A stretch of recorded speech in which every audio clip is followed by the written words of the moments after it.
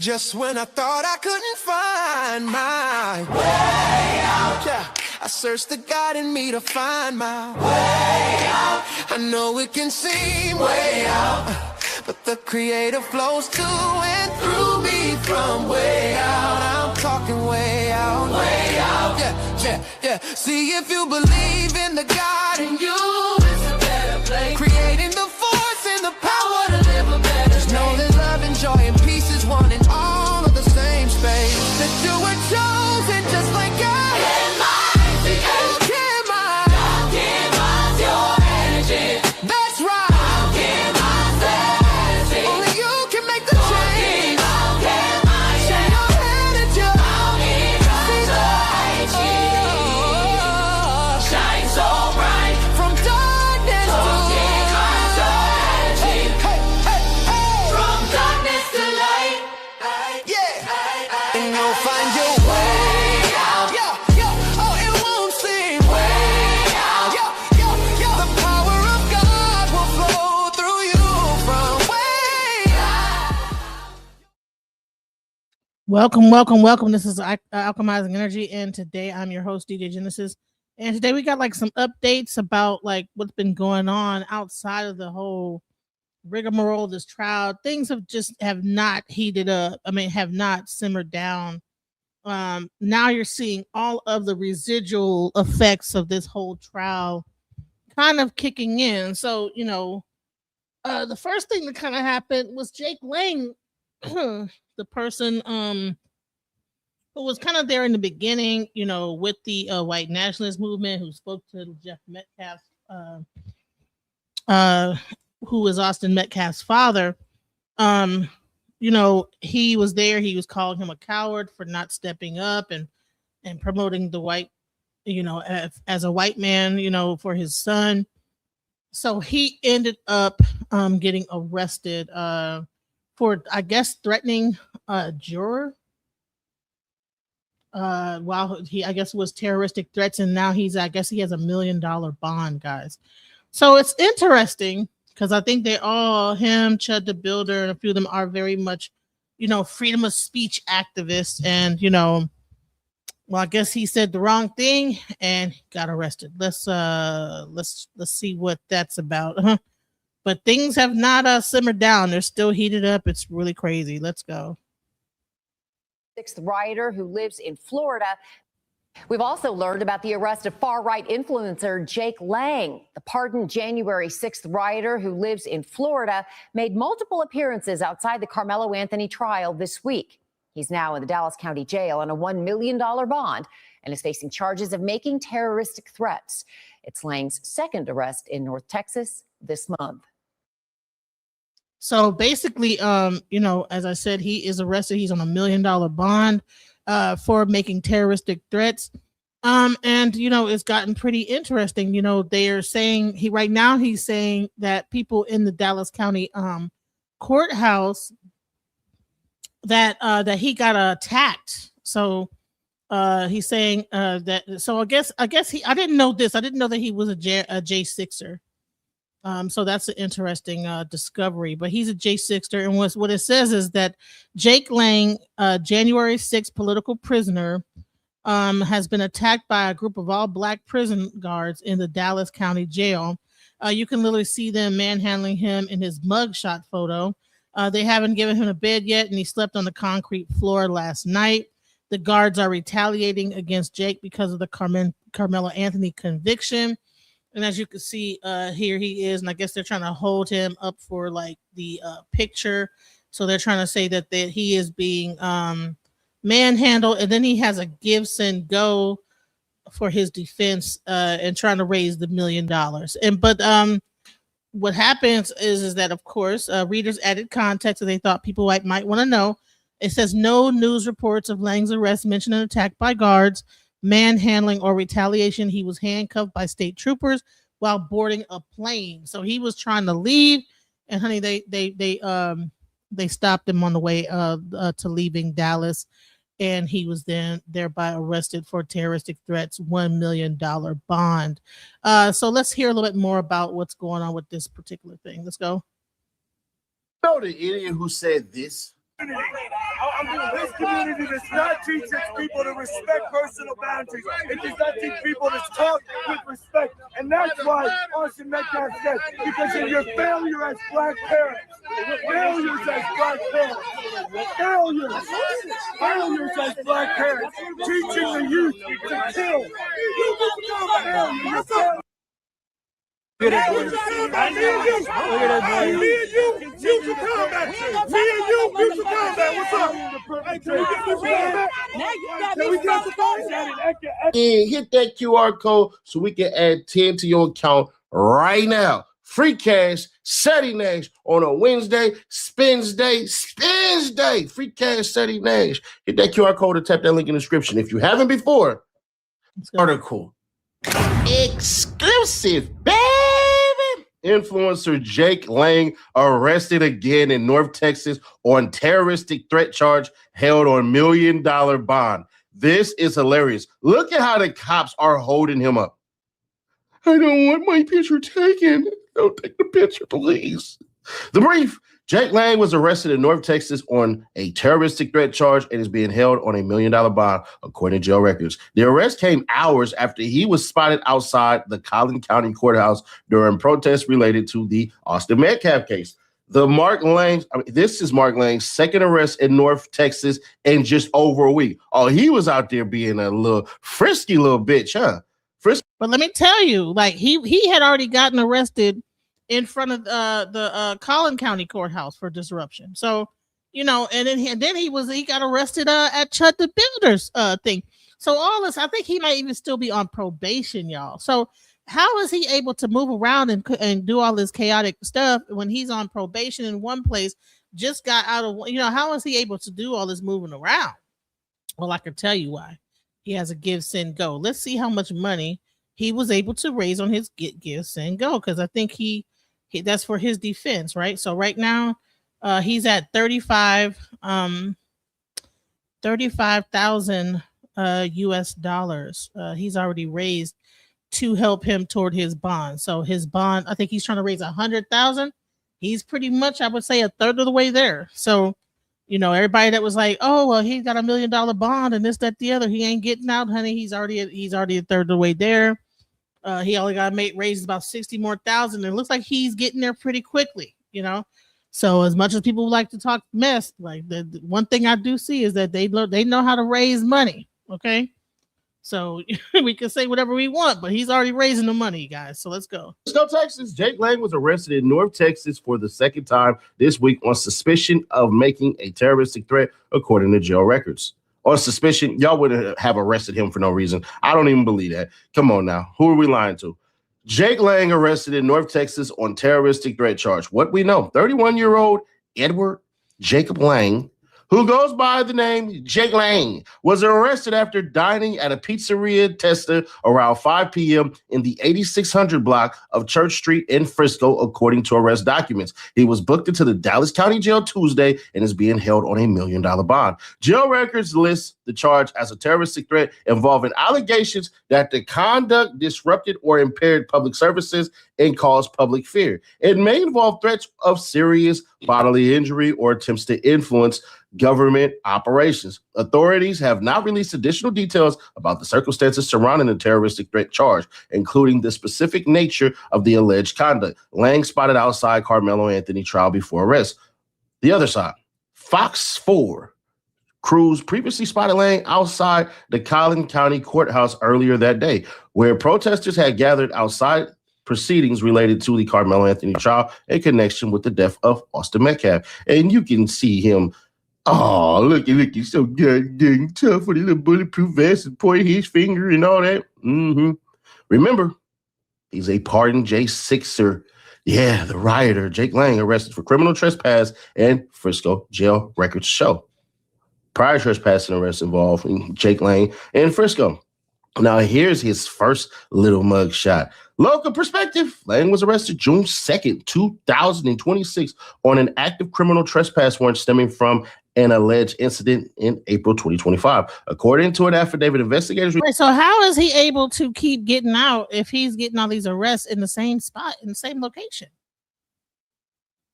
And then he just got out of being in jail for being at Chud the Builder's courthouse thing like this. But here's the thing: when you have a good audience that's willing to, to get you out, you're gonna get out. So that's what it is. So Received an online tip about a video posted to X that appeared to show Lang outside. I don't know how to say this. Quiet Kendall Stadium in Frisco, the site of the fatal stabbing during a high school track meet on April 2nd, 2025. I thought this was America, bro. I thought this was America. In a video, Lane can be heard saying he broke into the stadium and needed to leave before police arrived. He also admitted to climbing a fence to enter the facility, according to the affidavit. So here's the thing that's crazy is that he actually recorded himself breaking and entering. Trespassing, criminal trespassing. This is the thing. So we can't only talk about how black people do stuff. White people do stuff crazy too. He went and trespassed on that property.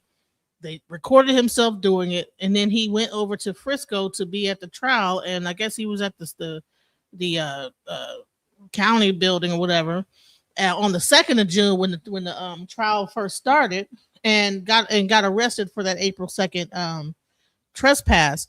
And so, after that, he started making terroristic threats at the end of the trial when Karmelo was getting sentenced against the jurors, saying something to the likes of like, I'm gonna get them if they don't. I don't know. I'm not gonna speculate. I'm gonna tell you. I'm gonna let the news tell you exactly what he said. But he said some terroristic threats against the jurors, and now he's back in jail, $1 million bond, and he has $35,000 of that already donated. So let's go. Police said the warrant was related to an alleged trespassing incident at the George A. Purefoy Municipal Center in Frisco. Lang was booked into the Collin County Jail on June 2nd and was later released. But who is Jake Lang? Dig deeper.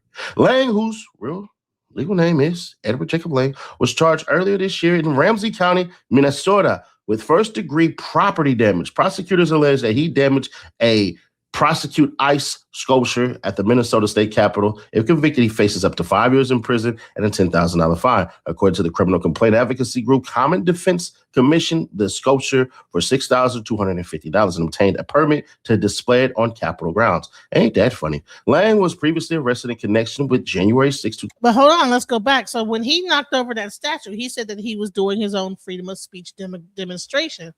But those people had paid for that particular thing to be there. It said prosecute ICE. They paid for that to be there, $6,000. He kicks it down. Well, guess what? He got arrested for that as well. He got charged with that. So he's just building up cases, just case by case, just building up.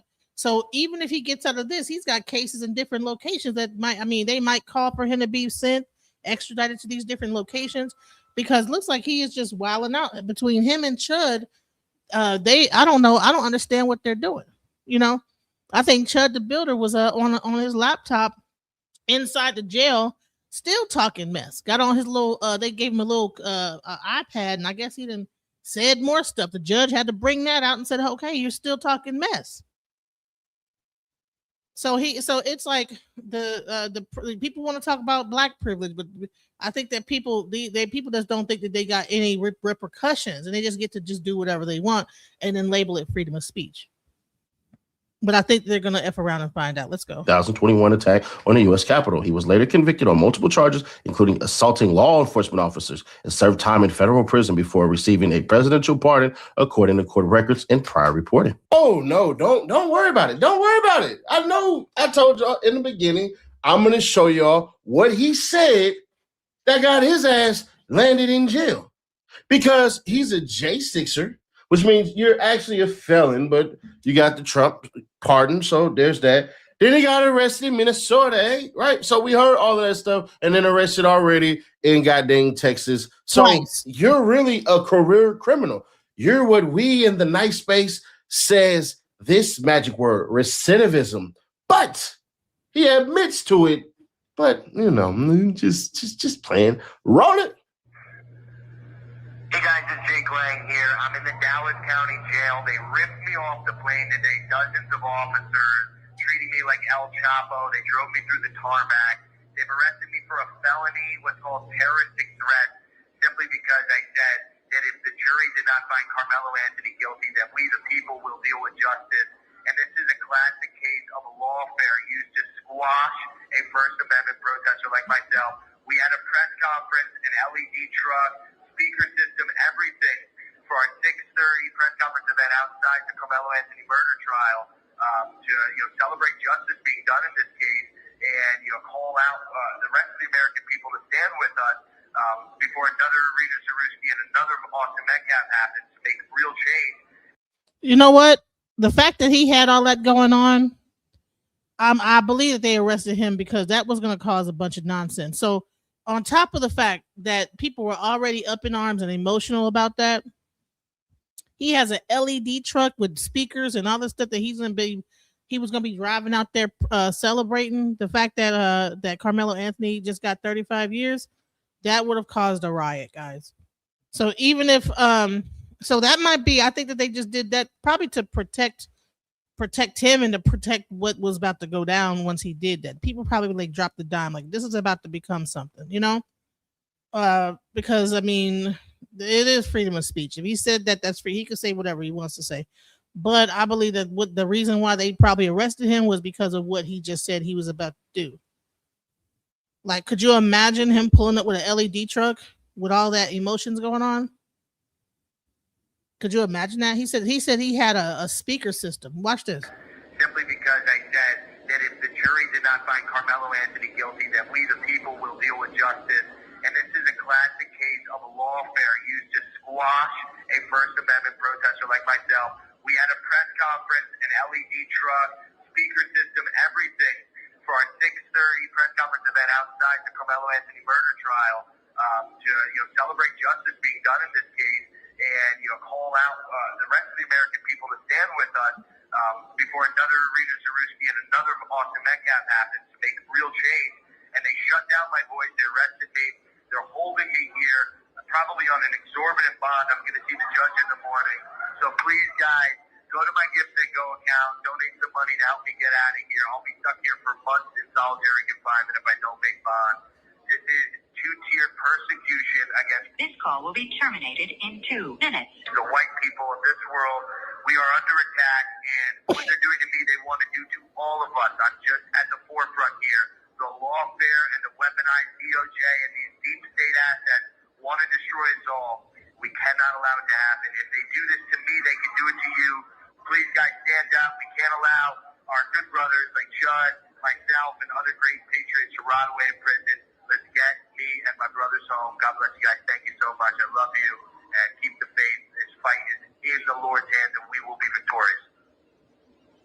I love it how these cats like to say everybody plays victim, all this shit and everything like that. And it's fine. And to a certain degree, everybody does it. It would be remiss if I didn't.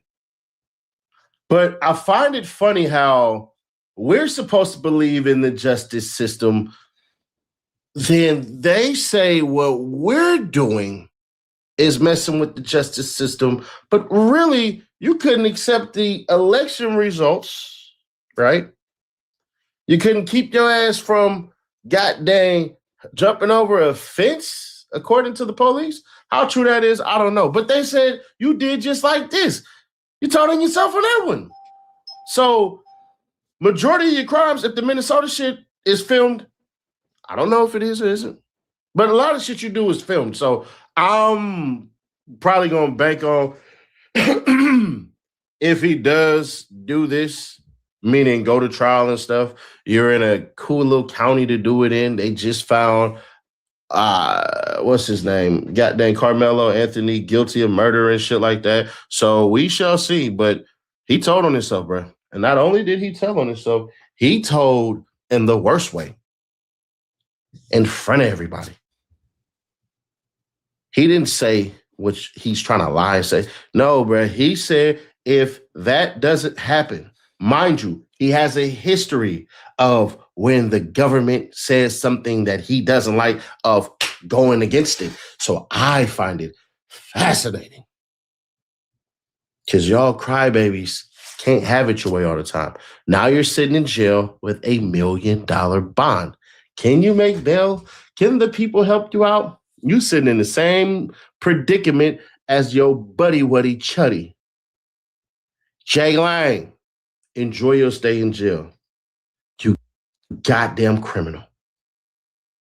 Right. So basically, he then got himself up with $1 million bond similar to Chud. Now they're both trying to raise up enough money. And then now he's trying to say that people are attacking him in jail. Let's go. Everybody, welcome. Hope you guys are doing good. Happy whatever day it is. Jasmine Crockett. Oh my gosh. Jasmine Crockett.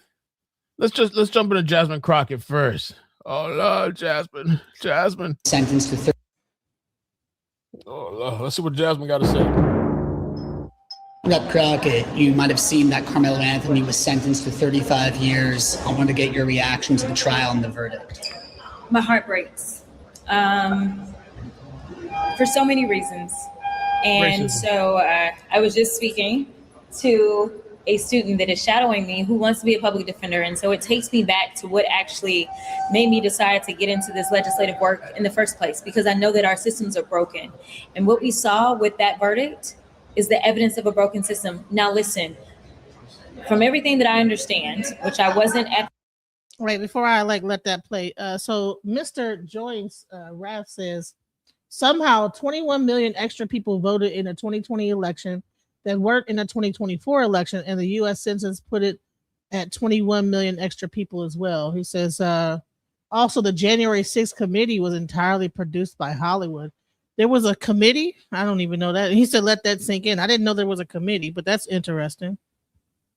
Rick Child Association chased down 14-year-old black boy. I didn't know how you can chase someone and then call it self-defense only in South Carolina. Yeah, that sounded crazy too, I thought.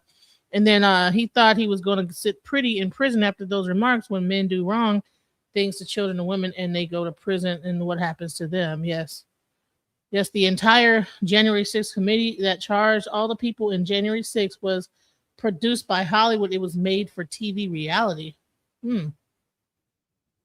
So that was supposed to be a TV show? I don't know.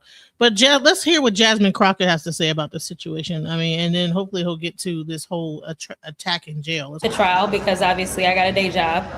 But it's my understanding that Karmelo ended up stabbing, puncturing. I don't know what this tool was that they talk about, knife, or some refer to it as a tool.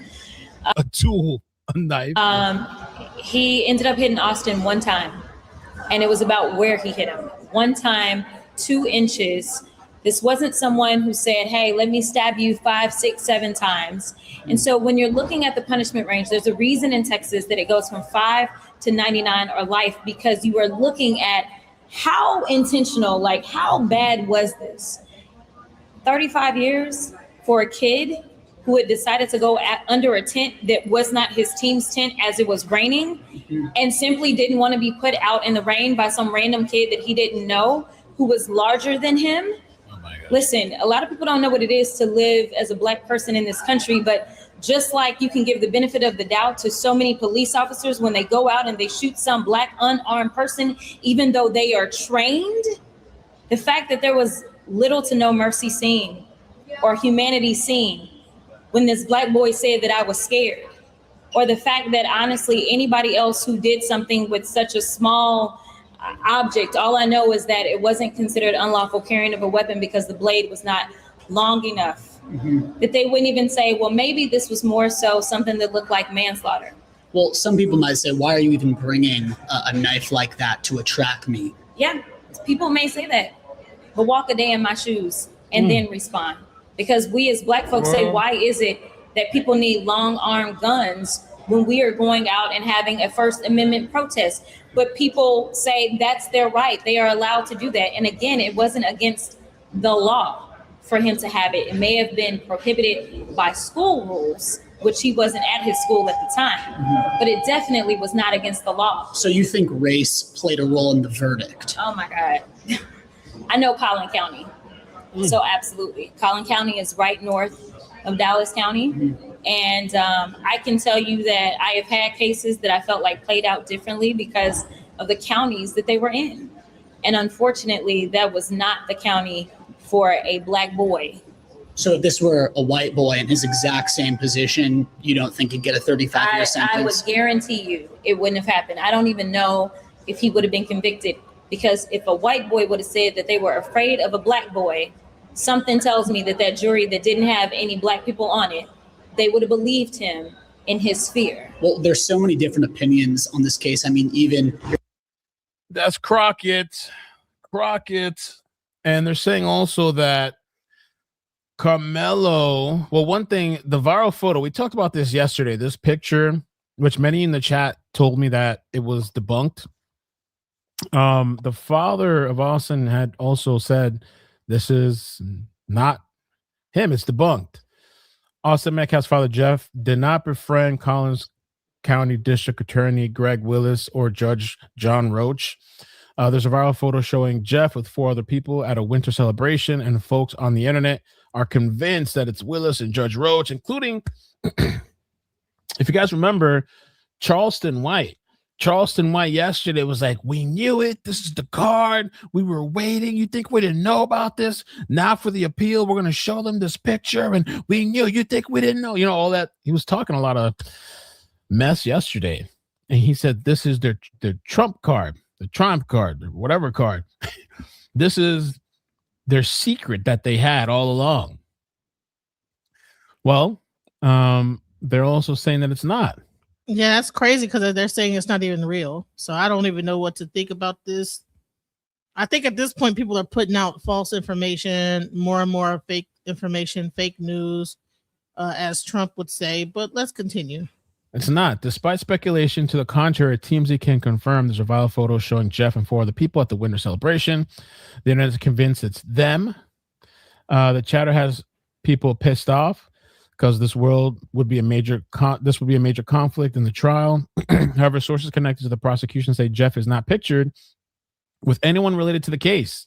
These are simply random folks that have nothing to do with the trial. And like I said yesterday, one of the things that I noticed with this case from the very beginning when I first started covering it back in the day is that there's just a lot of lies. It's almost like, I think it's intentional. A lot. I think it's intentional as well. I think that people are putting out fake stuff just to be able to have something to report. But let's get to the Jason Lang situation because that's what we're here for. Jake Lang, Jason. Why I say Jason? Let's go to Jake Lang because that's what we're talking about. Let's go. It's crazy. We're going to talk more about that, but also Jake Lang. Oh my gosh. I don't know if you guys remember yesterday, I told you that Jake Lang was on the way to this protest, and I think it would have been chaos. Apparently, he was intercepted at the airport. I think it would have been chaos too, and he was not in. I think that the interception. I don't know if that was the air. People are saying he said he was at the airport. I mean, he says he was at the airport. Some say he was getting something to eat.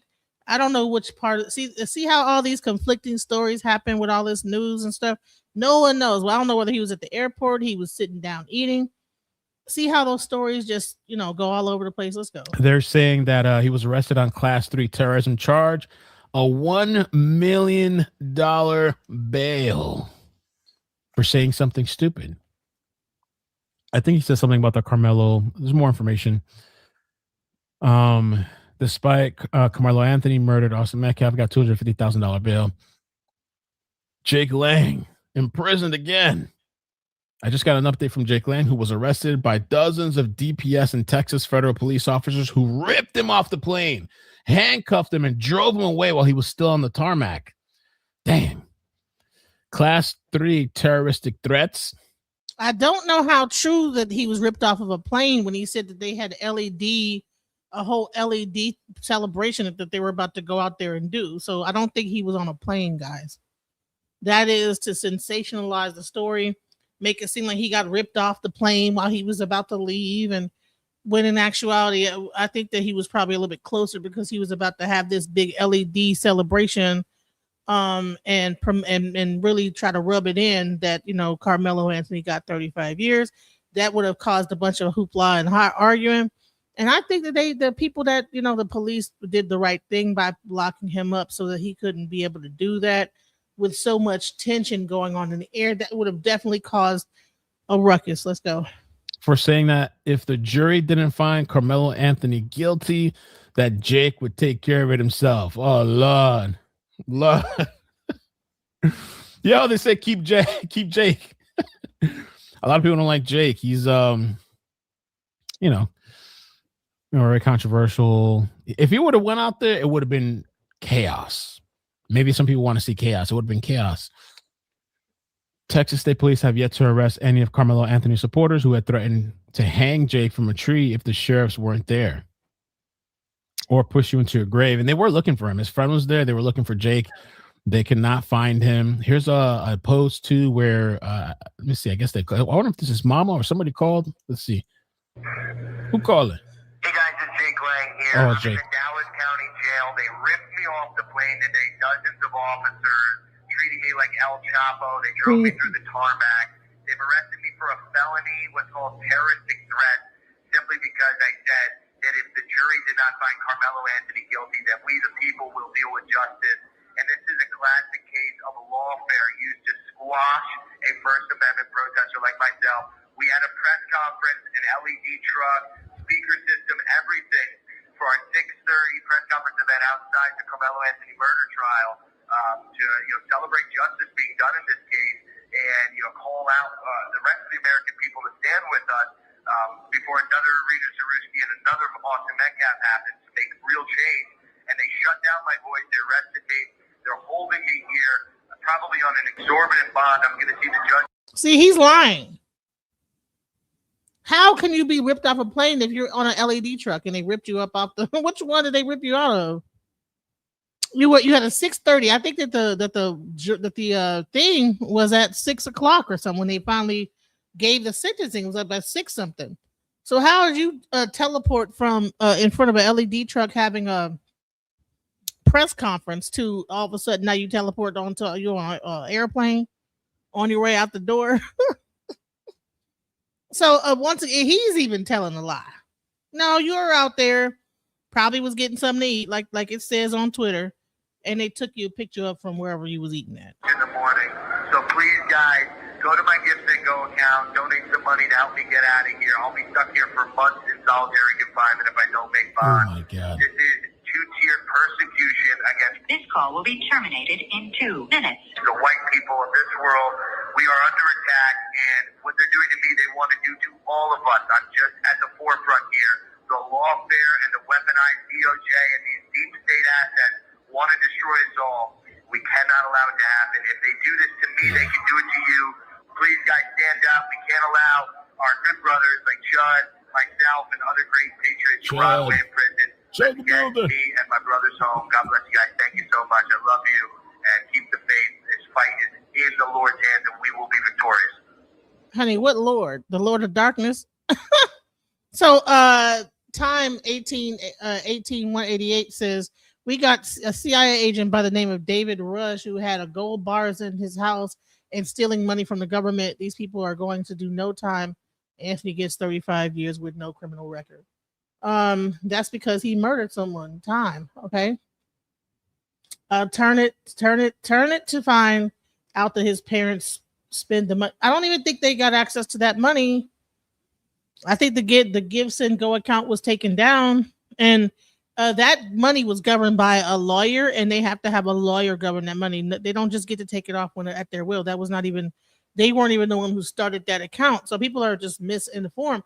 Just like this guy is lying and saying that he got ripped off a plane when he said that in the next sentence that he had a LED truck and was doing a press conference. Which one is it? Were you doing a press conference or were you on a plane? So everybody's kind of lying as time goes on about stuff. Let's go. So they're taking L's, man. It's not looking good. Belfast, by the way, is turning up. I saw someone in the chat tell me about that. We might do that next if we have some time. They said they're getting water hosed out there. Oh, shit. We might do that after talking a bit about Karmelo. Yeah, so Jake is in a precarious situation. I don't know how long they're going to hold him in there. They're saying this is his mugshot, okay? Mugshot for Jake. Looks like they're, got him around the neck. Right, they're holding him up. Was he drunk? Like, they usually do that when you're drunk, All right, so Mr. Joynes says the police officers opened the barricades and they opened the doors to the Capitol building. There are 20,000 lib doors. It's on the Capitol websites, for that matter. Magnetically locked from the inside for security purposes since the weather underground bombed the Capitol building in the 70s that Obama pardoned. They didn't. It was locked. Latoya says. Okay, so it's a lot going on, with this J6er aspect too. Like, I'm not sure what to believe is true or whatever. Yeah, GoFundMe has a lot of restrictions. I don't think that those people, I don't think they got that. I think the lawyers might have gotten that to like represent them, but they were not able to like take that money and do as they very well please.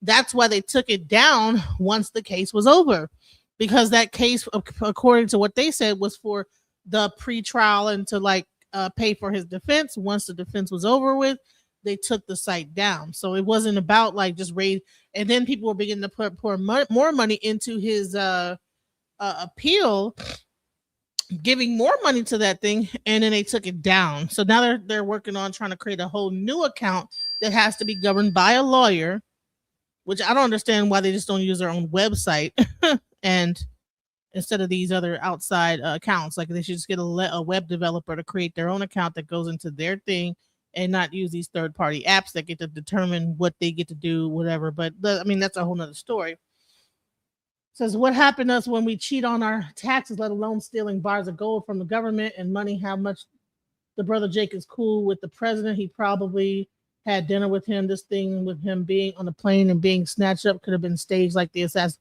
No, he was never on a plane. See, the thing is, they want to make it more sensationalized. They want to sensationalize, oh yeah, I was on a plane. They ripped me up off the tarmac, but really he was out there with his LED truck about to do a press conference and start hollering and screaming at the people that were very distraught. And thank God there were not a lot of people that were protesting in the opposite, like really rubbing it in, because tensions were very high. Police were very successful in removing people up off the grounds, and it didn't turn into an entire riot like it could have been. So thank God for that. Let's go. Got him in an uncompromising picture, position. And this post here, this was this afternoon. They're saying that Jake is being attacked by a group of black prison guards in the Dallas County Jail. He's being targeted. You can literally see them manhandling him in this photo, in this mugshot. They haven't given him a bed yet, and he slept on a concrete floor last night. The guards are retaliating against Jake because of Karmelo Anthony. So they're saying the black guards are beating him up, manhandling, roughing him up, no bed, sleeping on the floor. Damn. So I never said it was self-defense or murder. I said it was manslaughter. So I don't know what you're getting at from. Once again, lies. Okay. But I think these are trolls. I see the W, all the extra crap behind your name. These are troll accounts, but shout out to the trolls. Let's go. Oof. Not good, man. Not good. And I think he has a give, send, go. I don't know what the he's reached 32K. Is this from the last stint that he got beat up? I remember one time they ran him off the streets. I don't know which one is this one. Right. So what he's doing is using pictures from a previous incident to make it like somebody filmed him getting roughed up by police inside the jail. See how people are using things to sensationalize everything? These pictures are not even from him being in jail. These are stuff. I don't even know what these pictures are from. Right here. What are these pictures from? But anyways, let's go. Is this from the last stint that he got beat up? I remember one time they ran him off the streets. I don't know which one is this one. Let me tell you why I think that Jake Lanning's an agent. Right before he came to Frisco, he was already arrested in New Jersey for like speaking out at like some kind of a gay, like I think it was like the gay rights parade or something. And he came out there waving a flag and talking mess. And I think that he got arrested at that as well. How does he get out in time to make it to Frisco, get arrested once again?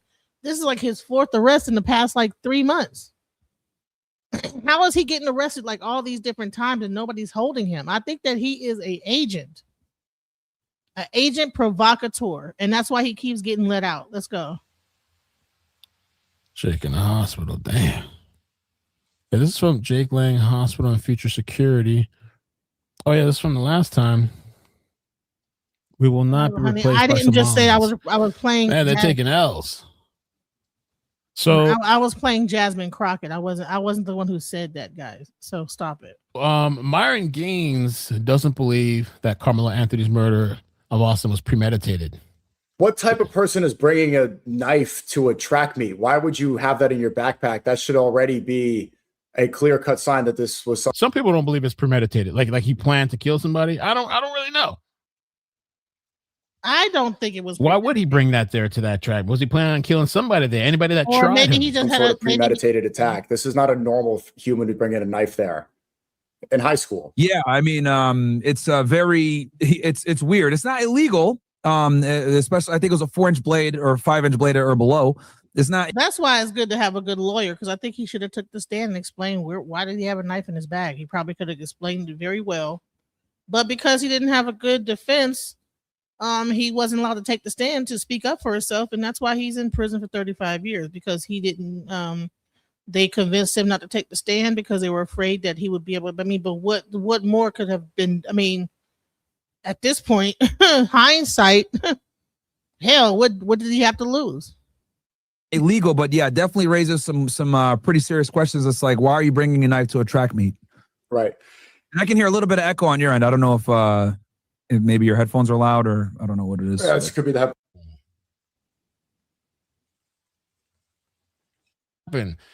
This is the problem with Believe All Women. They tend to lie because a man hurt their feelings. So yeah, public intoxication. I guess he was lit.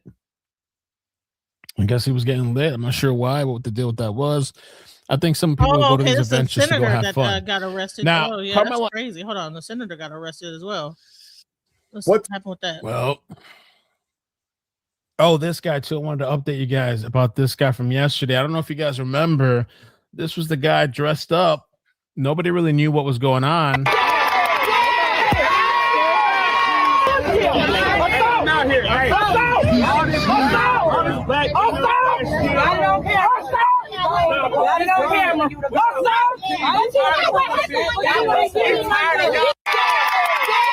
So apparently he was arrested for.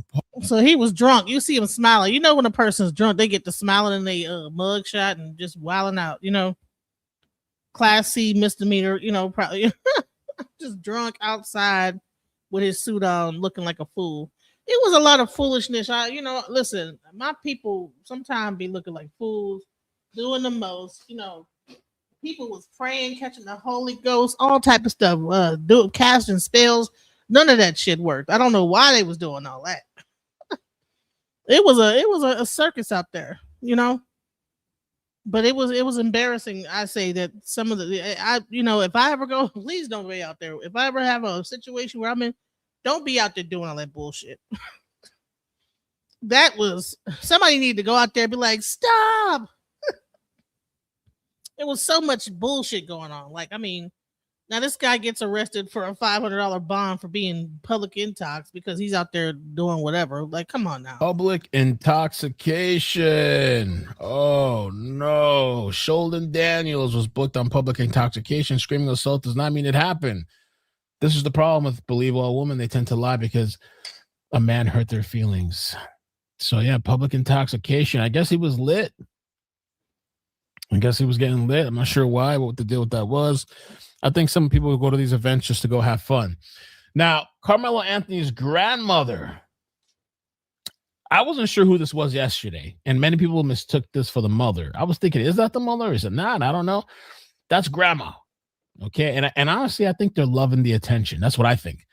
I think they're loving their attention. They're driving on the luxury cars. Okay, first of all, just because they have a luxury car does not mean that they want attention.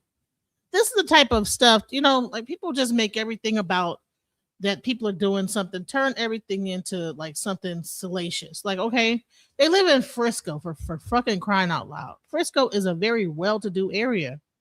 The family clearly has money to be able to live out in Frisco. So if they have a luxury car, what's the big fucking deal?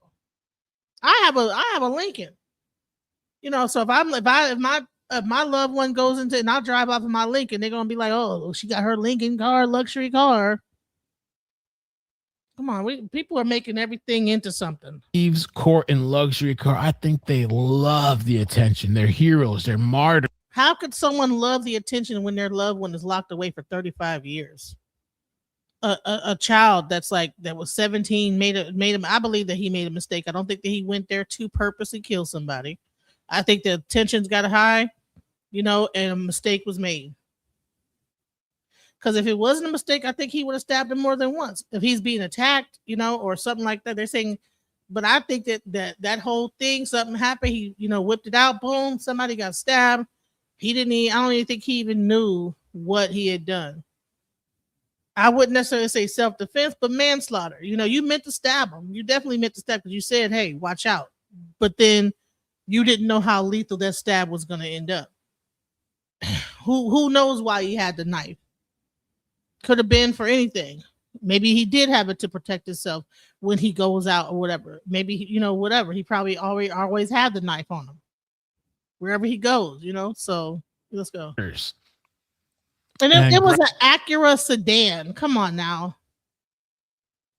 Acuras are not that sweet. All an Acura is a souped up fucking Honda. They're making a big deal because she drove off in a souped up Honda Acura. I wonder what year it was. Was it a 2025 or 20? You know what I'm saying? Since they going into it was luxury. I'm almost screaming. Racist! Next order video.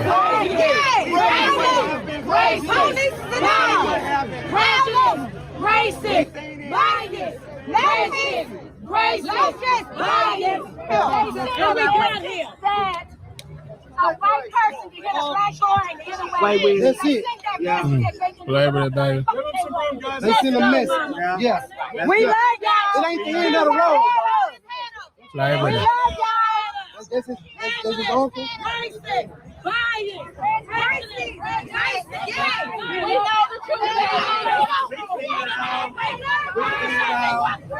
I mean, that's like a 2020 at best Acura that they like.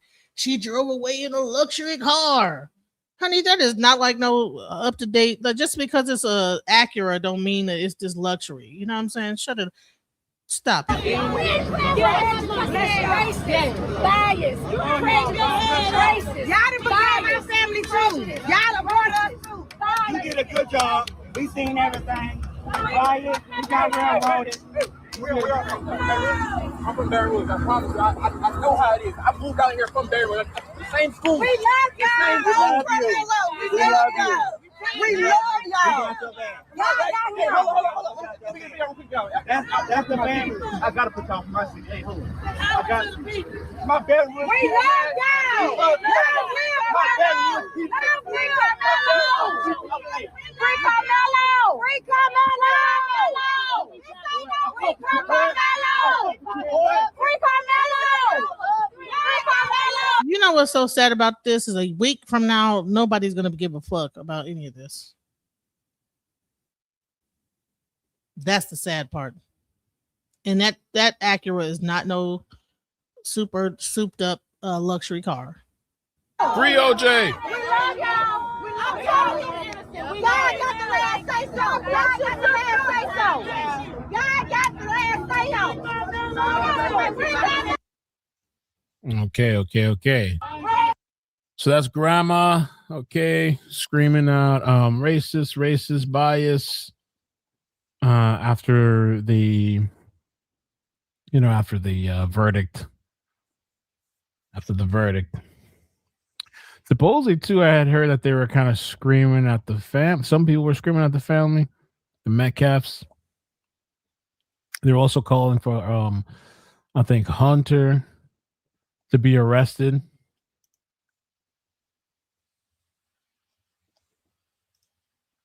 Oh, and this was crazy too. So this happened today, and this dude is out of Florida, and the internet is doing what they do. They're tracking this dude down. So this guy, Karmelo Anthony supporter, is going up to random white people and I guess slapping them or punching them. Oh man. And I saw a post somewhere. I don't know. I don't think I saved it, but he's on Facebook saying that he has to slap or punch 12 white people to make up for the 12 jurors. Oh my God. See, this is the type of stupid shit that's going on. This is the type of stupid shit that's going on that I don't agree with. People are doing the most. Listen. Oh my God. I don't even want to see this because it's so ridiculous. I don't even want to see that. It's just, come on now. Let's see. With an ankle monitor. Trying to behead him. Lost his left eye entirely. There's some very graphic pictures online.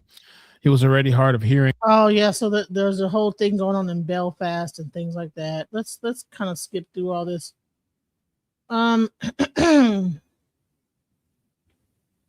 So what's his name? Dominic Miller. He got on the news and he was talking about that. I guess he was the family's representative. Let's hear what little bit he had to say. I think that his take is really interesting because I think that him being representing the family was kind of like the reason why he got as harsh a punishment as he did. To be quite honest, I think if the family would have not had him being the representative and kind of kept it quiet and let the legal process go, I think that this would have been a whole nother ball game. Let's go. Under 5 inches is legal in the state of Texas. That stand your ground is legal here in the state of Texas.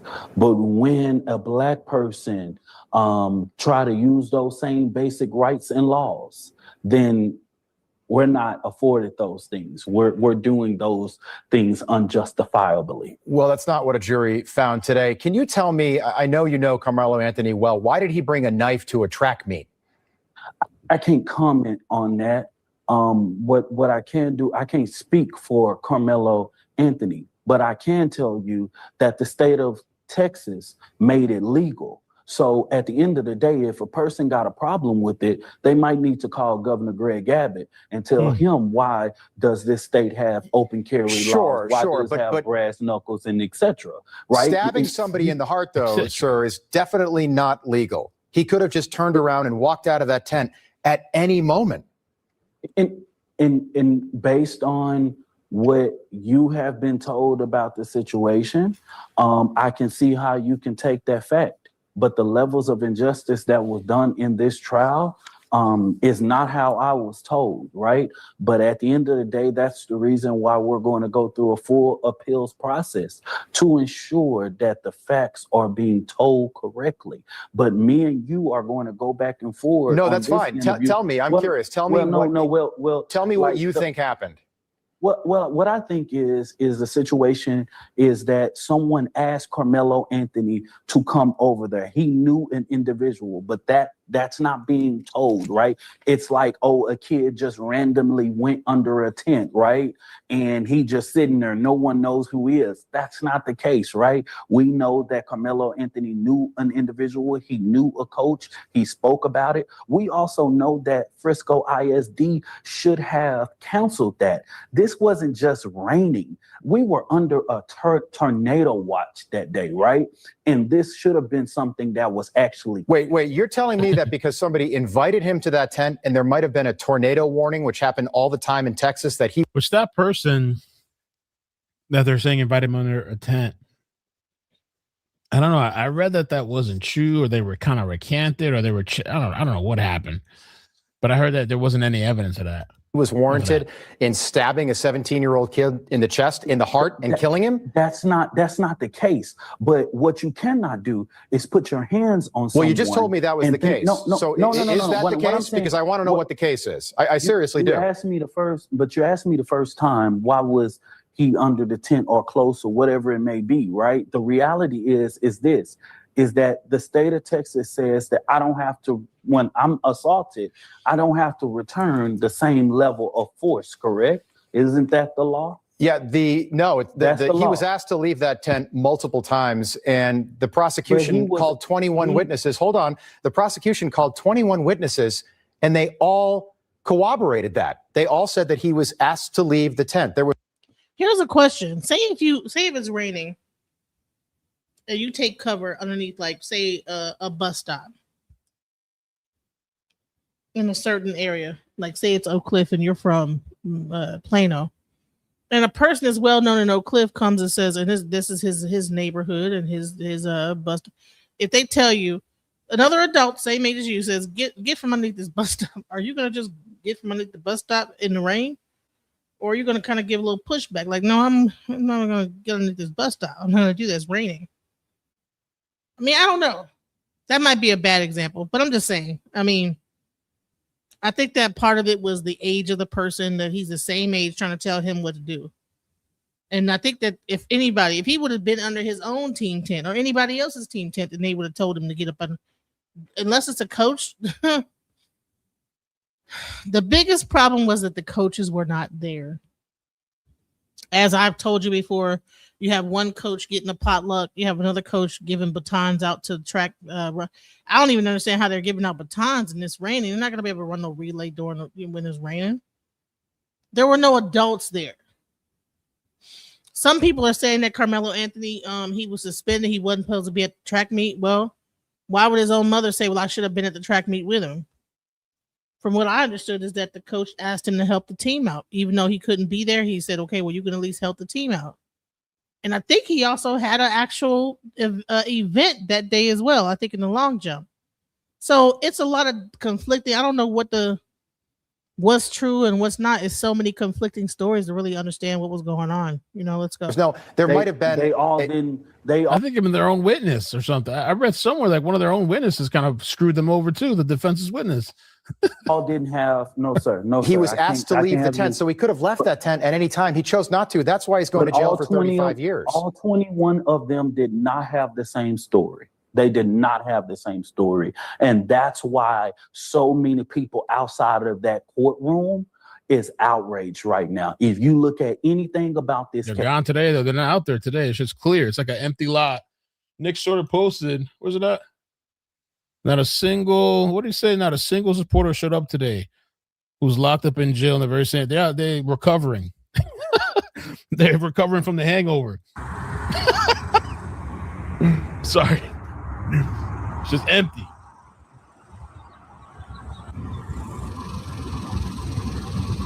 Damn, crickets out there. What happened? Where'd everybody go? Why would they be there? The case is over. I mean, what would they be there for? But there are people now that are doing press conferences. I think I'll show you that footage. But I think her name is Dr. James or something. She's out there discussing the thing, and now this is turning into. It's going to turn into. They're going to have a protest. I can already see it. I can smell it in the air. There will be a protest. The problem is he had a knife and used it. Honey, people keep repeating the same shit over and over again. Duh.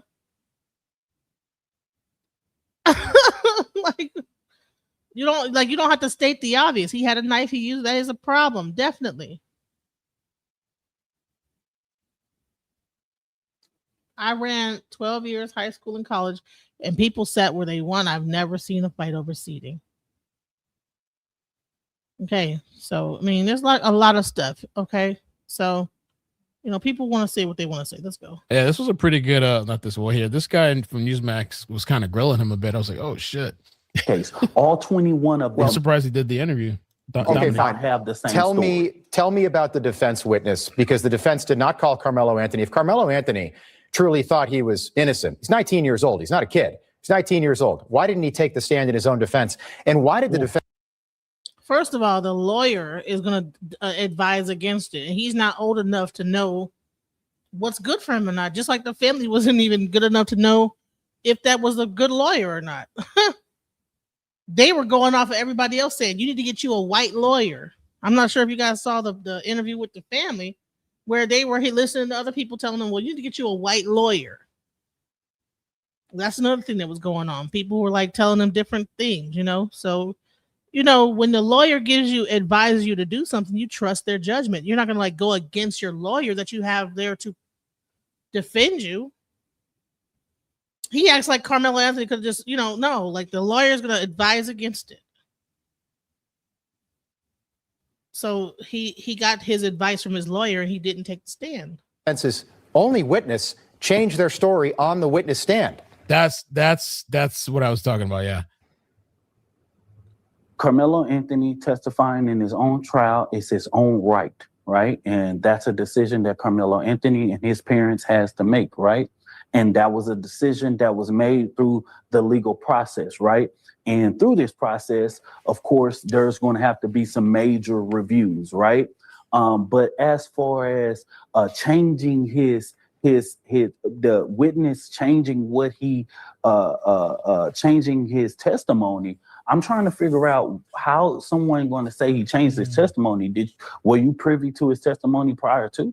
Well, allegedly innocent said the kid K knew was an acquaintance through an old girlfriend. They dabbed and said, "Hey, that's all, no invitation."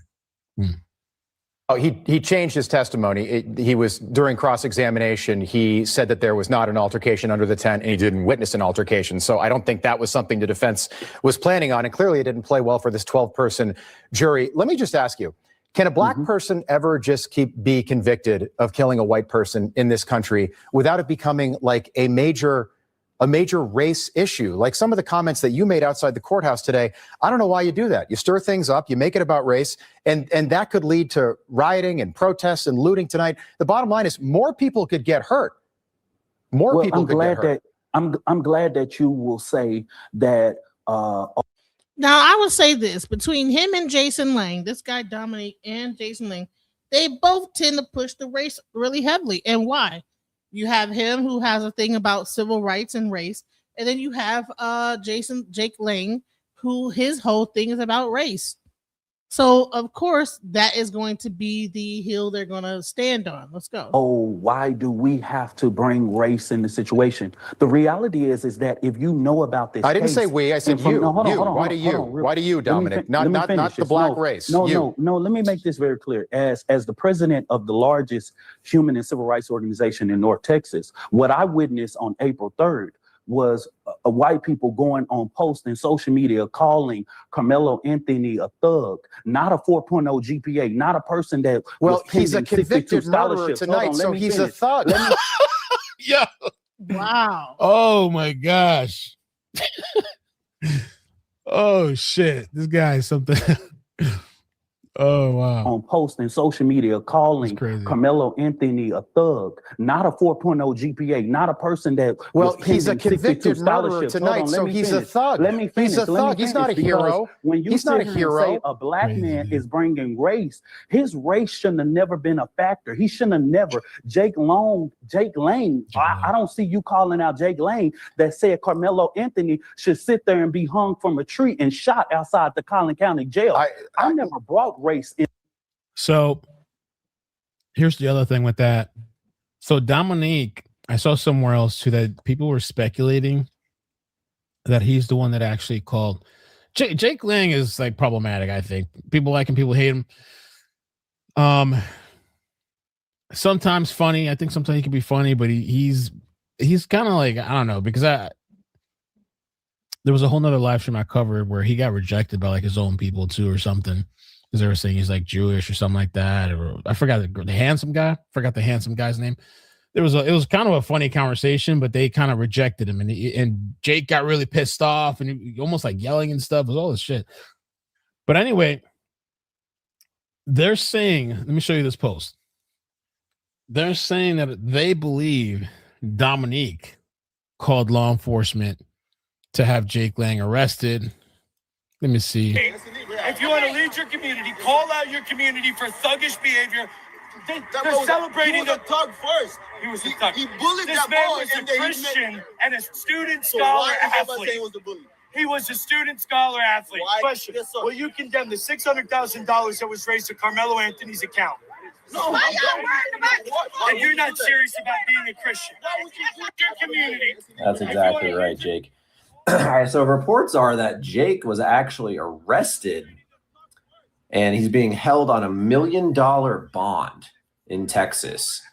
And allegedly, this comes after the Karmelo Anthony family spokesman, Dominic Alexander, there's a picture, I guess, called law enforcement to have Jake arrested. this is crazy. This is absolutely crazy. And what he's saying in this video is absolutely correct. And this is something that I have a huge problem with in this moment. We are now post-conviction, right? Or post-verdict. Yeah. He has been convicted of murder in the first degree. And yet there are still, GoFundMes for the Anthony family active and receiving donations. Well, and there's people getting like death threats and stuff. So I don't know if Jake really said what they're saying he said. Maybe he did, maybe he didn't. I don't know. I wouldn't be surprised or not. But yesterday, the interception at the airport doesn't surprise me at all. That's a lot, though. The $1 million bond. Holy shit! What did he do? They're saying terroristic threats. Maybe they have him on video somewhere saying something. Maybe Dominique called it in, because it's interesting that Dominique in this interview references Jake. Lane, I don't see you calling out Jake Lane that said Karmelo Anthony should sit there and be hung from a tree and shot outside the Collin County Jail. I never brought race into this situation. But the whole thing for these people has been race the entire time from the very, very, very beginning. And to be fair, just social media, everybody has made it that. But these people, to sit there and say they haven't made it about race, the whole thing, everything is race for these people. And they treated, what's his name? Jeff Metcalf so nasty when he showed up. Maybe he shouldn't have showed up to that thing, that whatever that was. That press conference they had to shit on the victims and the deceased and the family, I didn't bring race into the situation either. You brought race into this when you made those comments that we played at the beginning of the segment, making this about race. We have to make sure that due process is done. All we want is our rights and be afforded the same basic rights that everyone is afforded to, sir. And I'm sorry if I gotta talk about my race to make sure that I can have the same afforded right that a white Dominic, he had a fair trial, and you're certainly open. You can certainly And they're still saying that it was an all-white trial. I mean, a jury. They're still saying it was an all-white jury when it wasn't. They're saying it was, I guess, 5 minorities. I guess they just weren't black, but there's other there's other people, not just black people, considered minority, I guess. And there was a post I saw yesterday where some lady was like, I'm sick of this crap with people saying it was an all-white jury. She said she sat there and she saw all of them. She looked at them in the face. I don't know. They probably don't want to come out and say their names. If I was, because I've seen people posting death threats, people getting threats and stuff. And people are very angry and upset. You can appeal that. But the last time I checked, it's not legal for white people to stab black people in the state of Texas either. Hey, Dominic Alexander, appreciate you being here. We got to leave it there. I mean, at least he took it, though. He took the debate. I wonder if they paid him to do this. He took the news thing. And so now, too, Sarah Fields is pointing this out, that Karmelo supporters have started another petition to target Hunter. We saw yesterday them saying that he should be arrested. I thought they even called for him to be killed or something from what I saw yesterday. Oh, my God. Let me just take a look at the petition. 37 verified signatures. Not really going anywhere. Go through his house. All that stuff is still going on. I couldn't believe the title that I saw here. Fame-driven YouTuber arrested near Nancy Guthrie's home for allegedly pitching a pea tent. Detention complex on Monday. Okay.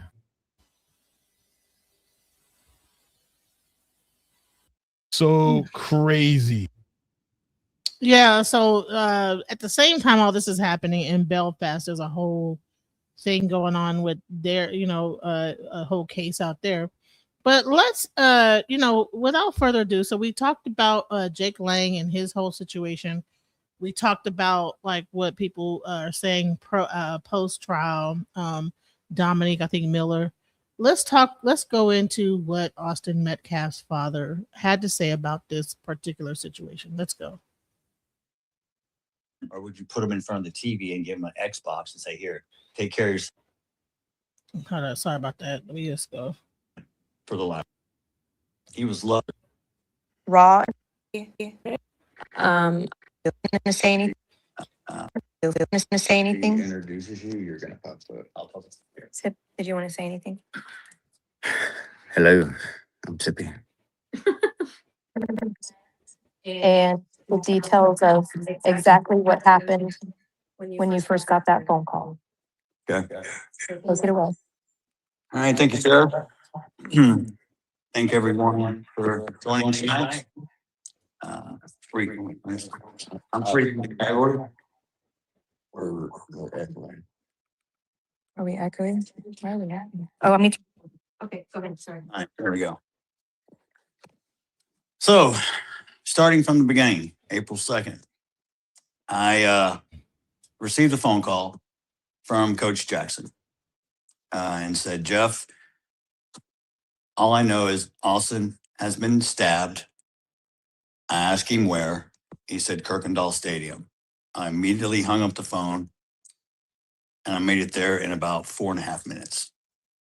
When I arrived, it was pretty chaotic. A lot of police cars, a lot of people. I ran through probably 10 different officers who tried to stop me. When I did reach the track,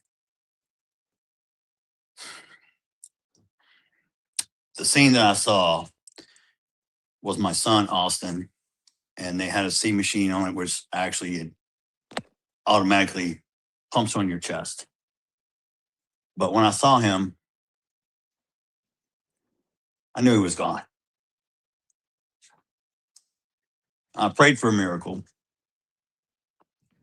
And as soon as that happened, I asked the ambulance, the EMTs, what hospital they were taking him to.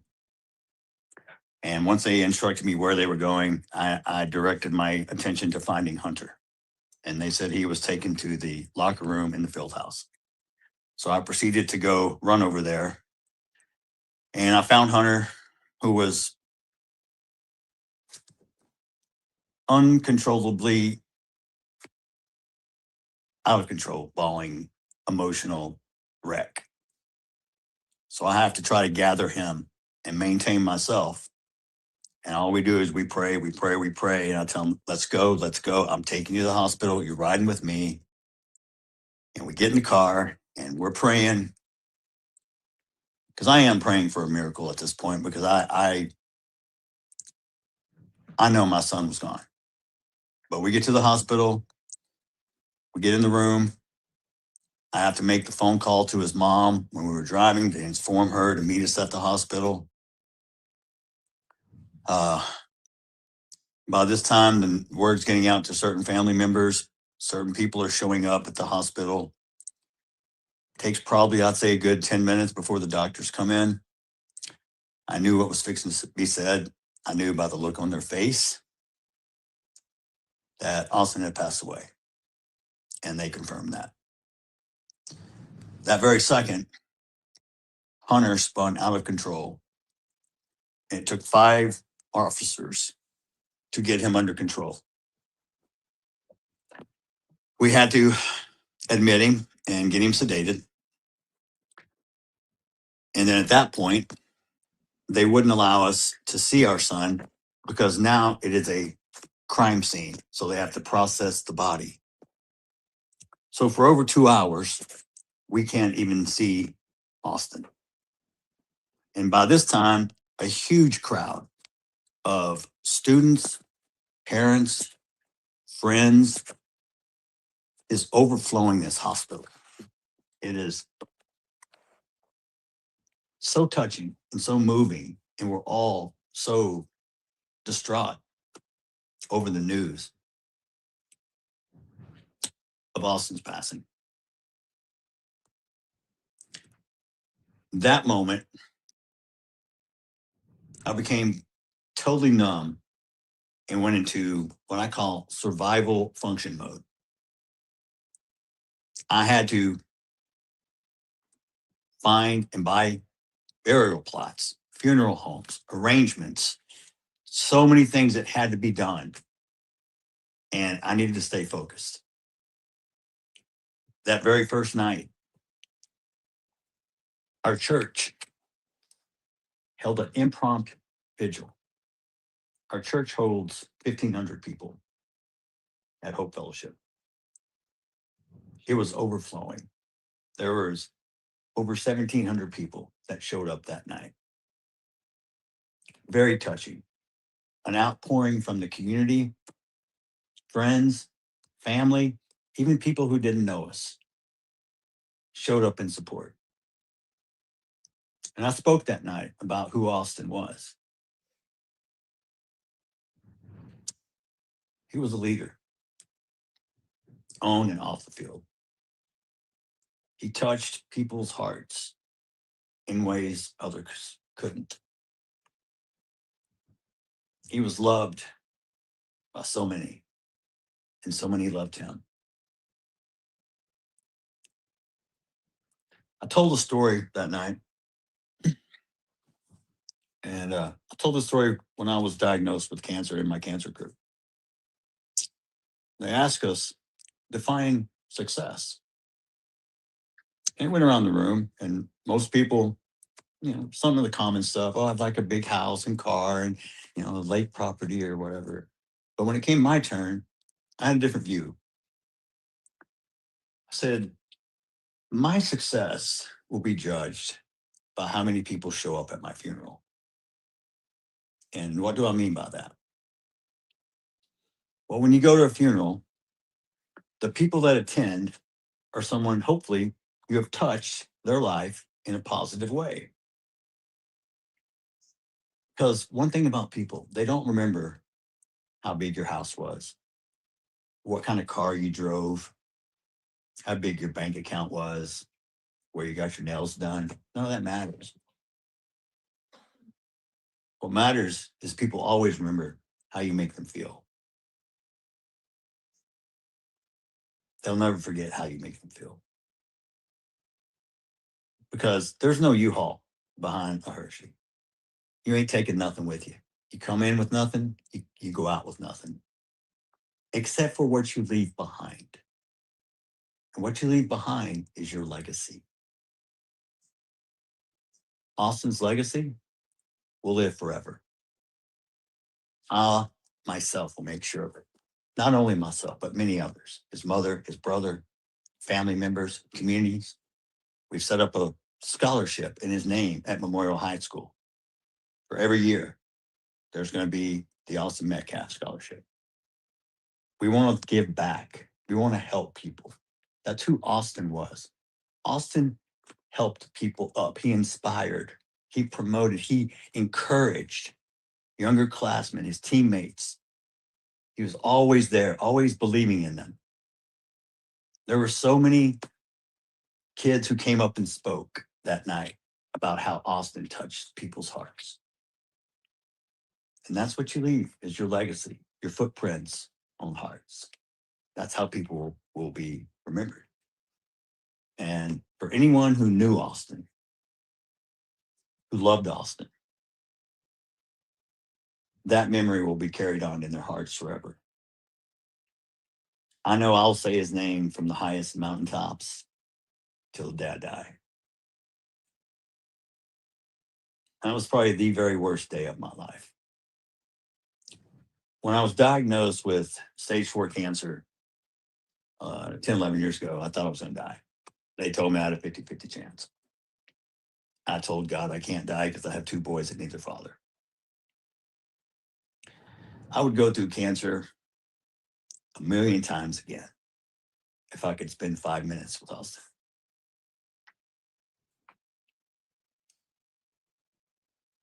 When you're faced with your own immortality, it reprioritizes your life.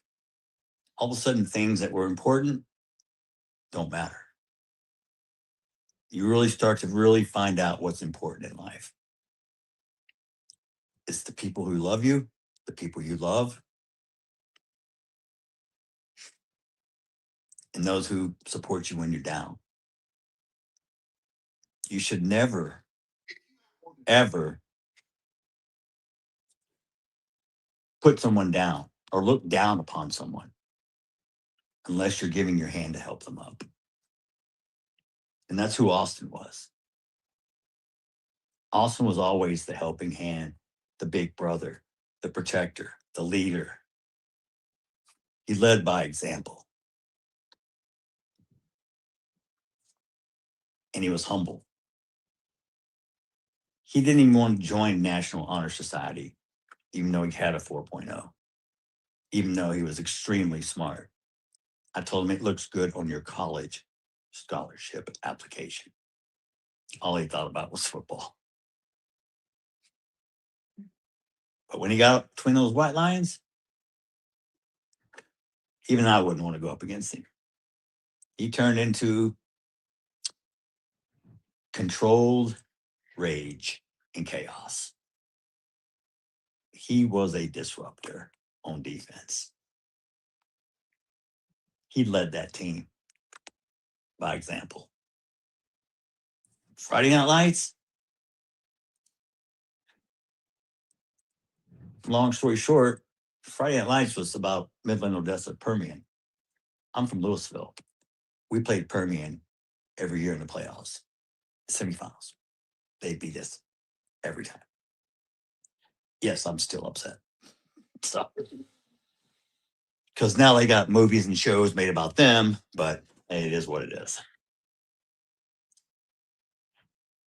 Football was a way for Austin to take out some of his frustrations, and he'd work in the weight room, and he'd go do drills by himself and run heels, and he really perfected his craft. He was an unbelievable player. And I know I sound biased because I'm his father, but his numbers don't lie. Go look him up. One game he had 24 tackles. I know. It's unbelievable. He also had interception, fumble recovery. The kid was amazing. And I know there's only a 1% chance of you ever actually making it to the NFL, but deep in my heart, I really thought that kid had a chance. I know for sure many colleges were already interested in him, D1, for the linebackers. And we were already talking about NIL money and how we're going to, make sure you're set for life.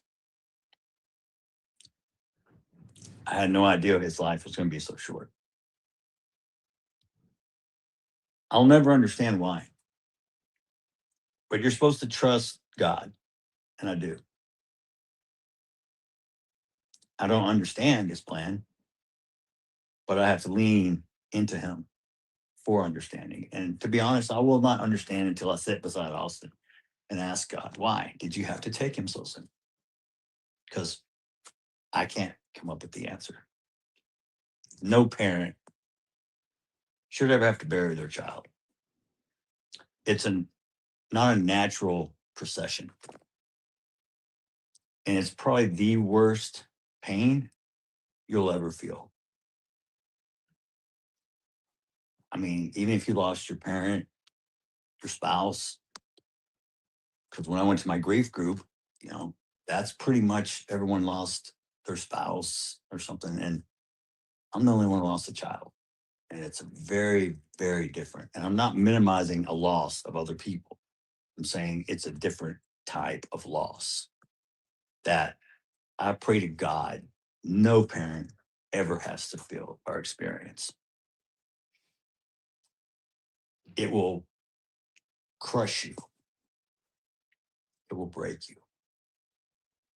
And you will never be the same again. But I said the same thing to myself when I had cancer. Hey, man. Yeah, I've got, side effects, but I'm still alive. You learn to live what your new normal is. Well, I'm a piece of clay that God is molding into whatever I'm supposed to be molded into because I have no idea. I trust him. I'll follow it. And we'll see where it takes me. But at the end of the day, man, the man upstairs, he already knows where I'm going. I wish he'd give me a little bit more signs sometimes of where I am going because sometimes I feel lost. But that's when I lean into him even more because he will guide my path. Without God, I wouldn't be sitting here today. Without God, I wouldn't have been able to forgive. A lot of people ask me this question: how could you forgive so fast?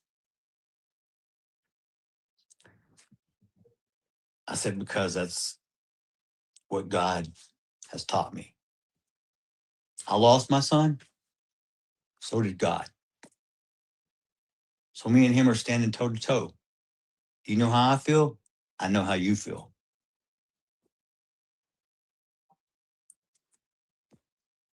It's not a good feeling. But he talked to me. And he knows my faith is strong. And that is the only reason I was able to survive since April 2nd. I'm a vessel. God will work through me. God works in mysterious ways. God puts people in your life for a reason, for a season, for a day, for a month, for a year, maybe forever. Be thankful. Be humble. Appreciate the small things. Those are the things that really matter. Doesn't matter how big your house is. Would you rather spend time with your kids? Maybe like take them hunting or fishing? Rather than have them, or would you put them in front of the TV and give them an Xbox and say, here, take care of yourself for the next 3 hours? One of the things about being a dad for me was the biggest blessing in my life. At age 40, I thought God was not going to produce me any children, so I was okay. I had to make peace with that.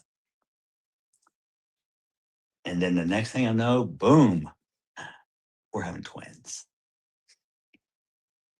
I'll never forget that day sitting there looking at the sonogram, and the doctor said, oh, there's two.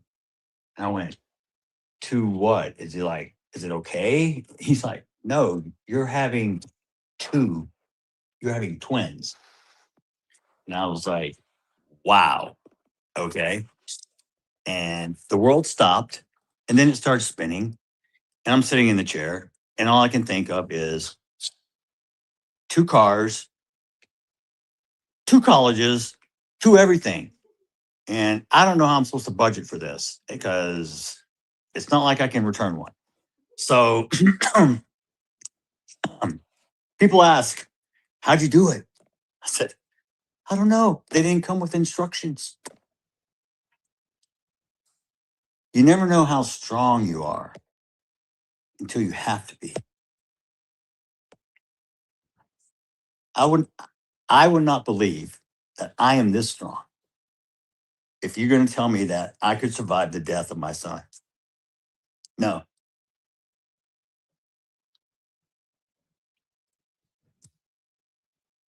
I would tell you I couldn't.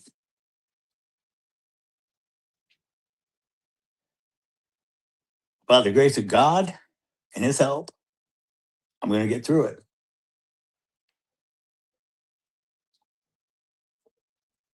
What I've had to endure since that day has really, really deeply affected the way I feel about society, the moral decay, the subcultures that create environments that are not good for our children. The things we promote, the music we listen to, the games we let them play. Are we really being the best parents we can be? What is it? What is being a parent? What, you're a financial provider? I pay the bills, I give them a roof, I give them food? No, bro. Anybody can do that. Anybody can be a dad. You want to be a father? That's a person who shows up. That's a person who's present. That's a person who participates. You show love. You still show discipline, but you show respect. You teach them humility. You teach them about God. I believe in my heart, everything starts at home with your parents and how you're raised. Those people are responsible for instilling values, morals, direction, guidance to give you a step up. Because I told my boys always, I want you both to be better than I ever was. Because I will tell you this, I am the only man on the planet that hopes you are going to be better than me. Everybody out in this world, it's a rough world. It's tough. It's a rat race. It's a cutthroat. It's try to get ahead, try to stay up with the Joneses. But you got to make sure you stay true to your beliefs. I always told them this also.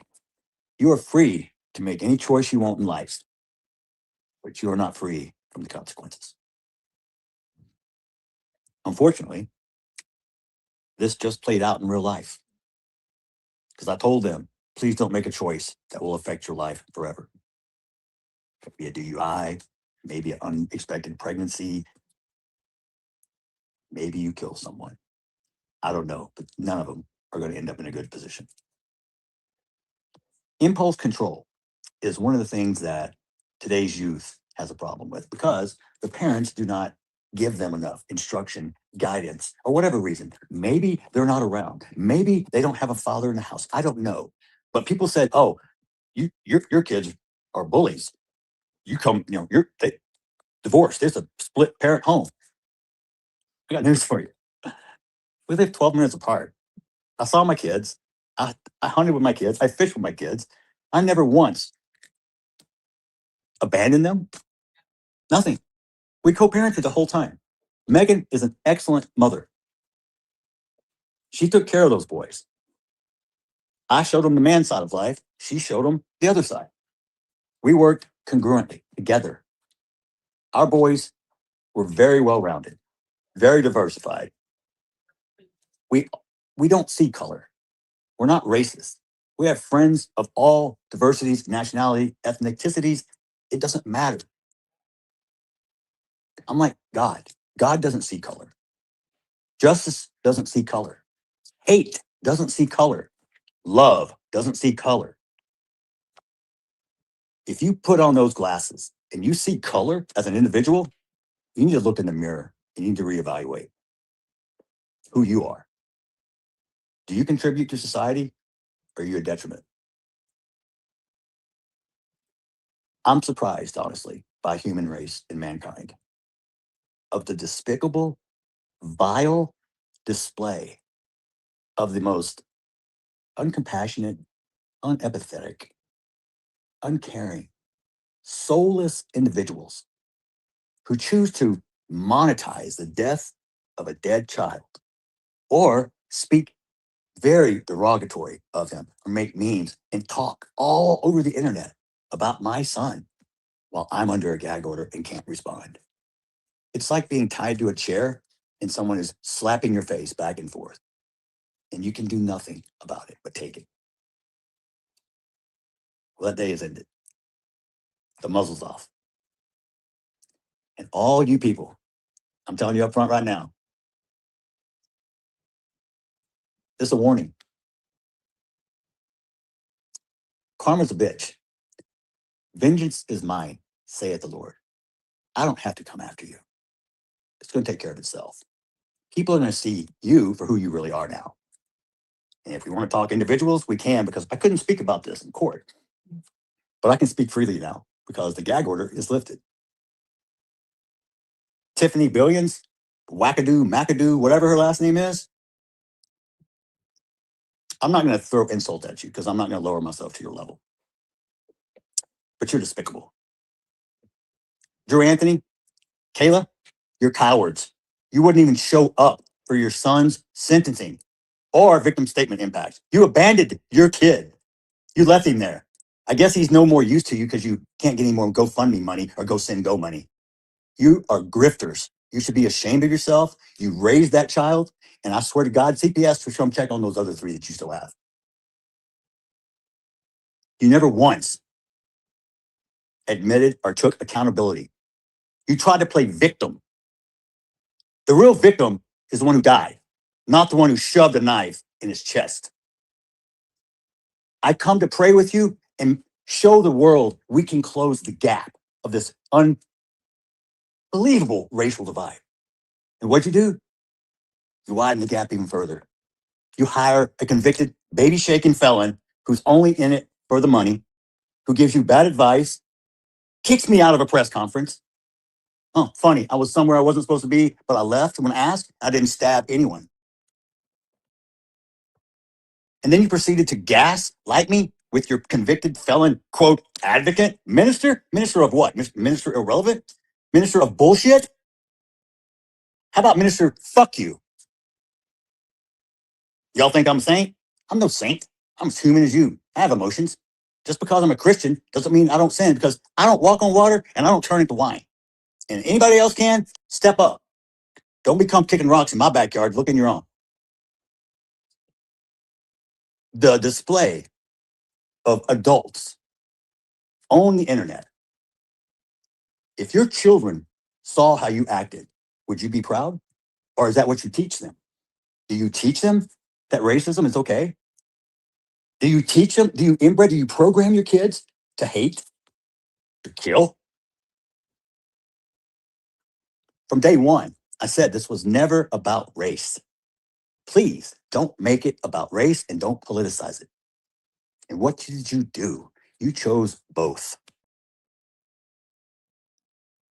The race card, black fatigue, it's real. I'm sorry. You have embarrassed your own culture and race. Don't get me wrong, we got a lot of people that embarrass the shit out of me too. But you guys, you got a patent on that shit. And the only people that's going to change it are you. Don't blame the white person because we can't change it. But you're going to blame the white person for every fucking thing else. We're the bad ones. We're the one that held you down. Guess what? You can do everything in America that I can do. Tell me one thing you can't do that I can't do. We all have equal rights. What's it say? All men are created equal.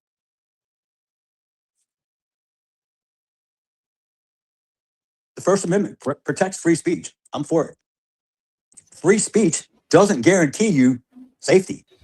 And here's the thing. Listen, guys. Other channels are playing back to back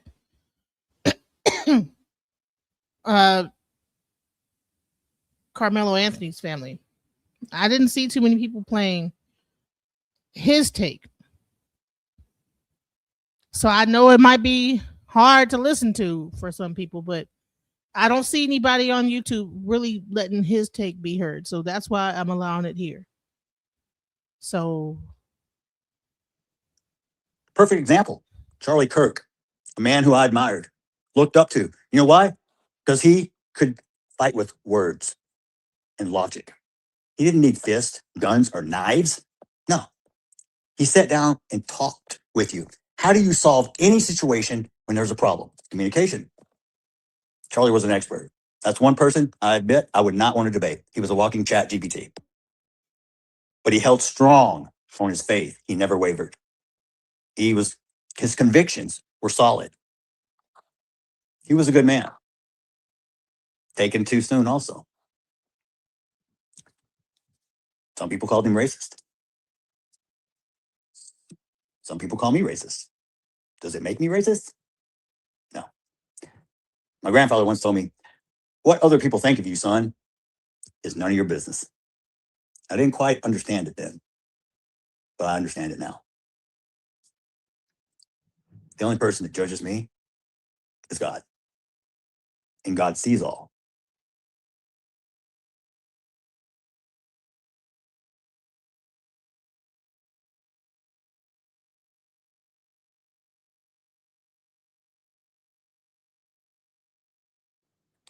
Continue. We're good? Where we leave off? Okay. So back to the parenting situation. When I was a kid, my generation was the best generation to ever grow up. We were the last generation that didn't have social media. We didn't have cell phones. And we didn't have internet. We actually had to talk to people, conversate. We actually wanted to go outside, not stay inside and play games.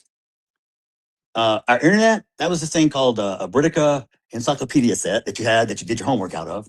Or you could go down to the library and use the Dewey Decimal System to look up a book. None of you kids know that.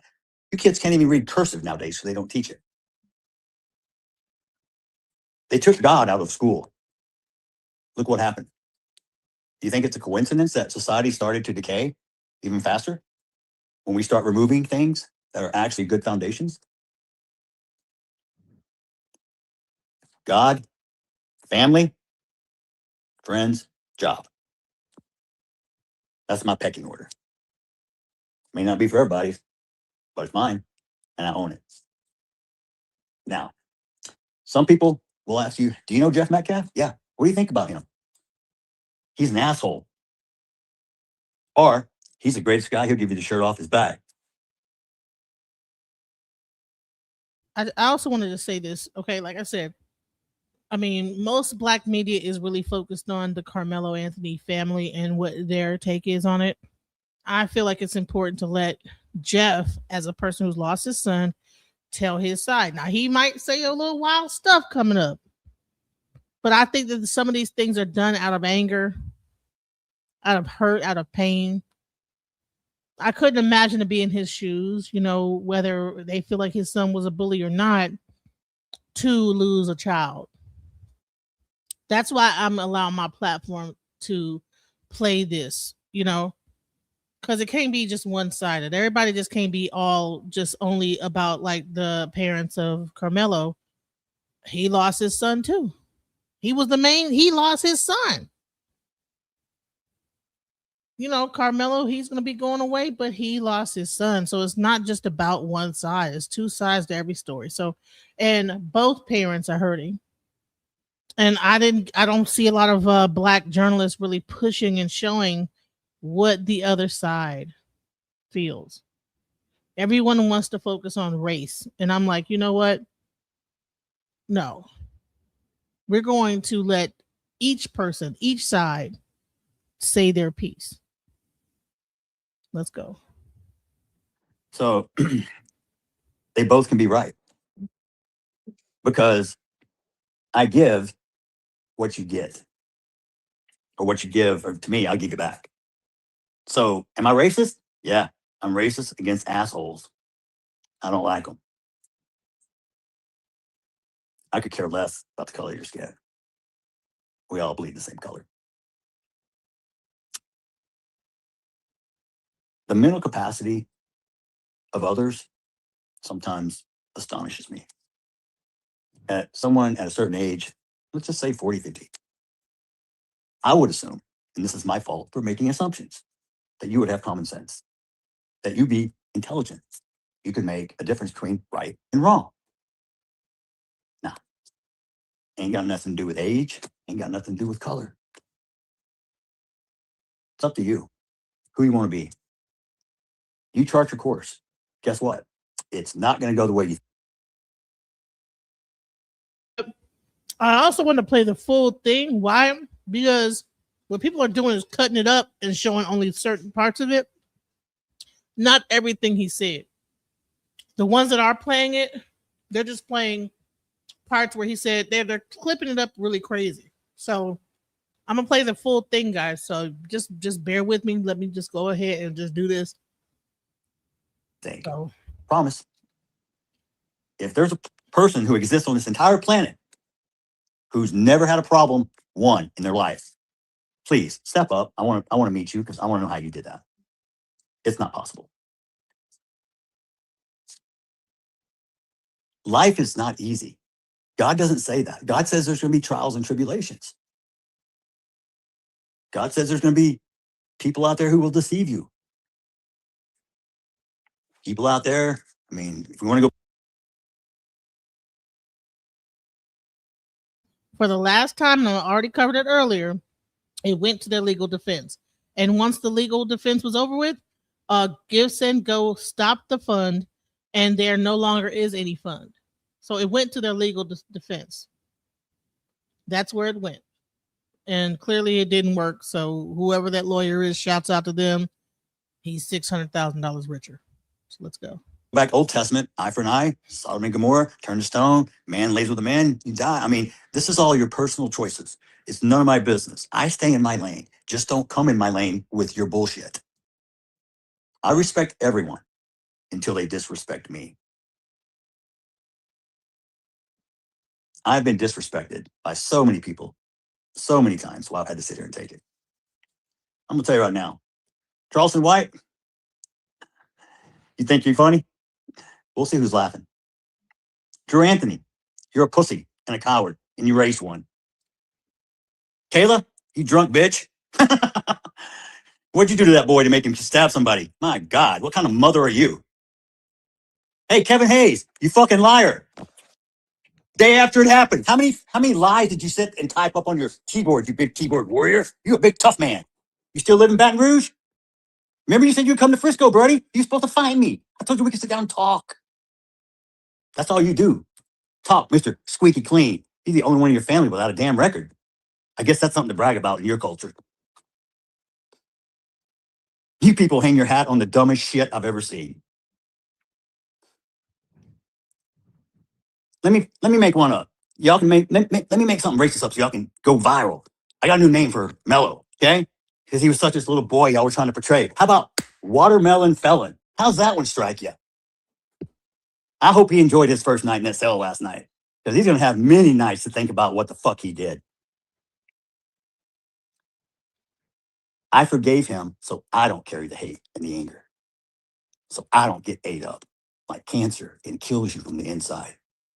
It's like me drinking poison and hoping it kills you. He said, let me make up something racist to say. That's not that he listen.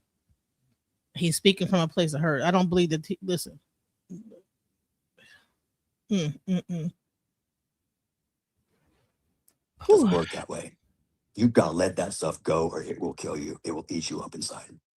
So when people ask me, how can you forgive him? If I didn't, I would have wound up killing him and going to prison myself. That's how stupid people, when you get irrational, because you can't make a good decision if you're emotional. Emotion and intellect do not mix. If you're emotional, you can't come up with a logical solution. It doesn't work. You have to be level-headed. You have to be clear of mind.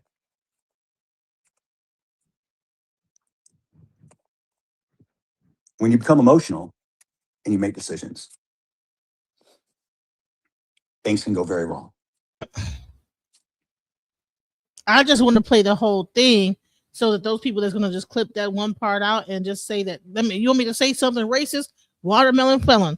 He gave a whole tirade before that where he tried to create solidarity. He tried to do this. People were going against him, this, that, the other, but he tried to make it not about race. He was trying to come with the family and work together to not make it about race. But because they had a person in between that was promoting his thing that's about civil rights and this, that, the other, the whatever company he has, then that's what turned into that. So he's upset about this. It's understandable. And the thing is, I think he don't understand is that sometimes the people, when this thing go on, they're surrounded by people that are putting bugs in each other's ear. And because of their own bias, they get these poor, this family to make fucked up ass decisions. I think there was there was there's a CBS interview, and I was going to play that one, but I think I might even want to bring that up sooner, where they actually said that they were delusional. They were delusional. They were getting cues from other people to how to go about this. So, and he says, do you want me to say something racist? I think he was being sarcastic. I don't think, but what people are going to do, they're going to cut that part and then Watermelon Felon. Okay, let's make that into a whole meme. That's what he said. And then people on one side, the white supremacists are going to be cheering him for saying that. The black people are going to jump into it. See, he said this and see all this stuff. See, I wish that he probably wouldn't have said that, but it's okay. He's angry. He lost his son. It's all this background stuff going on. And so he's just like, he's going in on the people that he finally could speak out. And you know what? It is what it is. I probably would have a hell of a lot more to say if it was my family. And you better hope there's a way out for you. Because some situations, as we all know, they don't turn out well if you make the wrong choice. Or you could just be in the wrong place at the wrong time, in front of the wrong person. And I'm not just talking about Austin. Just go look, just visit Chicago for a weekend. How many shootings do they have? And they have gun laws. Woo-hoo. How's that working out for you guys? If you told me after 9/11 that New York would have a Muslim mayor in a sanctuary city, I would tell you you're crazy, because we were all gung-ho, USA, all the way, patriotic, love my country. And now look where we're at. How do we get there? Who's responsible for our youth? Who? They're the leaders of tomorrow. What are you doing to prepare them? How are you teaching them? What are you showing them? When you act out and your kids see you, they think that's an appropriate behavior. They assume it's okay because mommy and daddy do it.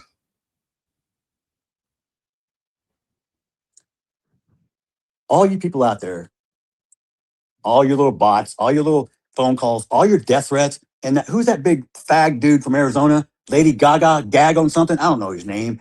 Mr. Tough Guy talks big shit like he's gonna come find me. Oh, Gene Jeff. Guess what? Go suck a dick, dude. That's your favorite hobby.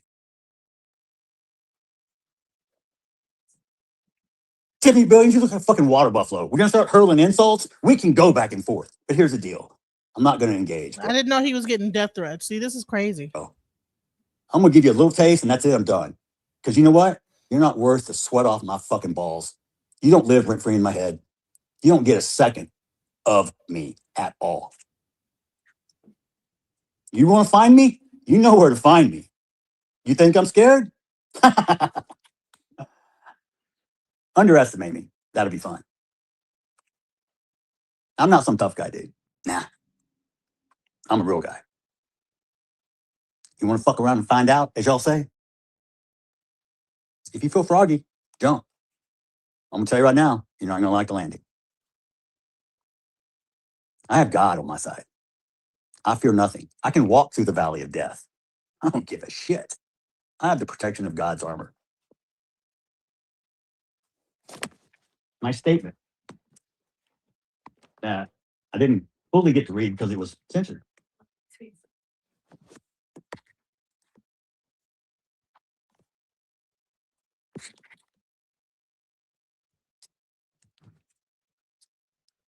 One second.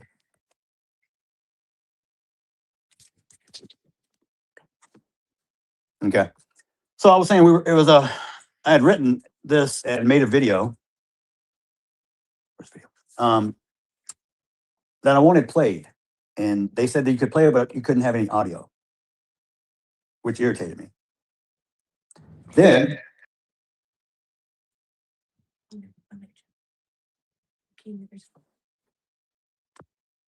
Hey, Jinx.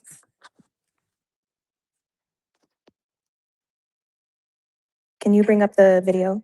And No, they're not married. Him and another married. No, I'm not. I'm going to leave. Okay. So the video fine? Will be. So anyway, this video is something I put together. People always said I was absentee.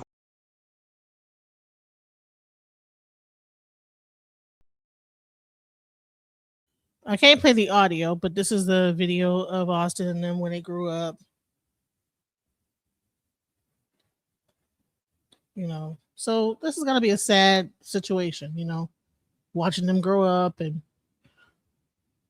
he was in their lives.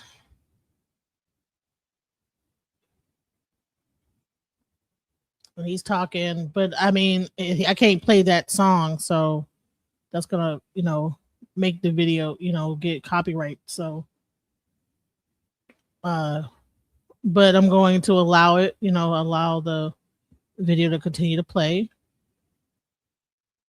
his memories, and you know, I lost a son too, so I know how it is to lose a child, and nothing can rip your heart out like this.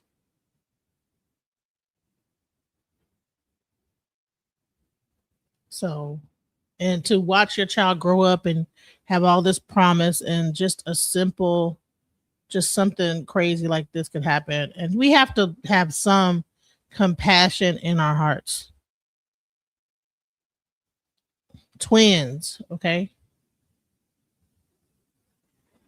We can focus on the negativity. We can focus on all those things, but at the end of the day, one of these people lost their lives. One of these little boys that grew up to be a young man lost their life. Okay? This is their father. This is Jeff Metcalf. This is Austin Metcalf's father.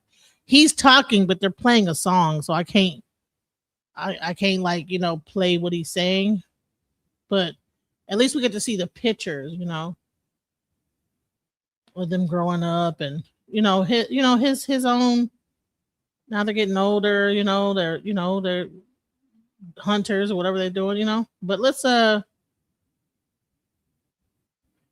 so hopefully we're past the music part of this whole thing, because I can't play the music. But I want you to look at that quote. I want you to read it with me. A lie is temporary, but the truth lasts forever. I want to say that one more time so it's loud and clear for everybody to hear and understand. A lie is temporary, but the truth lasts forever. You know where I found this quote? I know the person who's looking at me right now does. I appreciate it, Mr. Drew Anthony, off your Facebook page. How poetic justice is served. You just do a big softball and knocked it out of the park. Thank you for making it so easy for me. So you can live with your lie if you want to, but my truth is forever. Just like the fact your son is a convict and a killer. Forever. Forever is a long time. What's your master plan, Mr. Anthony?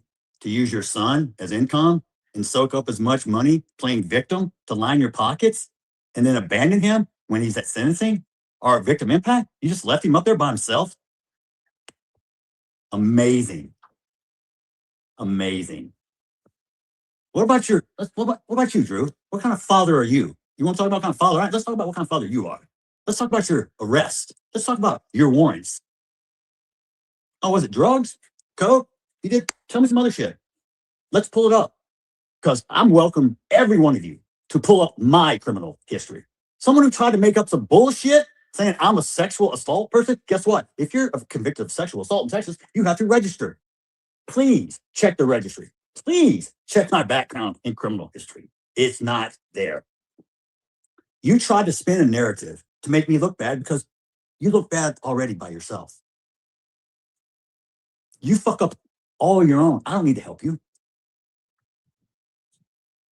I hope you're proud of yourself, bro. I hope you go home and tell your 3 little kids, your brother's in prison because he's a dumbass and he stabbed someone. Tell me how you're going to parent the other ones. Tell me how you're going to explain to them that their brother is a killer. You're going to have family reunions? You're going to leave an empty chair for him? Are y'all all going to wear the striped suits or an orange jumpsuit in remembrance? I don't know.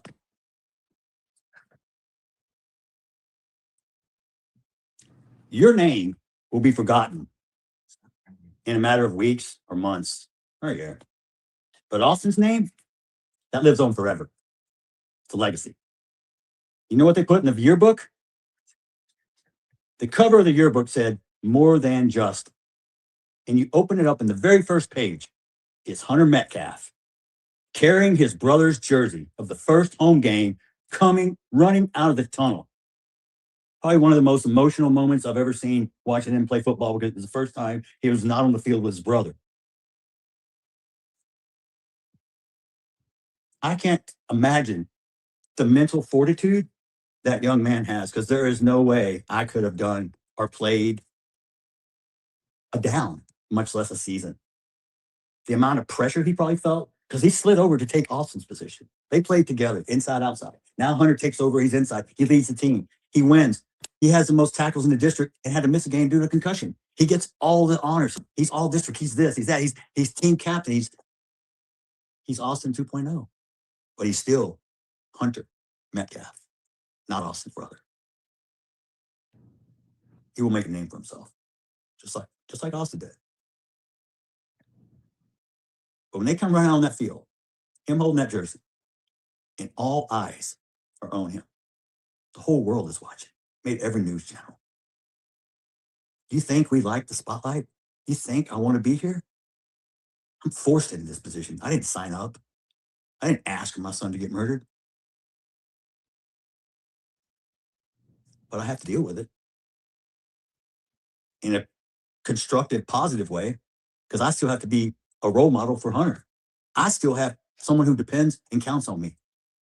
I can't let him down. It's the same way I feel about God. I don't want to let him down. But will I fail? Yes, sometimes I do. We all do. But do the best job you can, man. Be present for your kids. You can't get back time. Time is something. Can you make time? Can you spend time? Is there enough time? Is there a lot of time? Time is something that's very intangible.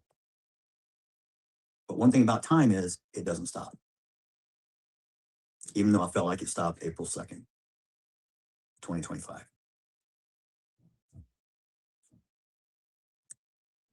My life was forever changed. And I've had to deal with that. Megan's life has forever changed. It pains me to see the pain in her eyes.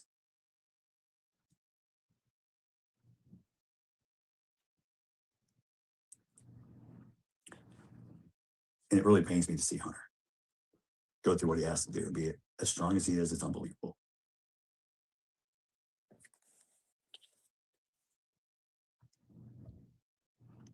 One of the best times, and this is a God thing. So we had the same hunting lease for 16 years.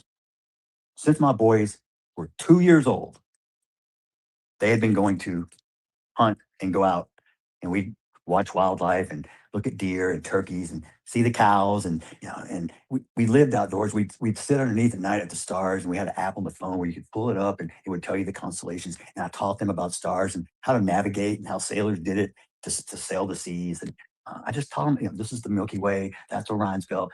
I spent time with them. Time is the most important thing in life because you can't get it back. Because once it's gone, it's gone. It's like your kids grow up once. Don't miss it. Don't be absent. Don't work too hard because you think you're providing. You know what they want? They don't give a shit about their new clothes or their fancy Xbox games or what. Well, they may think that, but the truth of the matter is, when you look back on it and you see the time you either wasted or you spent it well. Now, everybody in life will die with a regret. You just try to die with as few regrets as possible. The one regret that I know I will not have anything as far as what type of father I was. I don't regret it. I spent time with my boys. I loved my boys. I taught my boys. I tried to make my boys go to church when they were really young, but they fought me. And I was arguing with God because, I'm trying every day, God, but they're not listening. So God works in funny ways. I told you this earlier. All of a sudden, when the kids in school and his friends were going to church on Wednesday night, all of a sudden it became cool. Cool. If I can't do it, God says, hold my beer. I got this. Watch this. And he arranges it. So God is introduced to their life through their friends. I recently saw one of the counselors who led the small group with Austin and Hunter. And he told me about the time he needed someone to step up and lead. And guess who was the first one to raise his hand? Austin always wanted to be first. He was firstborn. You could say he was the big brother. He always had Hunter's back. Hunter always had his too. But they were only a few minutes apart. But Austin always took that lead role. It was built inside of him. It was manifested that way. I do believe I will take some credit. I tried my best to instill values and morals and teach him about life and what it was to be a man. and he was taken.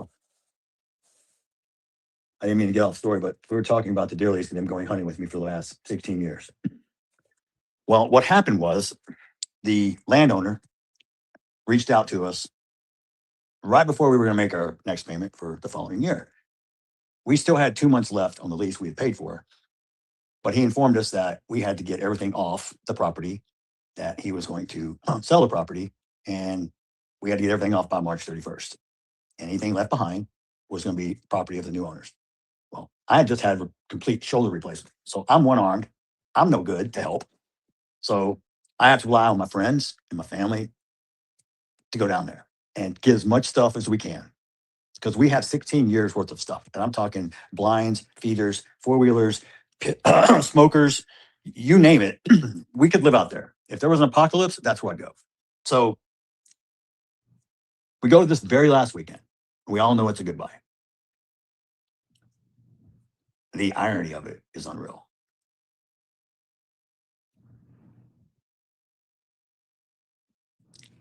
That hunt is probably the best hunt in my entire life.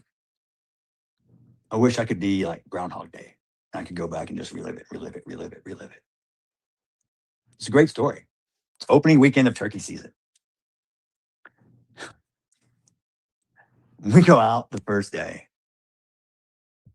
And I'm calling. We got gobbles, but they're all henned up and they're not coming. So I tell the boys, hey, we're going to have to get out of the pop-up. We're going to have to like go chase birds and see if we can call them in. So we get out and we start walking. And Austin told me the night before, he said, Dad, I'd really like to shoot a pig because I've never shot a pig. I really want a pig. And even though I haven't shot a turkey, I really would like to shoot a pig. I said, well, they're mostly nocturnal, but I brought the ARs with the thermals. We'll hog hunt at night. Okay. So we get up out of the pop-up and we start working our way down the creek. And we come up upon a field. And about 300 yards across the field, there are 6 hogs that walk out. Austin turns to me and says, Dad, can we shoot them? I said, well, all we have are shotguns. And no. What do we do? I said, well, there's only one alternative here that's left. You're going to have to run all the way back to the cabin and then grab the rifle and run all the way back. Okay. Now, don't get me wrong. Austin's 6 foot, 215, doing track drills to increase his speed and was running a 4.7.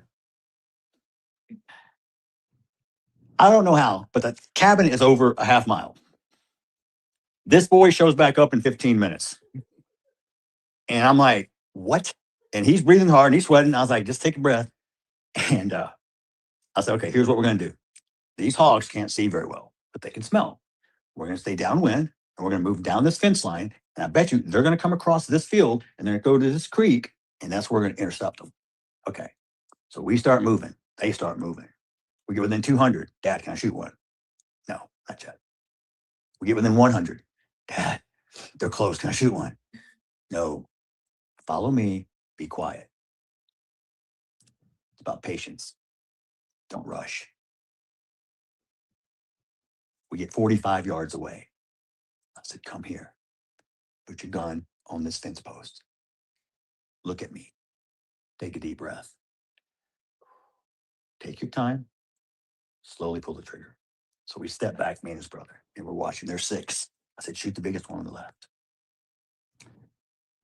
Boom! I see legs going up. Me and Hunter are yelling at him, reload, reload, because there's 5 more running around. And he's like, I got him, I got him. I'm like, reload. So he's trying to chamber a shell. We're looking down this path, and these pigs are crossing. 1, 2, 3, 4, shoot 1.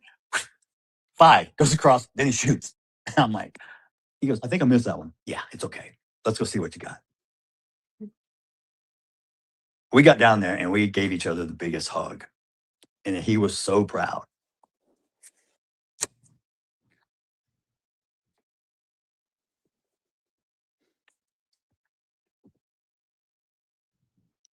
I know a lot of people don't like guns and don't like hunting, and that's okay. That's I respect your opinion. But my boys, they know how to hunt, fish, use a knife. They can survive. I taught them a lot of life skills. that I hope they never have to use. But if they do know how. This is a picture of the place on our lease. The very first day I took them fishing. I had the same exact picture made into a necklace when I had cancer. And it said Metcalf Strong on the back with this laser on the front. Sort of like a dog tag type thing. And I sold those to help pay for my treatments and everything. I still have some, but this picture will forever be ingrained in my heart. So we spent many years in the woods hunting. I remember the boys when they were small, they'd help me, and they were my eyes. Dad, there's a deer. Be quiet. Dad, when do we get a gun? When do we get to shoot? Listen, who is calling people pedophile? Please delete anyone calling this man a pedophile or using those type of words in the chat. He's reminiscing about his deceased son, and people are talking about a bunch of bullshit in the chat. This guy, give him some grace, guys. He lost his son, and this is the first time he's able to speak out after a year or 2 years. Let him get his speech. Let him reminisce. Like, stop it. We've listened to all the other stuff. We've listened to everything on the other side, but we have not heard this side. We haven't heard this side. We haven't heard. I mean, it's been completely radio silent on that side. Please allow him to speak his piece. Stop it. They're 5. I said, maybe when you're 8, thinking that's 3 years. Don't forget. No. 8th birthday rolls around. Dad, where's our rifles? Yeah. Remember when I said 2 of everything? Yeah. 2 of everything. I don't even get to go buy 2 guns for myself. So went out and got them rifles. Took them out there, taught them gun safety, taught them how to operate a firearm with proper safety, understanding how it works, understanding how to clean it, understanding how to take it apart.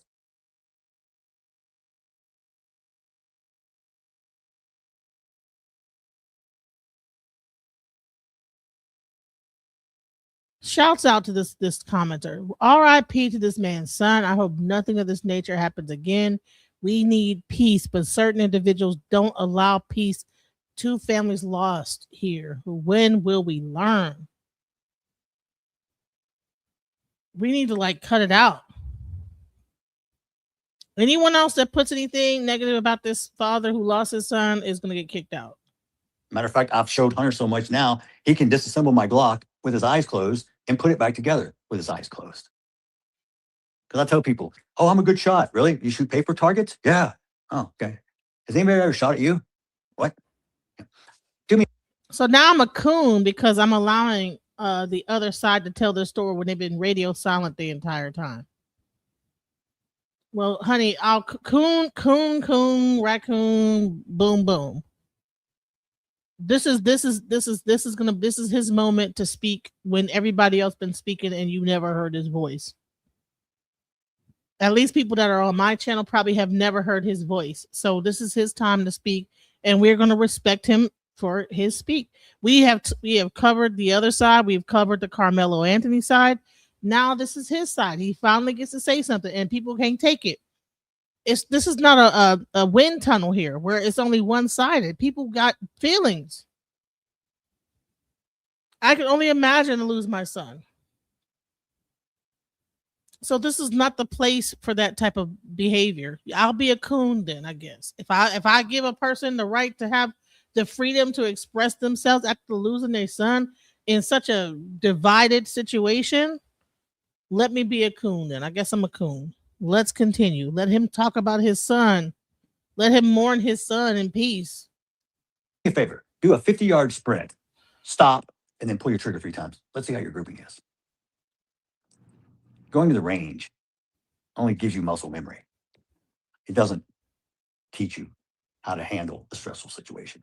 If you're not trained, if you don't know, you panic, you die. Not my kids. Hunter almost became as good a shot as I am. Now, Austin, he was a little more challenged, and Hunter used to razz him. It was funny. But Hunter, he wasn't first. Austin always want to be first. And I'm sitting in a deer stand this past year on a new place that's foreign to us. And I'm by myself. And if you have Facebook on your phone, you know exactly what I'm talking about. It will pop up with like memories from whenever.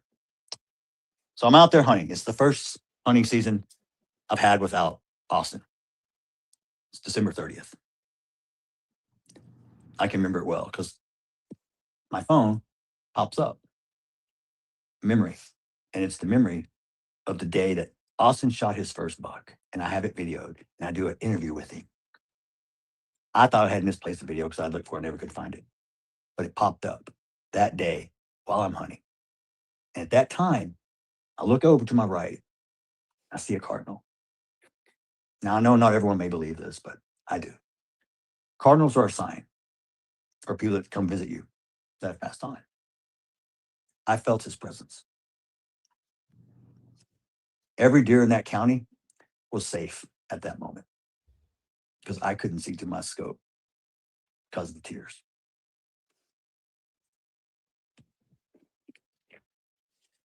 This is me and him.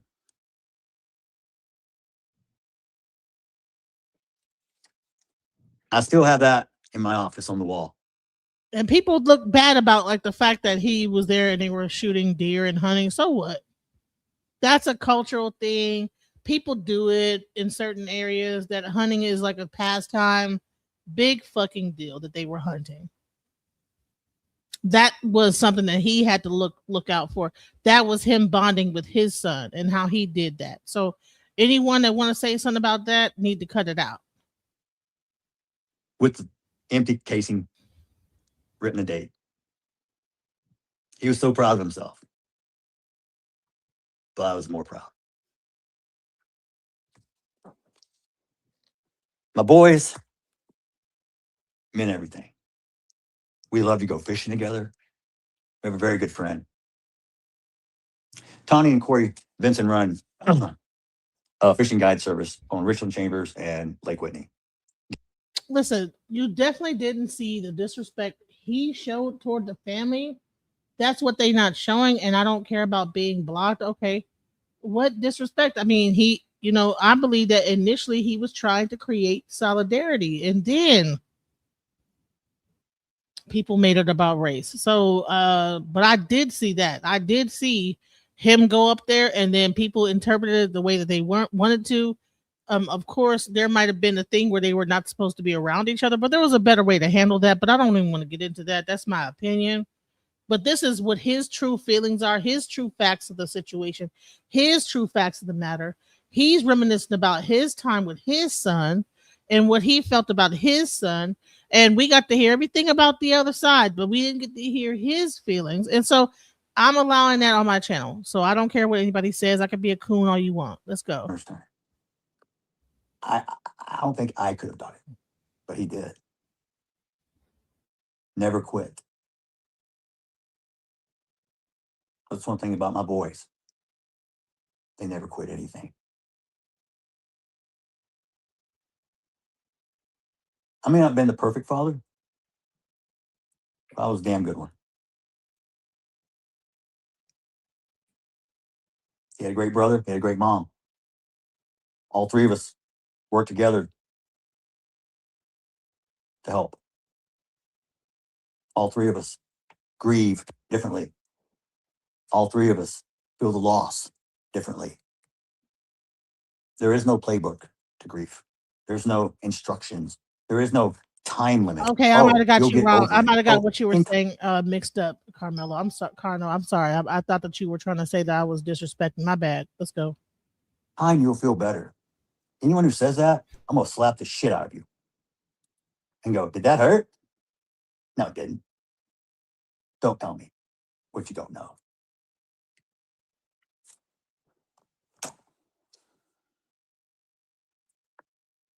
Me, Hunter, Austin, Best hunt ever.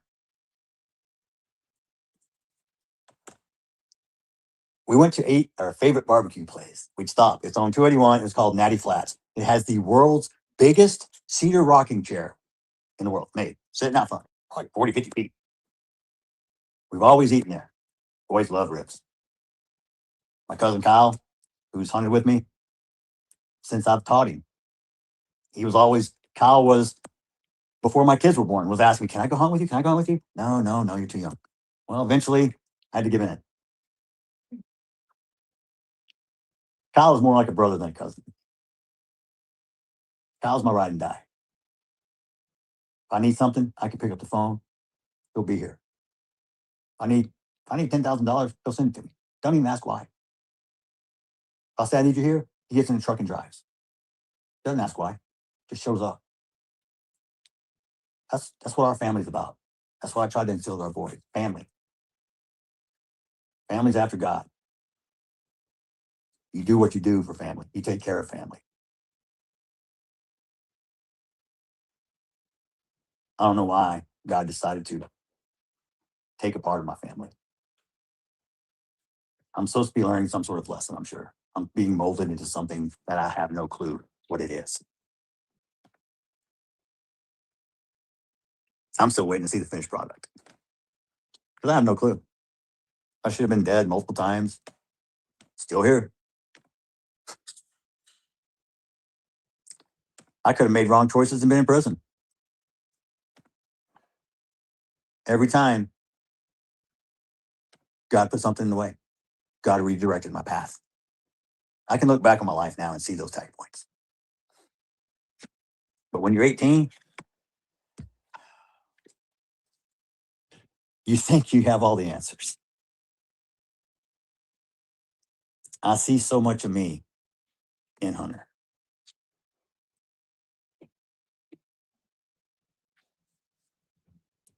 He's already made me proud. It's only going to continue.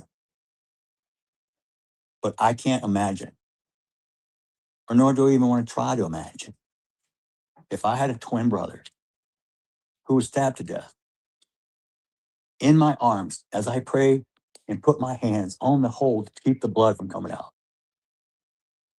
And he tells me, Dad, I saw his eyes roll back in his head. I saw the soul leave his body and mine went with him. Oh my God. How do you comfort a child who tells you that? Because it shattered me into pieces.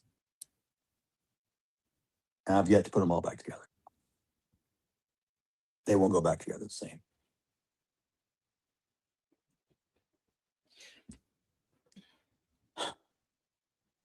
Three days before he was killed, he posted this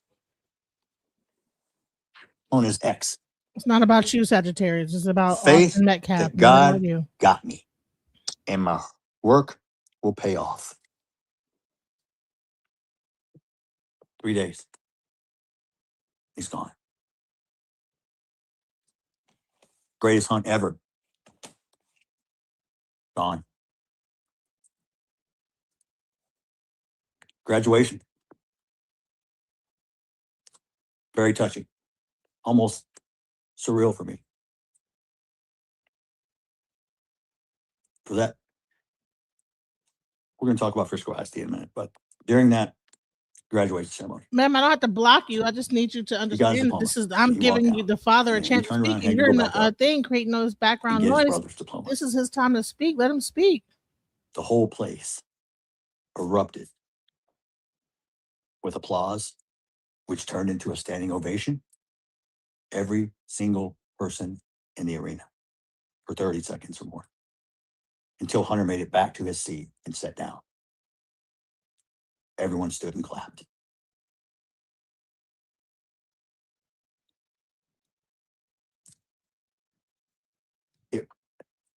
I can't even explain how I felt. It was bittersweet. I was so happy for Hunter and so proud. But at the same time, his brother should have been there sitting beside him, not the NPC.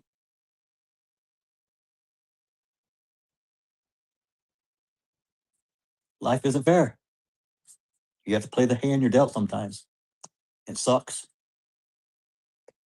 Because if I have a 6'9" and I'm playing poker, you think I'm going all in? No. All in takes a whole new meaning. Everybody in the stadium had shirts. All in. I know many people will know this, some may don't. You know what this means? No, it's not a gang sign. If you have any person has maybe a hearing impairment, this is sign language. This is I love you. Anytime you see my boys in their pictures and they're together and they're doing this, it's not a gang sign. I taught them.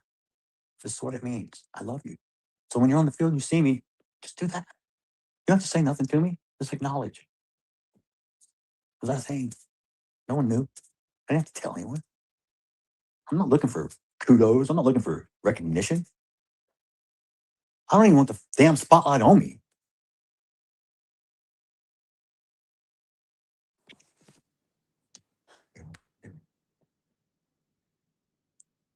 We're good? No, you're good. We're good. Okay. So I forgot where I was now, right? Well, we'll just move on to the next topic. This is what happens when you get brain fog. Tell them I love you. I remember. This past season, the team has something to play for, a motto. And there's a young man. I'm not going to use his last name, but his name's Carson. Very good friend of Austin and Hunter's. Mine too. Probably one of the most respectful, well-mannered kids I've ever met in my life. His parents did an outstanding job. Kudos, Abby. To all your boys. Carson never played football. Played soccer. Our kicker transferred to Anna. So what's Hunter and Austin do? They tell hey, Carson, you need to come kick for us. Knowing Austin and Hunter, especially Austin, he got him to come kick. I'll never forget this moment. We were down. We had the ball. Less than a minute to play. We drive down the field. There's 4 seconds left on the clock. Carson, it's up to you, bro. It's about a 40-yard field goal. No chip shot, no gimme. If you're writing a movie, you couldn't script it any better.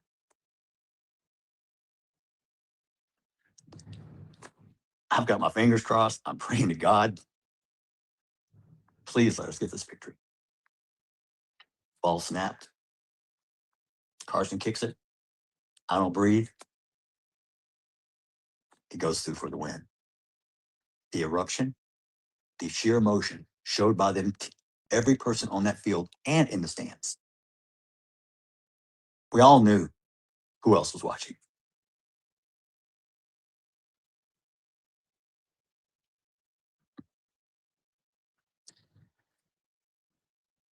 That was probably the highlight of the season for me, to watch those boys who worked so hard and sacrificed so much and loved Austin and laid it all out. Because we all dream about that moment if you play sports. You play basketball, the winning shot for the championship, 3, 2, 1, yeah. Kicking the winning field goal, this time runs out. Team wins. As kids, we always do that, playing around, on the park, 3, 2, 1, and the crowd goes wild. Yeah, this was reality. This was real. This was happening in front of me. And I felt Austin's presence there watching as he smiled above us. He always called me Pops. It was cute because he had this little smirk. He'd be like, it's okay, Pops. I got this, Pops. The night after he was killed, I had a dream. It didn't last very long.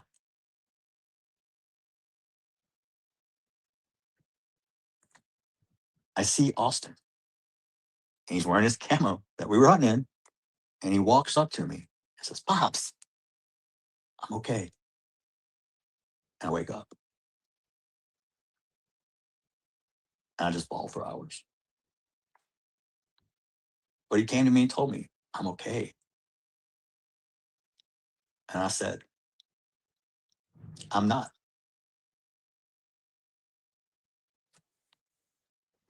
I was forever changed by that day. Not only me, but everybody in my family, everybody who knew him. And I want to talk about something that a lot of people miss and don't talk about. What do you think the effect, if you're a kid and you're in the bleachers and you witness a murder and your friend dies in front of you? Are you going to have PTSD? Do you need counseling? Is it going to affect you for the rest of your life? These are 16, 17-year-old kids. These are people who had to get up on the witness stand and tell the story again. Every one of them had to relive it. Most are in counseling. Most are still affected by it. It didn't just tear my family. It tore a community.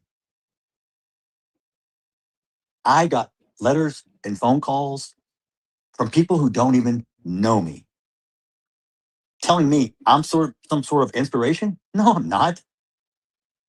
I'm a human being. That's God working through me. I am nothing special.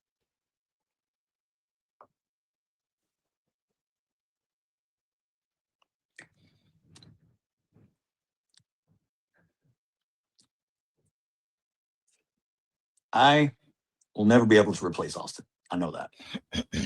What I'm learning to do and what my counselor has taught me is I'm not learning to live without him. I'm learning to live for him. And she said, it's healthy for me to always speak about Austin. Some people think it's uncomfortable for me. It's actually not. I actually enjoy talking about Austin. It brings happy memories back to me. I don't look at the sad things. I don't remember him as the kid who got stabbed. I remember him as the kid who looks over and says, Dad, I think it's a buck. Can I shoot it?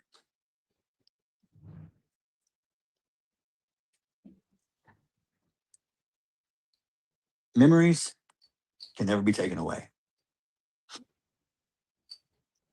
No one can ever steal them from you. Make as many as you can with your kids while you still can. Because one day, they're going to grow up. They're going to leave. I pray to God it doesn't wind up in the situation I'm in where they pass before you do. Mm. There's no guarantees in life other than taxes and death.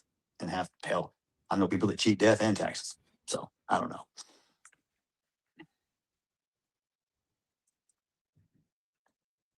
What kind of commitment or what kind of job or how did you contribute to society while you were here? How'd you leave your mark? What were you known for? Ask your friends, ask your sons, ask your daughters. How do you see me? What do you think about me? Look yourself in the mirror. Ask yourself, who am I? Are you lying to yourself? Or can you look yourself in the eye? I've taught my boys about respect, integrity, humility, love, kindness. There was a story that was once told to me. I'm sure many people have heard it. I'm going to condense it about the old Indian chief talking to the young buck. He says, inside you lives two different animals, the wolf, the bear, and they both fight. And the boy asks, which one wins? One is hate, envy, jealousy, rage, others, love, kindness, humility. Which one wins? The answer was the one you feed the most. So what are you going to feed? You feed yourself full of hate. You can feed yourself full of love. How do you impact the world? How do you teach your kids? Are you a role model? Are you are you the type of person that doesn't let your spouse look at your phone? Why? You hiding something? Are you honest with yourself? Are you honest with your kids? Because guess what? Your kids know when you're lying. They don't tell you. They just watch. And they learn, oh, it's okay to do that because mom and dad do it. Trust me. You can break the chain. I'm living proof. My father was probably one of the worst fathers ever in the world. And that's okay. Because he taught me exactly what not to do as a father. And I swore to myself, I would never, ever be like that if I had kids. But I already had reserved the fact that I wasn't going to have kids. And me and God talked. I told him, okay, you're going to cut me short? Fine, deal. I'm good with it. I'm not pissed anymore. 2 months later, I'm watching the national championship game at my brother's house. Halftime. Man, let's come down here. What? The game. We're going to the bathroom. I was like, what are we doing? Like, we can't be doing this right here in my brother's house. And she's like, no, look. And I looked down and I said, is that what I think it is? It was a pregnancy test. It was positive. She was scared. I was ecstatic. That day, that moment in time is one of those tack points I talked about where your life changes. Changed me forever. Made me a better man. Gave me the opportunity to experience something. Unless you're a parent, you don't get it. I understood my parents way better when I became a father. My mother is 79 years old, who just retired last year and got married. Wow. My mom, she's my rock. She's always there if I need her. I can't do anything to disappoint her. Just like I didn't want to do anything to disappoint my boys.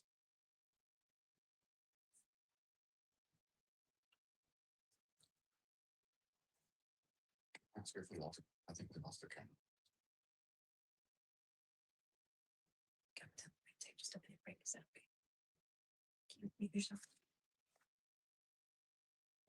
Everyone, we're going to take a 1-minute break really quick.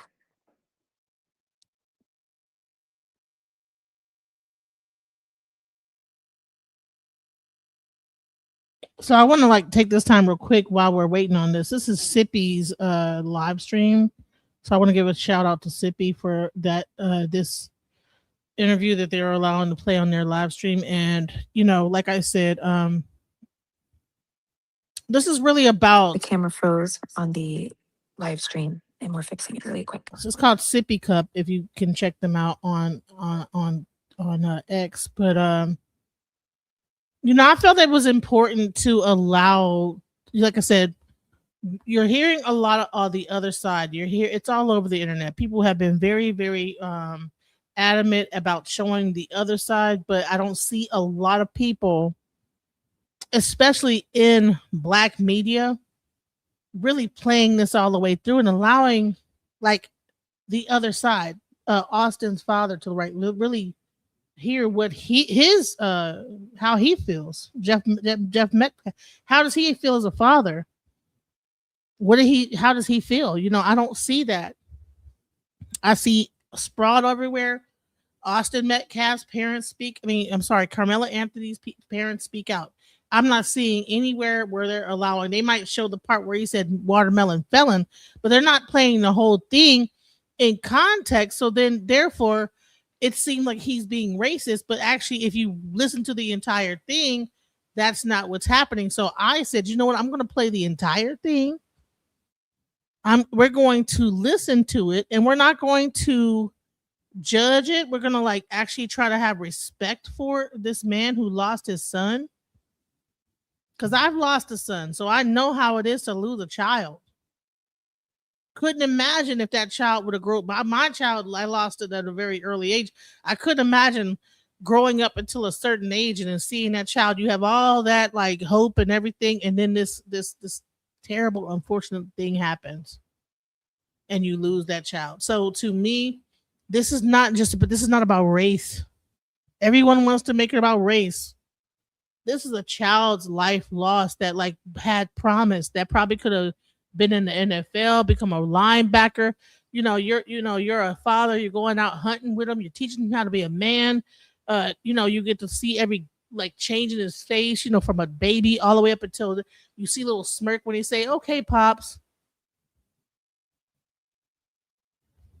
Like we need to humanize these individuals. These are humans, human beings that like this guy lost his life. He's a human being.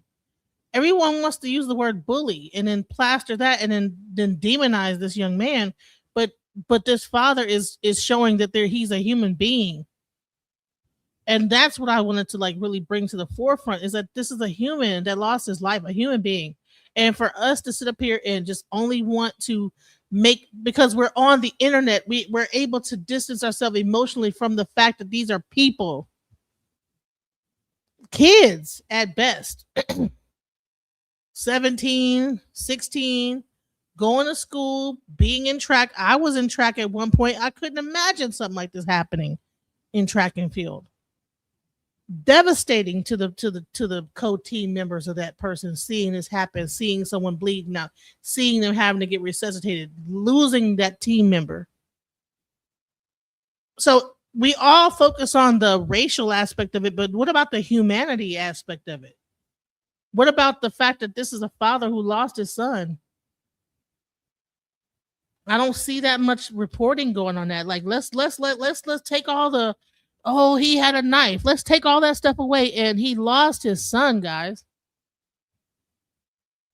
His son is no longer here. So now he has to live his rest. And then he was a twin. And he was happy to have twins. You know how special it is to like look at two twins, knowing they were in a stomach together when they come out. A lot of times they're very close with each other. I mean, think about this. Like people are so quick to demonize and make everything out to be just about like the case and the facts and the this. But let's bring this into a human being level. Let's have some humanity about ourselves. The focus on race is a self-aggrandizement, a self thing. Black and white. No, human being and human being. A person lost their life. A father is, I'm sure, and I would hate. I'm sure the mother. Oh my God.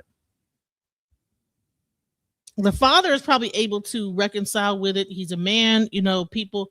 But I'm sure the mother is, because she carried those babies in her stomach for 9 months, twins, went through all type of Lord knows what, because I've been pregnant before. So it is something else. Okay.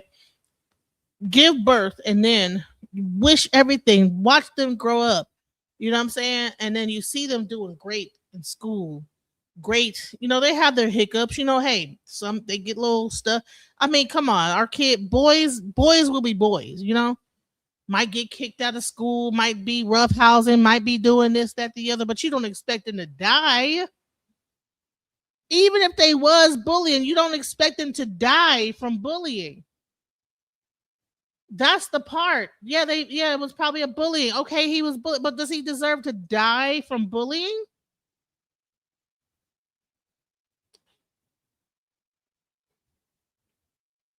I don't think that Karmelo Anthony meant to kill him.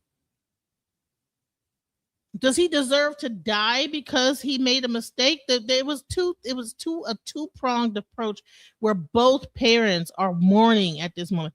When a person gets almost life in prison, or when they're in prison, you go through a mourning period. Both parents are in mourning, so I excuse anything that they say against each other that might be crazy. If he called him a watermelon felon or whatever, he just said, all he said was, you want me to say something racist? Okay, you watermelon, da, da, da. And this person, people were giving him death threats about his own son's passing. Who is going to give a father a death threat that lost his son? I don't know what was going on with that. He said that he was getting death threats. Like, come on. Where is the compassion? So yes, we're listening to his side. We're listening to how he feels. We are going to have compassion over here. We are going to care about each other as human beings. Who cares about whether he had a knife or not? No, someone died. Someone else went to prison because he killed somebody else and probably didn't mean to do it. Everyone was like, he meant to do. No, I don't think he did. I'm sorry. You can't tell me that. That's one thing you can't tell me. I think that it was a very fucked up ass situation that happened, and it's unfortunate on both ends. And I feel for Carmelo Anthony's parents, because he's going to be it's going to be terrible. Like, at least, in at Austin, they can have, closure, but ain't no closure when you're in prison, and he's probably getting afraid every night, people trying to do things to him on both sides, black and white. He might have the booty bandits trying to get him on one side. He might have the Aryan Nation on the other side. He is a target.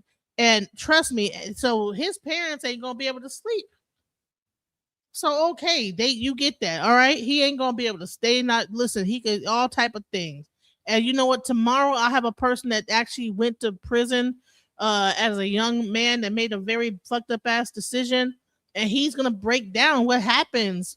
His name is Baba Shaka. I already brought him, showed, he made a mistake and killed his best friend. They were playing around with a gun, killed his own best friend by mistake. But guess what? He still had to go to prison. Well, not by mistake, but you know what I'm saying? They was fucked. They got into it, whatever. You know what I'm saying? They were going after it. Whatever. He ended up going to prison.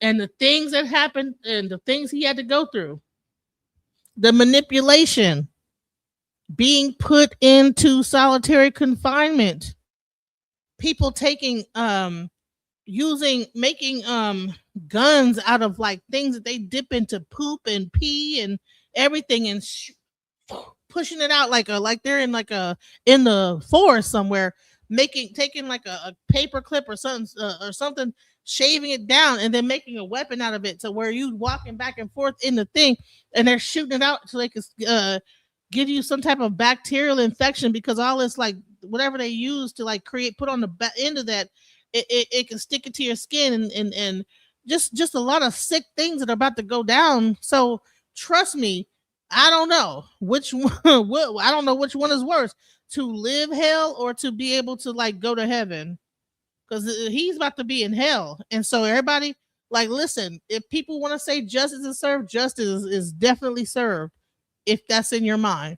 But at the end of the day, like, both parents lost their child.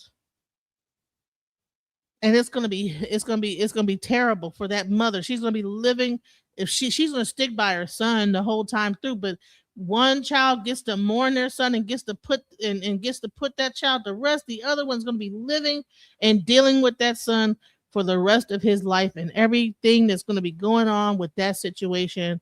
It is gonna be brutal, and hopefully he does not lose his life in prison.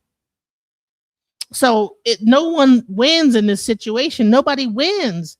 Y'all think that you won because he goes to prison and that this person has still lost his life. Nobody wins.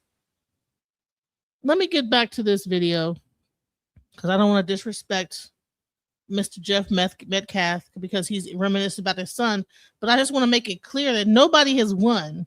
People might think that because he's, oh yeah, well, just don't drop the soap. Ha ha ha. All that. There's nothing funny about this situation. There's nothing to joke. There's nothing to be like glamorizing about it. Like, oh, whatever.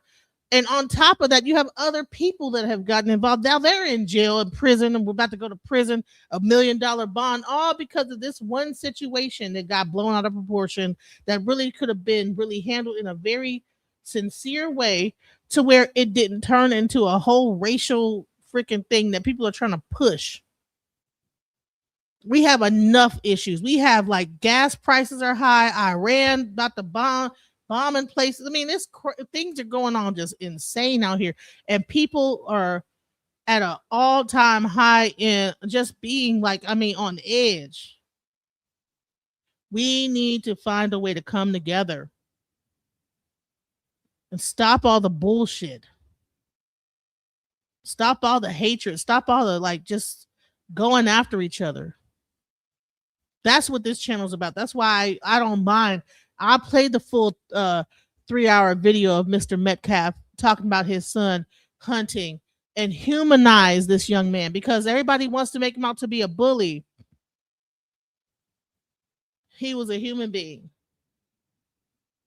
Let's go. Frisco ISD with the video, when they fumbled that whole ordeal, oh, we're not going to let the police have it. We're going to hold on to it because Frisco ISD owns it. But we're going to open it up to let people come in and view it. But you have to sign in, but you can't tape it. And then you screw it up and you let a child pedophile, convicted pedophile, view the video of kids. You let an activist who is blatantly lying and spreading false information about me, my son, and everybody else, you let them look.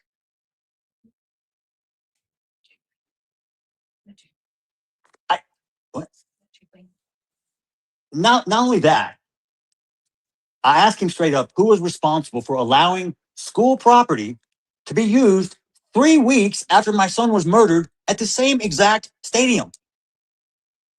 After fumbling, I said, it's either you or someone else. Who is it? He said, it's me. You made the decision to let a white supremacist hold a rally on the same grounds my son was murdered 3 weeks prior. Everyone thought I was going to jump on board with this jackass Jake Lang. Well, guess what? My friend Bruce Carter, yeah, the big black boy with the cowboy hat on, yeah, my buddy. I said, Bruce, you have to go to my place. The DA says I can't go. So Bruce shows up and says, hey, did you ask Jeff to use his son's image? No, Jeff stands with us. No, he doesn't. Jeff sent me. Bruce calls me, tells me where he's at, tells me what's going on. I had no clue I was on speakerphone at that moment. So I let Mr. Lang speak, gave him his time, talked about I should be upset and lashing out at the black people and all white people should be mad. And here's the good feeling, guys. Like I said before, I'm not racist against whites or blacks.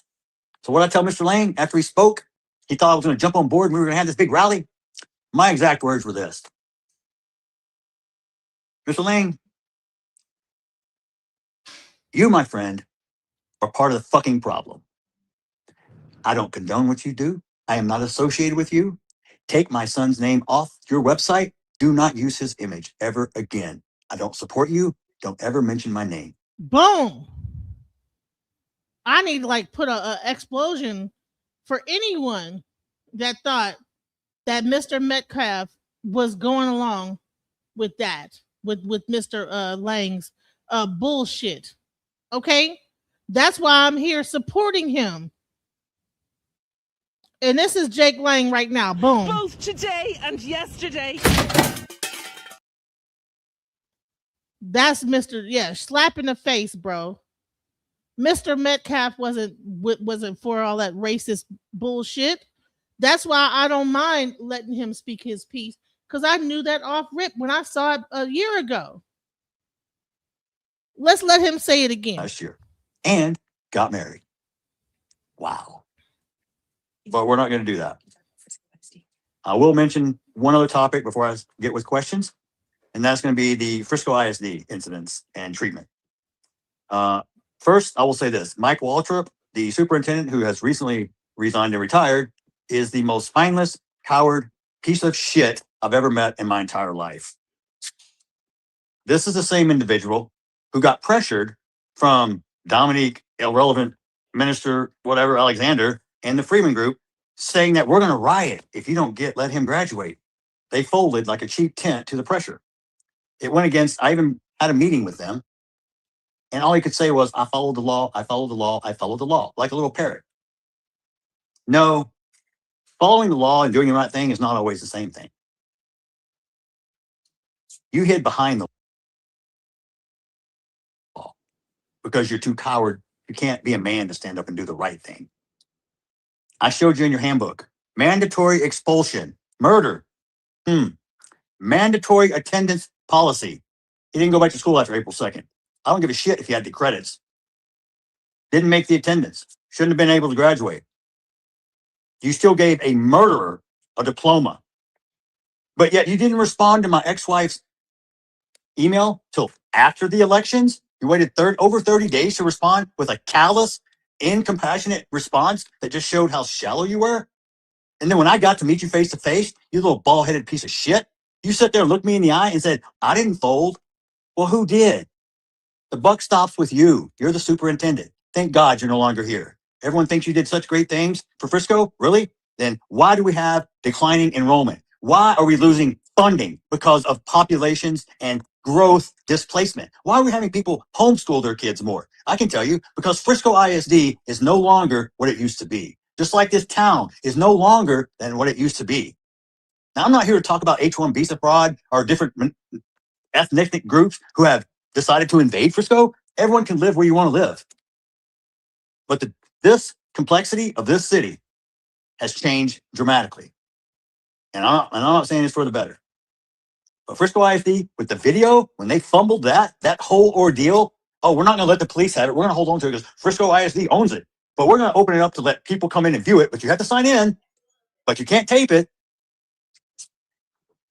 And then you screw it up and you let a child pedophile, convicted pedophile, view the video of kids.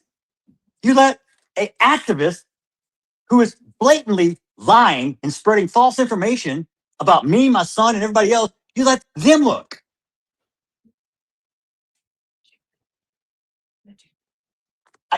What?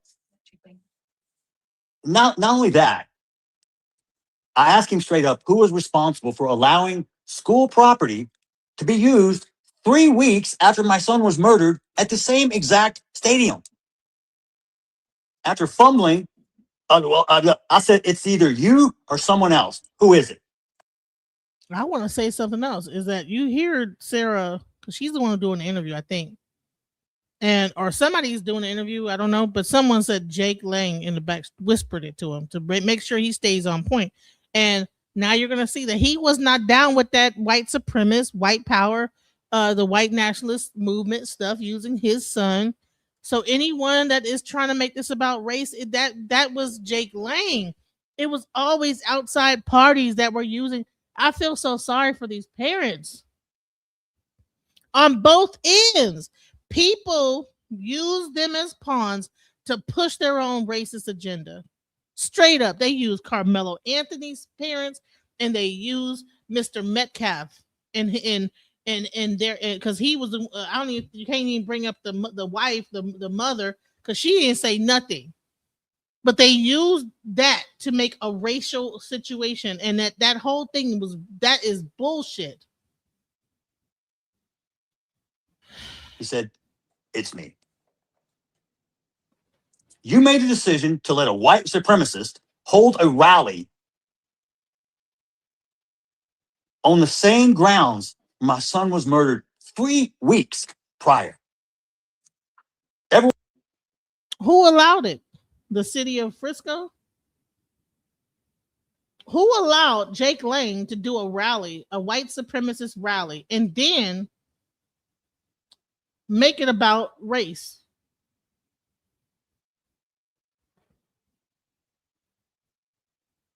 Who did it? Let's go. One thought I was going to jump on board with this jackass Jake Lang. Well, guess what? My friend Bruce Carter, yeah, the big black boy with the cowboy hat on, yeah, my buddy. I said, Bruce, you have to go to my place. The DA says I can't go. So Bruce shows up and says, hey, did you ask Jeff to use his son's image? No, Jeff stands with us. No, he doesn't. Jeff sent me.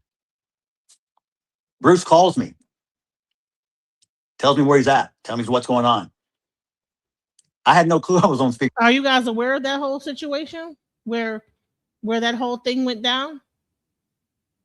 Where Jake Lang sat there and tried to do that? Are y'all aware of that? The fact that the father was not down with that and told him to take his son. Let me just. And then he told Mr. Jeff Metcalf that he was a coward. He told him he was a coward for not Hold on, let's show you this. White people being predatorized and victimized every single day, living in fear. He is living in fear. Our people in this country are living in fear. Austin Metcalf is no longer just his son. Jeff, hold on, Jeff. Do me one favor, because there seems to be an issue that you're okay with Austin's name being plastered with this particular movement. Now, I've already addressed that. So now I want you to say one more time that you agree with your son's name and face being attached to this movement? Hey, Jeff Metcalf, this is Jake Lang here. See, this guy with the cowboy hat on is Jeff Metcalf's friend. And the moment he saw Jake Lang using his son in an arbitrary way to promote like white nationalism, he called Mr. Metcalf because they're friends. And then Mr. Metcalf addressed Jake Lang. Let's go. Let's see what was said. This was a year ago. See, all this stuff led to all this racial bullshit that you're dealing with right now. Between the situation with the parents doing that press conference with Mr. Miller and that getting taken the wrong way, and then this situation with Mr. Lang getting taken like that way. Next thing you know, there's a racial aspect that is brought to this case when it was kids. 2 kids had an unfortunate event happen, and people, grifters, which you want to call me a grifter, but I'm really just trying to create solidarity and stop all the lies and all the bullshit. But let's talk about what's really going on, and let's give Mr. Metcalf his due understanding and like respect for losing a son. So I'll be a grifter. I'm not making no money off this broadcast. I might make 25 cents. Because I don't make that much money off YouTube. Whenever I do is a labor of love. I can show you what I make in the background. It ain't that much money. Trust me. Maybe $1 at most for a whole 12-hour stream. But I'm passionate about subjects, and I like to bring them to the table, and I like to talk. I don't make money I don't make my money off YouTube. I make money. I have a job. I have a full-time job that I do. YouTube is not my primary source of income. That's why I don't do it every single day. Let's go. I wanted to talk to you, not be led into a question. This is an illegal argument. This is called leading. Do you agree with your son? Can I have a conversation with you? No, or do you because you want could have called him before that. You could have called him. I've been reaching out. I'm one of the biggest figures in America. Nobody's ever I've given you a message. I've given you your message. I texted all family members, everybody I can find. I've given you your message, and here's the response. You've not given my message. You've given your message. What he said was this. Let Jeff talk. Let Jeff talk now. He said that you, as a father, should be on the bus with him, delivering the message that he's delivering. Unfortunately, he's not a father, and the gentleman with him is not a father. Maybe they don't understand what loss is. But at the end of the day, I've given your message. You understand what loss is? And they thought that let me have 1 minute of my message to Jeff Metcalf. Call him. Okay, we will, but he's on the phone right now. So Jeff, Let Jeff talk. This is not a good faith discussion. Okay, hold on. Here's Jeff. Hold on. So Jeff, go ahead. Go ahead, Jake. Hey, Jeff, it's Jake Lang here. Jeff, first of all, my entire heart rests in your hands. I would be in my position, not even as somebody even knew your son, but somebody that shares the same understanding. I grew up as a 17-year-old young white man too, and I grew up in fear of my life around black people because they were killing and robbing people around me all the time. And I don't understand, as I was a father, you could sit idly by and not condemn the culture that killed your son. There is an epidemic problem in this country, and your voice could be one of the loudest voices in this country, but you've chosen to recoil out of fear and continue the suppression. Why will you not stand with me and with the rest of the people? We're not calling for racial divide. We're not calling for hatred. We're saying 350,000 attacks on white people by black people a year in this country is wrong. Why can't you stand that and say it with us? With that, maybe you can. Would you be willing to stand by me in a press conference or in an individual interview and talk about? Why would he stand beside you about something that have nothing to do with what the subject is? He just lost his son. And this is a grifter. You want to say I'm grifting, whatever. No, honey, this right here is grifter 101. You want to use his son death to then make him join and get on a bus with you and campaign around America about whatever the fuck he's talking about. Like, bro, he's like, man, bro, I just lost my son, sir. I mean, timing is everything. I mean, God damn, read the room. Couldn't even allow him to just mourn his son. Had to use it. And you know what, Trump Bunny, I'm gonna add you as a moderator. If you see anybody just doing something stupid, just go ahead and remove them. Shouts out to Trump, much love. You know what I'm saying? Because she seemed to be one of the people that have some voice of reason, some understanding about what's going on here and how stupid it is. Let me continue to play this nonsense. And I feel so sorry for Jeff Metcalf to even have to endure this in front of, look at all the news people with their cameras out while he's calling his father a coward. After he lost, like if it was if he cared about like the loss of Austin Metcalf, why would he then make in front of everybody, the news, everybody like diss him like this in front of everybody? Like, what is this about? Here in this country is wrong. Why can't you stand that and say with that? Maybe you can. Would you be willing to stand by me in a press conference or in an individual interview and talk about this issue that is larger than Austin at this point? God rest the beautiful young man's soul that would have been one of our strongest voices if he was still alive today.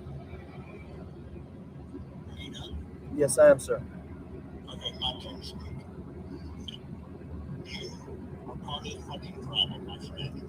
You're trying to create more race divide than bridging the gap. I do not. He said, you are a part of the problem, my friend. First, he said, are you done?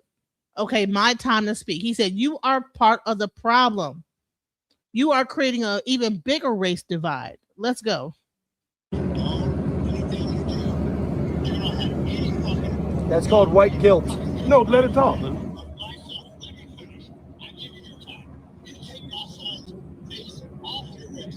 He said, take my son's face off of your website. Take my son's face off of your white nationalist website.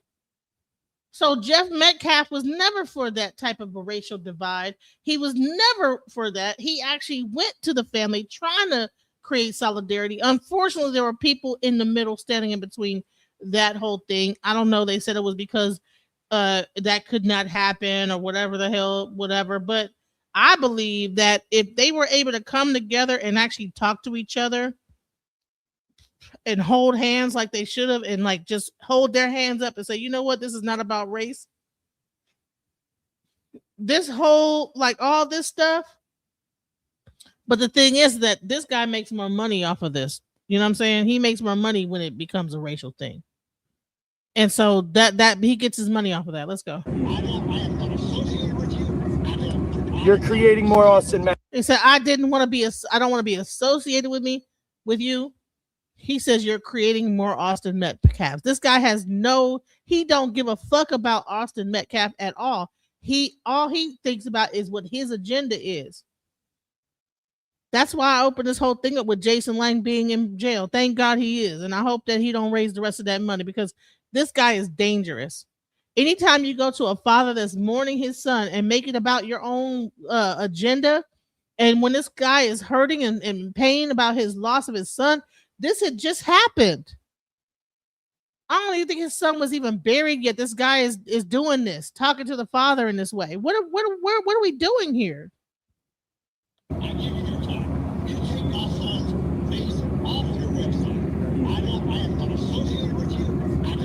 You're creating more Austin Metcalfs with your weakness, sir. You are creating more Austin Metcalfs with your weakness. You are being weak. I gotta be honest with you about that, sir. You're being weak. Condemn your son's killer and the culture that caused it. Hey, Jeff. That's the problem. You've been submitted. Hold on, Jeff. You've been submitted. I'll handle it from here. You've been submitted, sir. You're not gonna make If us we back were all down. of your nature, guys, listen. You're not gonna shame what a us. weak You're not man. gonna- Do you know? You've been submitted. You're a weak man. This is him talking about Mr. Metcalf. So all y'all white supremacists or whatever, this is y'all leader right here. And he said that Jeff Metcalf is a weak man. The guy in the cowboy suit is Jeff Metcalf's best friend. And when he saw Jake Lang using his son as bait for white nationalist movement, he immediately called Mr. Jeff Metcalf, and he had a conversation with Mr. Lang. And Mr. Lang called Mr. Jeff Metcalf weak. He said he was the problem. He was creating more Austin Metcalfs because he wouldn't agree with him. Condemn your son's killer and the culture that caused it.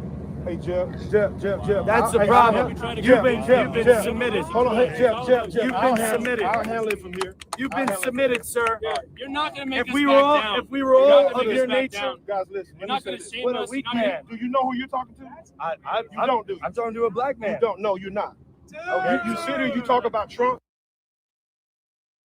Honey, that's false too. What you're saying, that they're all friends. That's not true. Ma'am, you're spreading misinformation. What's wrong with you? Metcalf, father, the judge, and prosecutor are friends. You should be ashamed. This was about race. This is the problem. People like this.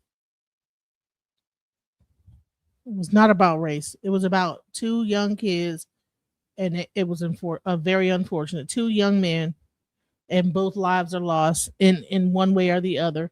And the way that because adults want to make it about race. Back to Mr. Jeff Metcalf talking about the situation. Okay.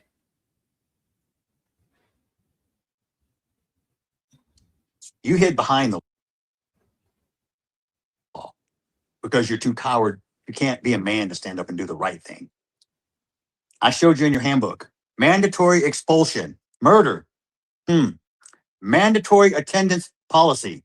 He didn't go back to school after April 2nd. I don't give a shit if he had the credits. Didn't make the attendance. Shouldn't have been able to graduate. You still gave a murderer a diploma. But yet you didn't respond to my ex-wife's email till after the elections. You waited over 30 days to respond with a callous, incompassionate response that just showed how shallow you were. And then when I got to meet you face to face, you little bald-headed piece of shit, you sat there and looked me in the eye and said, I didn't fold. Well, who did?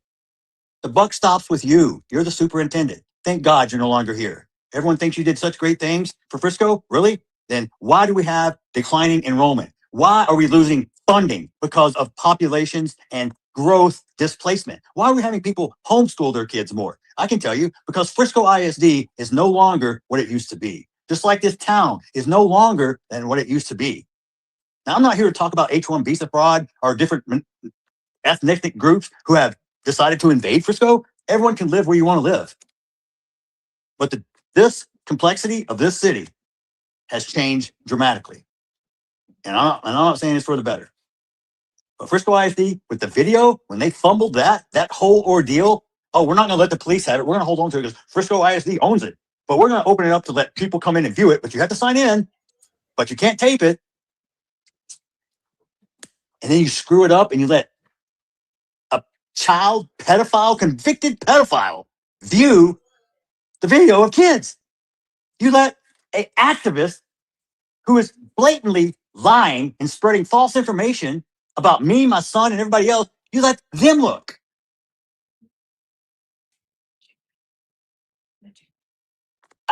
What? Not only that, I asked him straight up, who was responsible for allowing school property to be used 3 weeks after my son was murdered at the same exact stadium? After fumbling, I said, it's either you or someone else. Who is it? He said, it's me. You made a decision to let a white supremacist hold a rally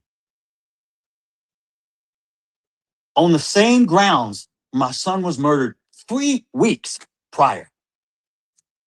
Everyone thought I was going to jump on board with this jackass Jake Lang. Well, guess what?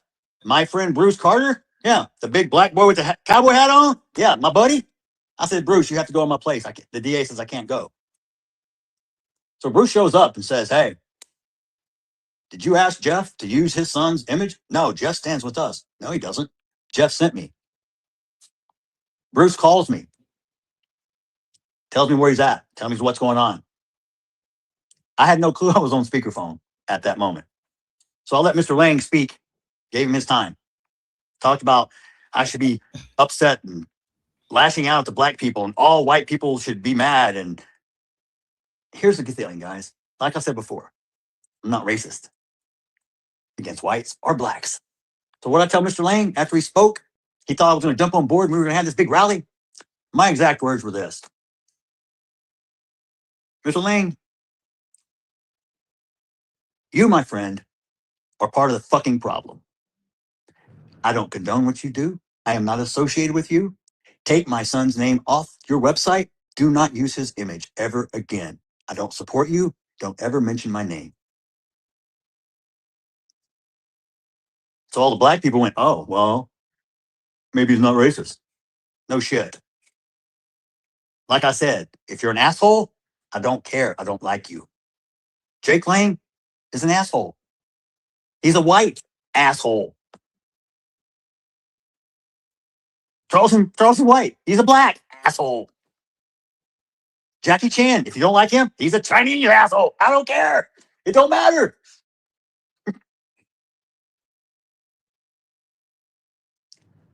Frisco ISD then proceeded to do this. This was the icing on the cake for me. Me and Megan went to the school board, went to the school officiating building, asked for a meeting. They granted it. And all we asked for was to have Austin's name read and give a posthumous diploma to his brother. That's it. No big hoopla, no special stopping, no big banners and signs, no bands, nothing. Read his name, empty seat, give his brother his diploma. That's it. They said, no, we'll give you some other options. We can do a private ceremony where it's just y'all. What? Oh, so now I see. They gave Karmelo his diploma and they didn't give Austin Metcalf his. So that's why he was saying, how can you give Karmelo his diploma and he murdered somebody, and then the same ISD said that they couldn't give Austin his. So see, everything comes out in the wash when you listen. See, people want to take snippets and listen to little chunks of stuff. No, listen to the whole thing. He didn't get to get his diploma. All right, maybe he did at the end. Let's hear the rest of the story, because that's fucked up. If he didn't get, they should have at least given him. Come on now. Let's see what happens, because that's fucked up. Let's go.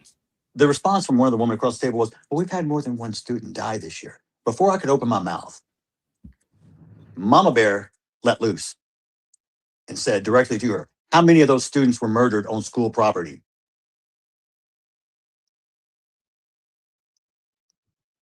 She couldn't answer. She answered for her. One, Austin. We left that building. They said, Mr. Waltrip's not in the building at the moment. Okay. Because then they tried to pawn it off. Dr. Mims. Hi, Dr. Mims. Remember me? Sure you do. Because I slid across the emails that were sent to Waltrip. I said, this is why you folded. You're going to look me in the eye right now and tell me you're going to give a diploma to a murderer, but you're not going to give one to my son who was murdered at school under your watch. He said, it comes from above. I said, the only person above is Mr. Waltrip. I said, I will wait out front until he returns. So I walked out front. I asked the receptionist, please, I need to see Mr. Waltrip as soon as available. I'll sit down with Megan. For 20 minutes, we wait. Then his secretary comes down and says, I'm so sorry, Mr. Waltrip's not in the building today. What did he do? Run out and hide? Bullshit. He didn't want to face me again. I don't blame him, because I'd have ripped his ass up, tore him apart, spit him out in small chunks. I told Dr. Mims what I'm going to do. When I walk out of here today, I'm going to contact every news reporter I know, every social media influencer, every person who will listen. And I'm going to scorch you and tell them that you denied my son a diploma. Let's talk about 3 weeks earlier. Oh, that's right. You had an elementary teacher who got arrested for taking pictures of little boys. You think Frisco ISD doesn't have egg on his face already? You tripped over this murder case time after time. They didn't go to the same school. So Millennial gave Karmelo his diploma, but Centennial didn't give Austin his, which is messed up. But I hope that they were able to resolve it. We're still listening to the story. Maybe they were able to make it happen. Let's go. You can't wipe your face. It's fucking stained. What's the motto? Know every child's name. You're the leaders. I'm supposed to trust you with my kids. I trusted you with my kids, and what'd you do? You didn't have proper security in place. You didn't scan the athletes. How did he get a knife into the track meet? Because you're negligent. That's why. What'd you do afterwards? Oh, change the rules. Oh shit, we gotta do something. Yeah, you done fucked up. What are you gonna do now? Resign? Retire? Good move, Mike. How's your wife, Lisa?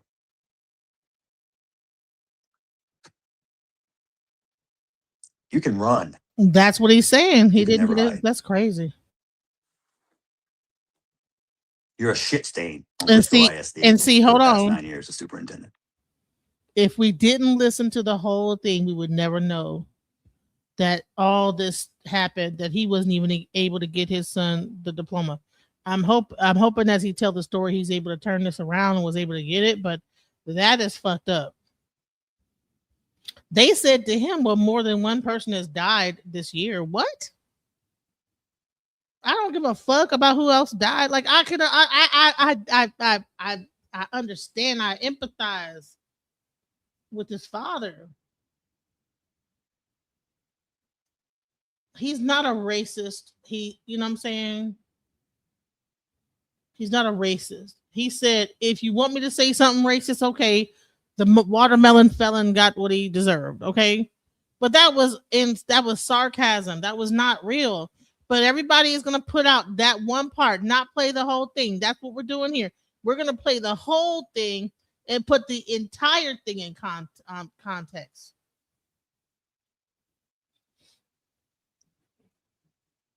Despicable coward who folds like a cheap tent under pressure from a piss poor activist nobody who does infomercials about his company.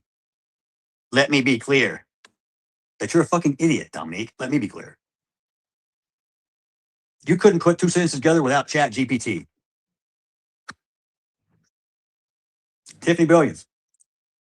I don't know what kind of glamour shot you steal from other people and put up on your profile, but it don't match to your fucking goddamn water buffalo looking ass when I saw you at the courthouse.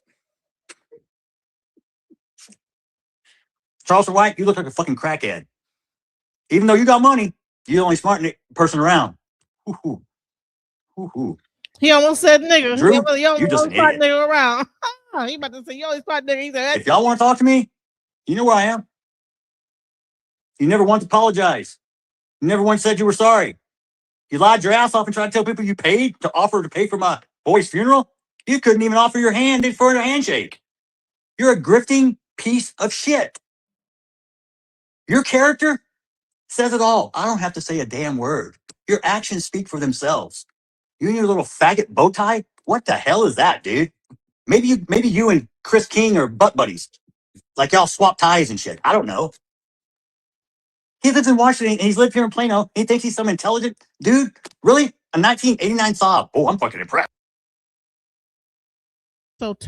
So believing what about what he's saying? So he hasn't said anything about the situation. He's talking about what he went through. He's talking about Austin. He's talking about losing his son. So I'm not sure what you think that I'm talking about here, but that we're not talking about the case. We're talking about Jeff Metcalf being able to mourn his son and talk about his son and his gag order being released. He finally gets to speak, and we're giving him his room to speak. And in that room to speak, he's clarifying a lot of things, which on the other side, I don't see the same clarification on what was going on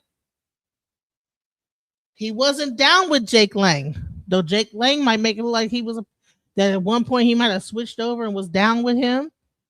People were grifting off the whole thing. He's explaining the whole thing, but y'all have to listen and not just jump in just making comments. Listen to what the father is saying. Keep going. Ooh, look at me. I talk to my shit all day long. You put it on people so they see me. I think you have some serious insecurities, bro. I'm a lawyer. Who gives a fuck? You're not a very good one. Oh, I've done this. I've done that. You have to brag on yourself. You have to blow your own fucking horn. Really? You're not a man, dude. You just want attention. Maybe your parents didn't give you love when you were little. I don't know. I don't know why the way you are. Why? I can't explain it. And you know why? I don't give a shit. You're nothing to me. But yet, what'd you come up with the word? Metcalfians. I live in your head every day because you talk about me every day. Dude, thank you. I'm so flattered that you think about me. But I'm not your type. Sorry. I figure in a couple months you'll move on to the next hot topic. Or you'll have some legal crusade you can join maybe. Or lead possibly in your 89s off. And the only thing about you is I like your dog. That's about it. In your house? Dude, I'm not one to judge. But you don't live in some sprawling mansion. Really? Clean your house. You look like a fucking hoarder. Better yet, why don't you have Tiffany move in and y'all could live together and do a podcast? That would be fun.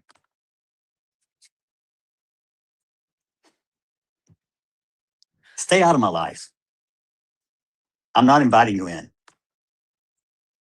Go find somebody, go kick rocks in somebody else's backyard. Because if you come in my backyard, you won't be kicking rocks. I promise. To all the people that still want to come fuck with me, go ahead. I'm here. Guess what? I've taken every single blow you have given. And guess what? I'm still standing. I'm still here. All you irrelevant pieces of shit are going to dissipate. Like a piece of shit in my toilet. When I flush it, it just goes away. The same way, dude. You're all going to go away. Because guess what? Guess what? You can't make no more money. He's guilty. No more TikToks and debating. Oh my God, Mr. Metcalf is this. He did this. Oh my God, look, Karmelo's a little baby. He's innocent. No, he's fucking guilty. He's going to prison. Yay! Am I supposed to be excited? Guess what? I'm not. Because I don't promote and I don't accept. I feel sorry for that young man. See this? See what he just said? Because if you come in my backyard, you won't be kicking rocks. I promise. To all the people that still want to come fuck with me, go ahead. I'm here. Guess what? I've taken every single blow you have given. And guess what? I'm still standing. I'm still here. All you irrelevant pieces of shit are going to dissipate. Like a piece of shit in my toilet. When I flush it, it just goes away. It's the same way, dude. You're all going to go away. All right, so I'm not sure who Ronaldo Fink Mullen is, but I need more information. If you hit me up and let me know what the story is, I might just even allow you to like tell the story on my channel. But I'm not going to shout someone out. I don't know what it is. So, but I want you to see what he says right here. He's about to say it. He's going to jail. Yay! You want me to be happy for that? No, I'm not happy.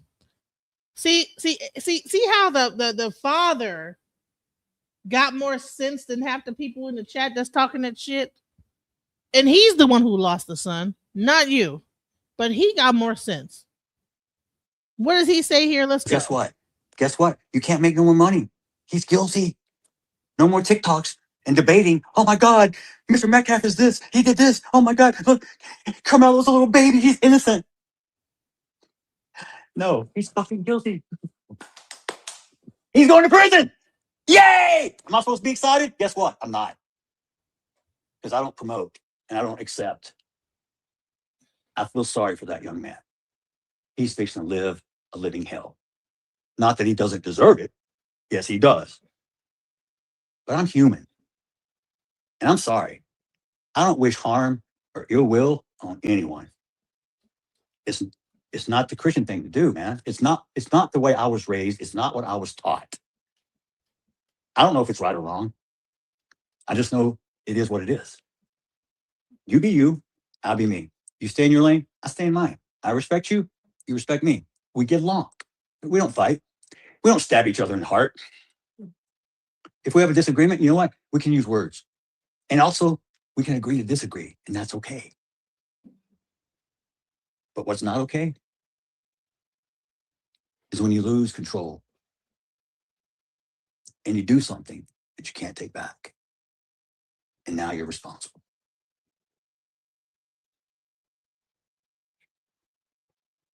Let's open up for some questions, guys.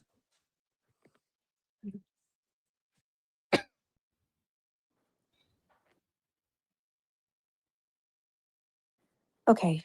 I know you've been under the gag order for the past year. Before we get into the questions, I'm going to say this. Everybody keeps arguing the case. The case has been argued. Karmelo Anthony has been tried. He has been convicted of murder. Arguing the case in this chat ain't going to do nothing. What's happening right now is Mr. Metcalf is finally, the gag order has been released, and he is finally telling everybody what's been happening behind the scenes, how he feels about it, how his son, how he feels about his son, raising his son, his emotions behind it, who he agrees with, who he doesn't disagree with. But for some reason, y'all feel like y'all want to be chat room lawyers. It's already been decided. What's the point of keep talking about? Yeah, he had a knife. Okay, we're done. He's already getting 35 years. What are y'all still talking about for that? That's a moot point. He already got his sentence. But what do you have to say about what he's saying right here? Because if it's not just, man, shouts out to, Mr. Metcalf for still being diplomatic in the face of racism and all this different stuff that's been going on, all this like stuff, and still being able to speak, and say, listen, I'm not happy.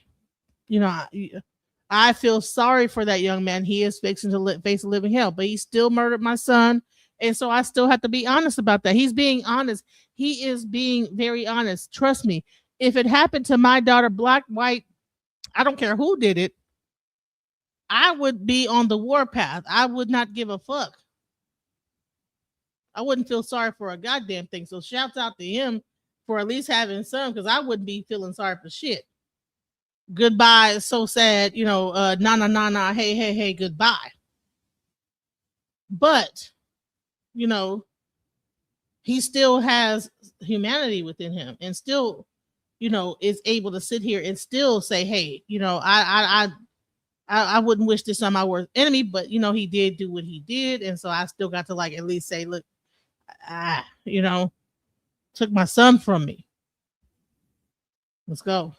And I really hope that this was some sort of release for you. 100%, that's what this was for. He deserves I'll what be I'm honest, seeing. Yes, he does. I'll be honest, it's very therapeutic. I will apologize for the colorful language. I'm going to say it again. I don't make money off this. Shut up. At best, I'll make maybe 5 cents, 25 cents. People really think that these videos make money. They don't. It don't make no money. This is way more than just money for me. This is about being fair and honest. And when you have everybody talking on one side, nobody else is giving him, at least on YouTube. I see it on X, but I mean, where are the people on YouTube that are covering his part? The only thing they covered was when he said watermelon felon, and they cut it up, snipped it up to say what they want. But no, listen to the whole thing. He didn't. The context is the clue. So let's go. I try to refrain from that, but this is the first time in over a year that I'm able to speak. And I feel like the muzzle has been taken off, and I'm a racehorse at the Kentucky Derby in the gates, just waiting for it to open. And, if I offended somebody tonight, I'm sorry, but get over it. Thank you, Jeff. You certainly didn't offend me at any point. You have every right to say whatever you want to say. The first question I'm going to ask you, and this is a question that a lot of people have been asking me too, it's one of the biggest ones floating around, is do you plan on filing a civil suit? To be honest, I can answer that question honestly. I do not know at this time what I'm going to do in the future. I was so focused on just getting through the trial. That was the biggest hurdle and the most weight on my shoulders and the most anxiety. So I really wasn't planning that far ahead. Is it an option? Yeah, I'll explore it. Is it worth my time? I don't know yet. Because realistically, I want to move on. I don't want to keep dragging things out. And if they spend all the money, there's nothing to get anyway. So I really don't care. Money's not going to bring my son back. Going after them, even if I bankrupt them or whatever, it's not going to bring my son back. And you have to learn forgiveness. And God's going to take care of the rest. Next question.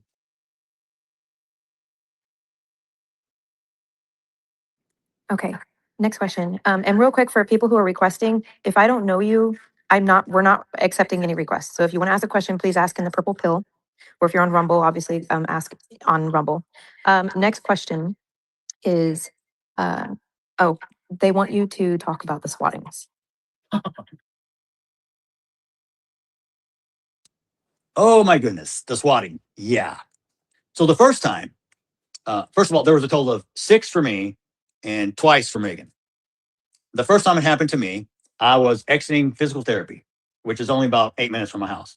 I get to my car or my truck and I look down and I see my phone. It has 44 missed calls and 10 messages. My physical therapy only lasts for an hour. So I look down, I'm like, what in the world's going on? My phone.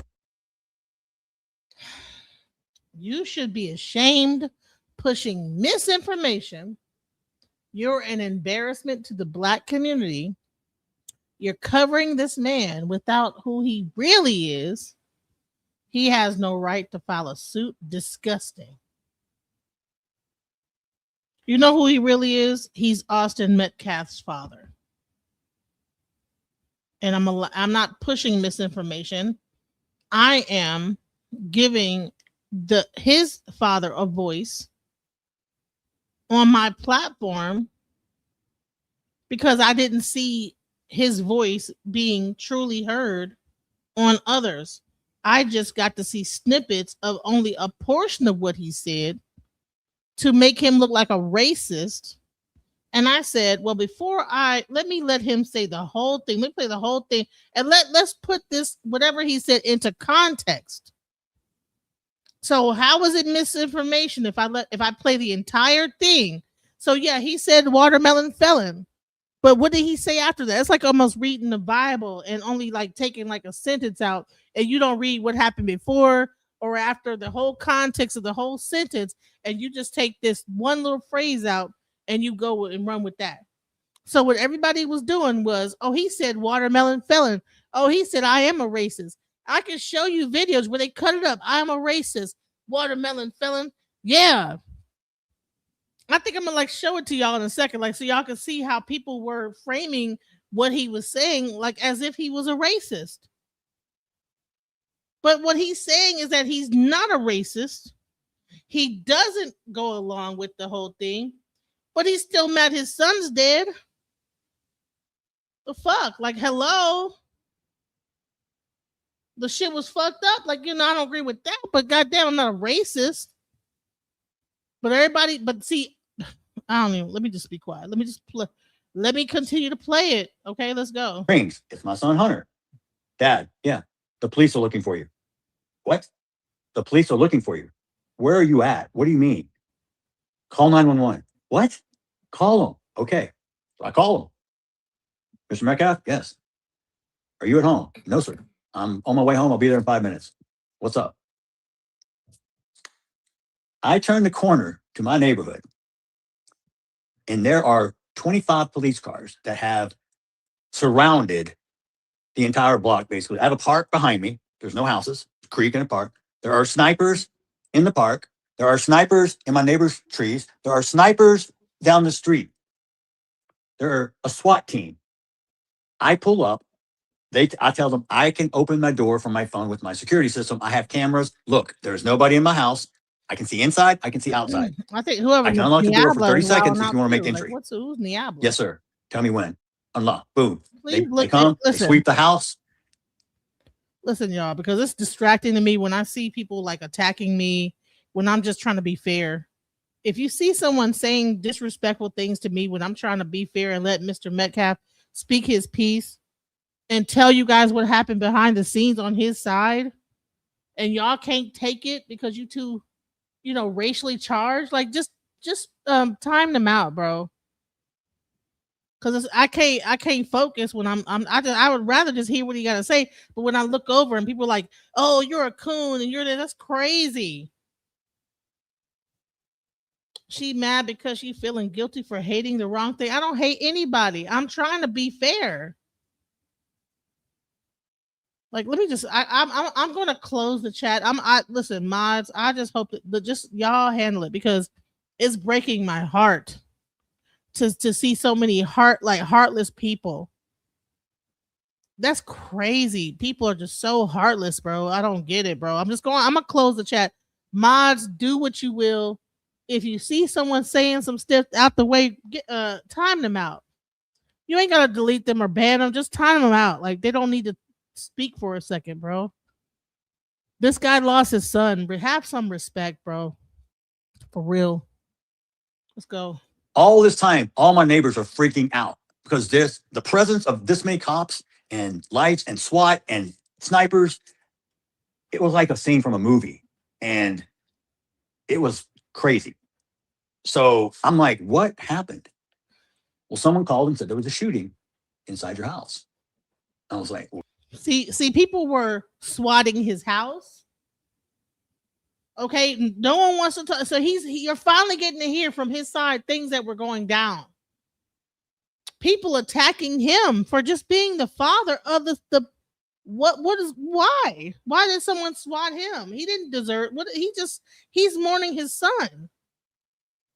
And who knows if this was on the black side or somebody on the white supremacist side that wanted to make it seem like it was some black people that did that shit. Who knows? I don't know. Because some people, you know what I'm saying, will do wild shit. But let's hear into this shit that one of the biggest ones floating around is: do you plan on filing a civil suit? To be honest, I can answer that question honestly. I do not know at this time what I'm going to do in the future. I was so focused on just getting through the trial. That was the biggest hurdle and the most weight on my shoulders and the most anxiety. So I really wasn't planning that far ahead.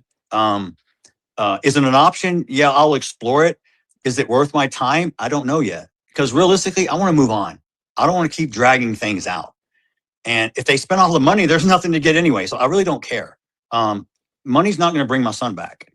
Going after them, even if I bankrupt them or whatever, it's not going to bring my son back. And you have to learn forgiveness. And God's going to take care of the rest. Next question.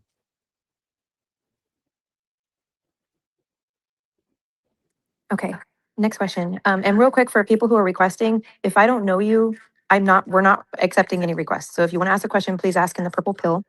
Or if you're on Rumble, obviously ask on Rumble.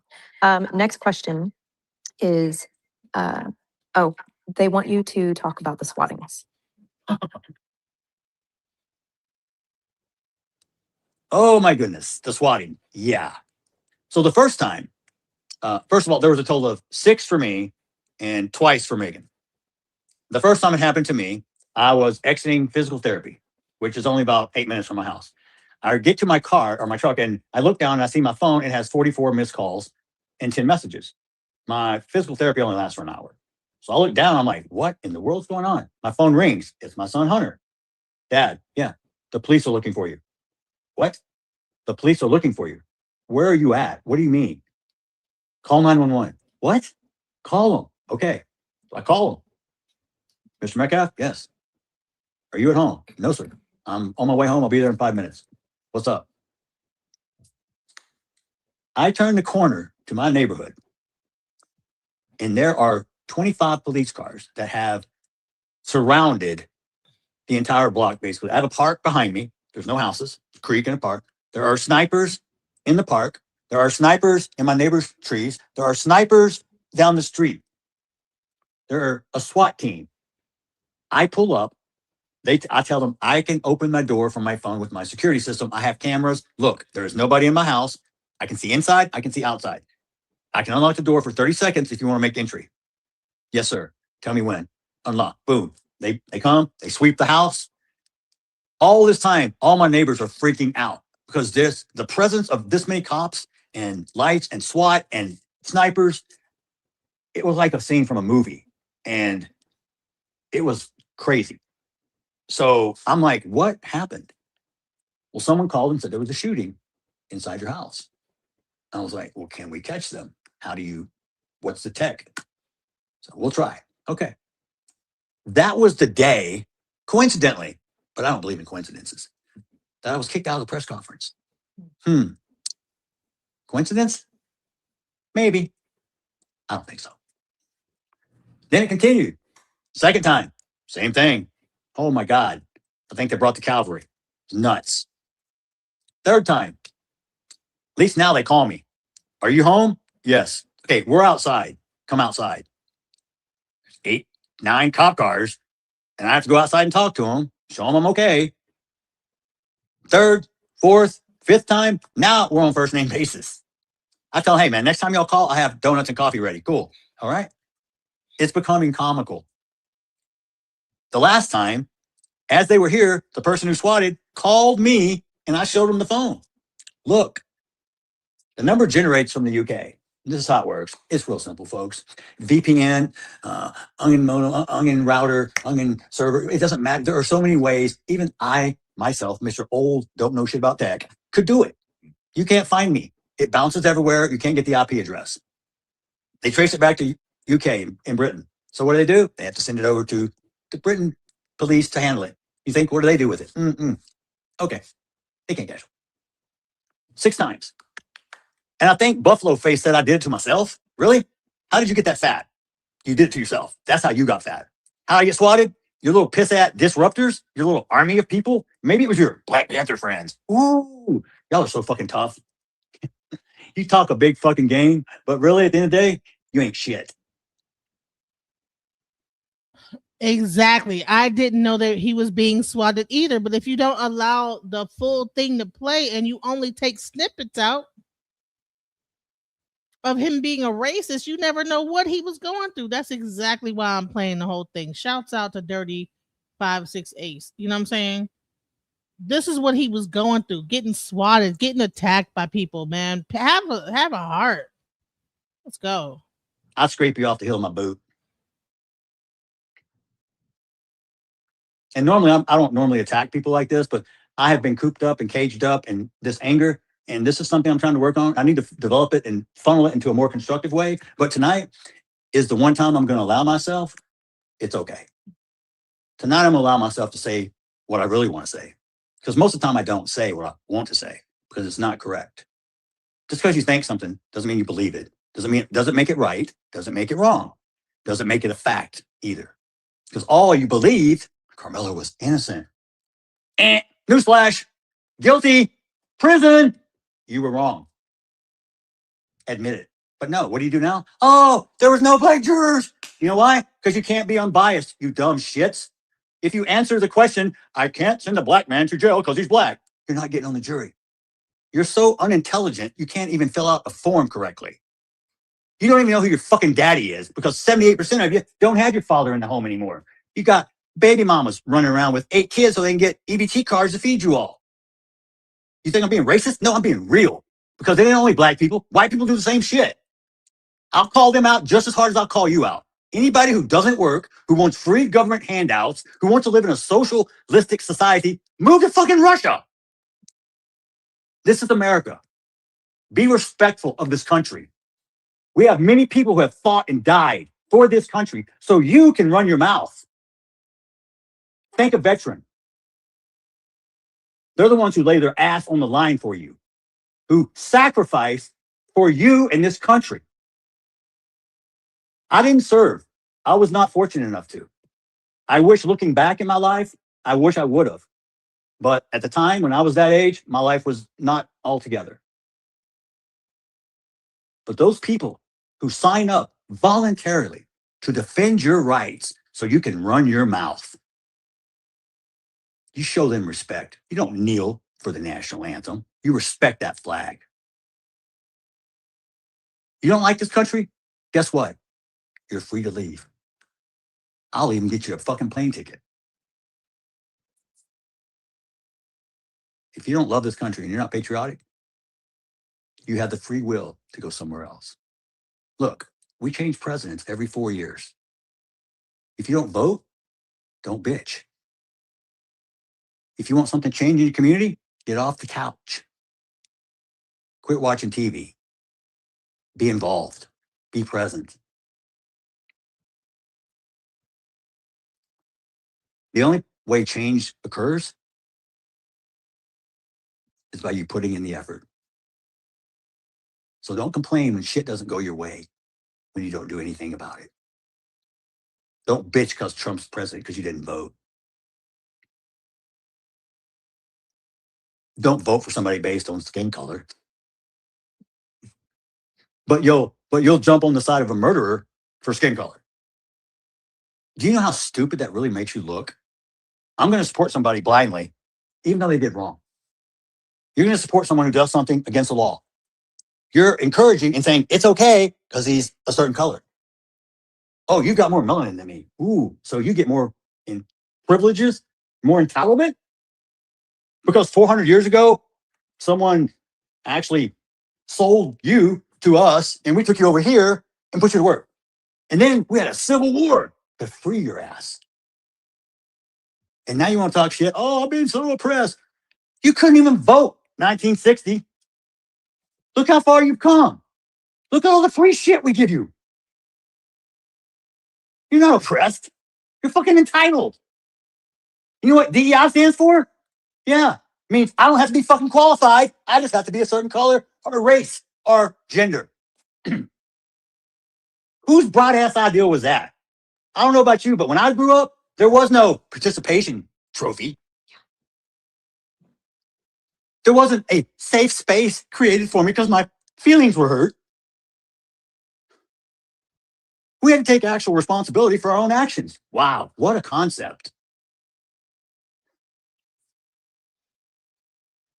If you want society to change, if you want a better place for your kids, then get involved in your kids' life, in your community, in your church, but don't sit on your couch and bitch when it doesn't go your way. Next question. Can I ask a question real quick? Hey, Jeff? Truth, we're trying to only take questions from the list here. Okay.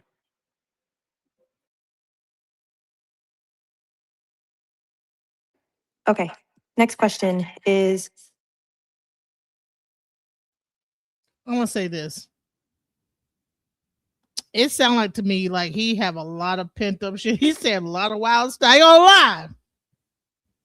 He didn't say. I got a little offended when he just said. But I'm gonna give it a pass because he lost his son and he's angry, and this is the first time he's getting to speak his piece, and he probably got a lot of pent up. But okay, here we go. Let's go. Much love. Is there a way to contribute to the scholarship fund that is in memory of Austin? Yes, there is. I believe it was posted at some point on my Facebook page. I know I dropped a $5,000 donation myself into it. Now, Megan, she needs to be credited. She was the one, and friends of hers who got that all set up. Also, Halo Pizzeria. Both boys and Megan worked there. That was not her full-time job. That's her second job. She's very successful with a home builder in the DFW area. So that's not her only job. But the owner, I believe her name's Karen. I'm gonna say this is that he will say some wild shit and then he'll back it up with okay, but it's on the other side too. So he ain't just going in on black. He is kind of going in on us. But you gotta like, okay, whoo, okay, whoo, okay, you said that, but then he'll double back with, but it ain't just y'all. So you gotta like respect the man who being 100% honest about what he see, how he see it.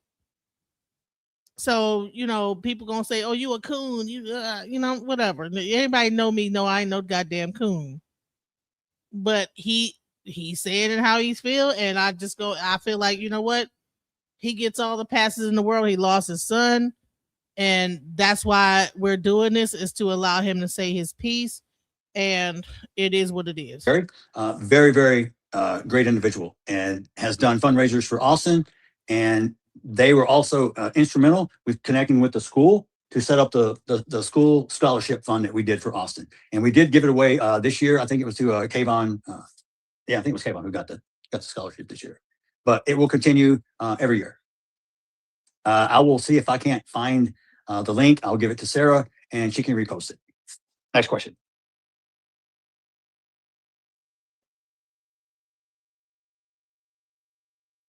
Okay. Next question. This is actually from a twin mom. She wants to know, did Austin and Hunter have their own language to communicate with each other? Yes. Not only through verbal, but through also hand motions, some secret sign language. I'm not privy to it. We actually, when they were born, this is a true story. I had to take a permanent marker, and this was Hunter, and we would color in his black, or his toenail black, so we could tell them apart. Because you put them on the floor and they crawl around, it's like a shell game. Where did he go? I don't know. So we told Hunter he's Native American from the Black Toe tribe. But one thing is for real.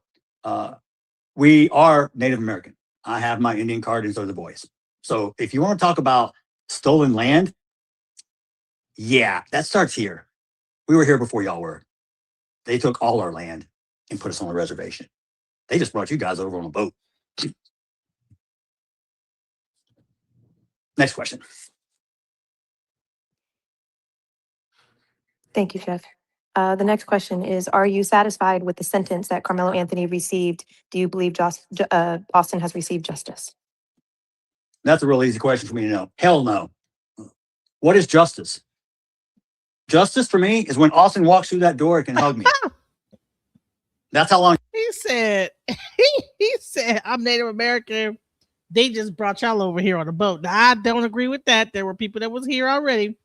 For those in the back that don't understand it, there were already people here, that everybody didn't get brought over here on a boat. There are some people that did, but everybody wasn't. There was people already here. So maybe a little bit misinformation on his part, but he's mad. He's saying what he got to say. Okay, well, I'm listening. Okay. He should stay in jail until my son comes back through that door. Do I think justice was served? No. There's all types of justice. Street justice, legal justice, but no justice. No. Austin will never come back through that door again. That boy, he has the ability right now, actually, to be out before he's 40. He can still have a life and kids. You tell me, you think that's justice? Nah. No, I'm not happy with the sentence. No, there was no justice served. It's a process that we have in place to control our society. They're called laws, and we have to abide by them. I'm no different than anybody else. I have to abide by them too. So whatever decision the court made, I have to abide by, whether I like it or not. Life. That's an entire different podcast, guys. This is we can talk about who was really here, but that's getting on the side note. We're not gonna veer off. He said what he said, and he's sticking by it, but we gonna respect it. He lost his son, guys. Everything he might be just you know what I'm saying. He free flowing with it. He you know what I'm saying. You know, he's free. He's talking. He freestyling. So let's just give him like his space. He have not been able to speak for almost a year and a half, 2 years. He finally get to say what he want to say, and whatever. You know what I'm saying? So just bear with him.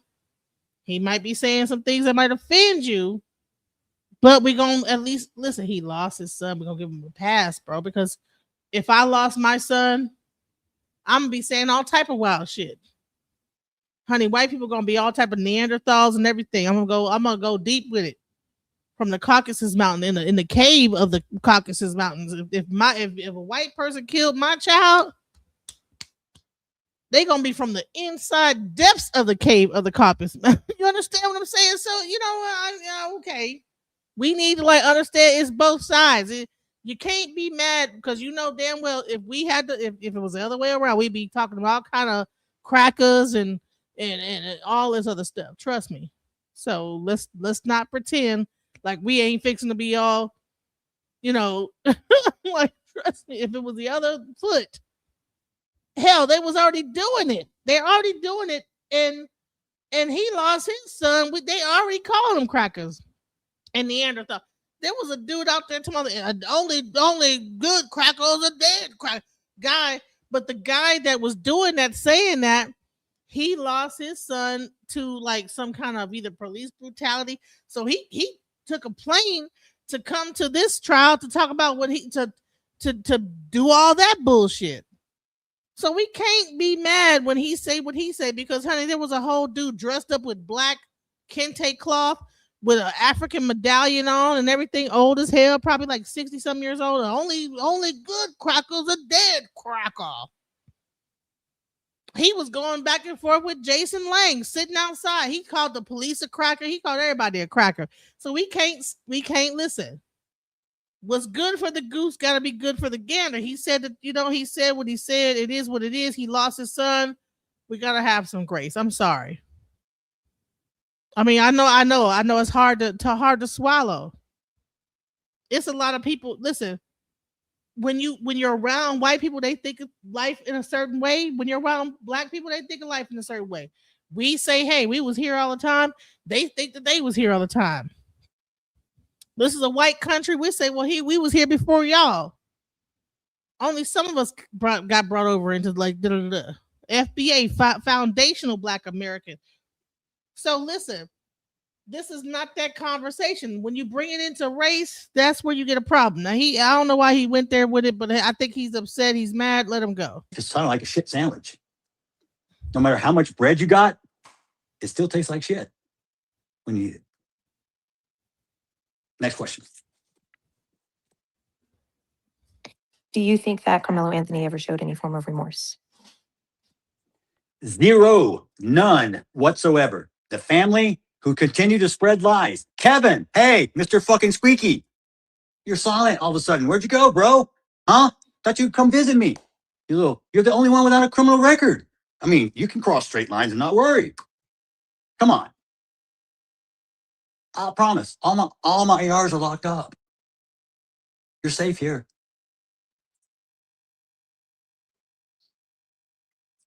What about all you other grifters who want to jump on board? All y'all think since you have a phone and a voice that you're important? Oh, look at me. I have a platform. I got followers. That's your life. That's your identity. Good for you. If it works for you, hey, man, that's your gig. Cool. Doesn't bother me until you bring it in my lane. You bring your shit in my lane, I'm going to run your fucking ass over. You understand that? Lord.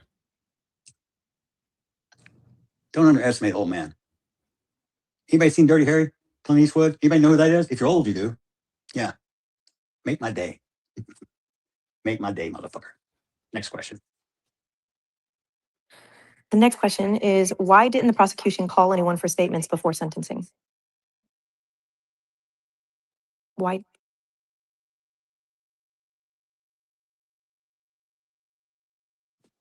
To be honest, I was kept in the dark a lot to preserve the integrity of the case from the DA. So I was pretty much only notified when stuff was actually fixing to happen that was going to affect me. So I really don't know the answer to that question. Next question. Okay. Next question. This next one is not a question. They think that you should run for governor. Thank you, but I will tell you this right now. There are too many skeletons in my closet. Somebody knows where a couple of the bodies are buried, so I can't. So I'm really not into politics. Like I said, this wasn't about race. Please don't politicize it. Besides, politicians, most of the time when their mouth is moving, they're lying.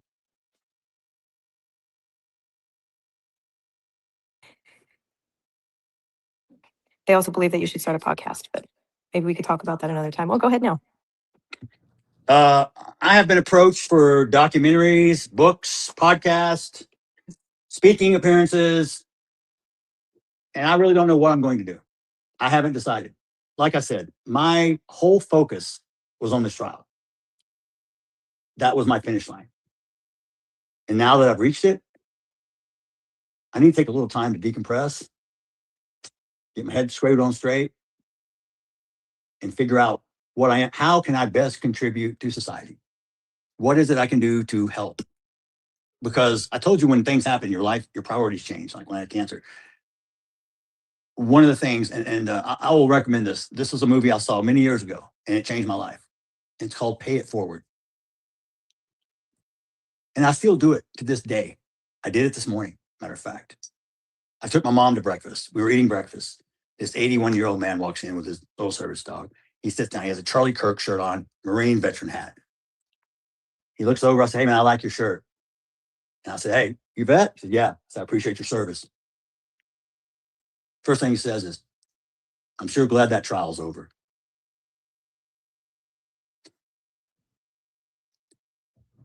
So I don't really want to speak across the room. So I get up and walk over to the man. And I said, "I am too." I said, "I'm Austin Metcalf's father, Jeff Metcalf." And I had this shirt on. He said, "I know who you are. I just want to extend my condolences to you. I'm so sorry." Before I left, I told the waitress, "Come here. I want to pay for this man's breakfast. Do not tell him until after we're gone. I'm not looking for recognition. But you watch the movie, Pay It Forward. It will impact you.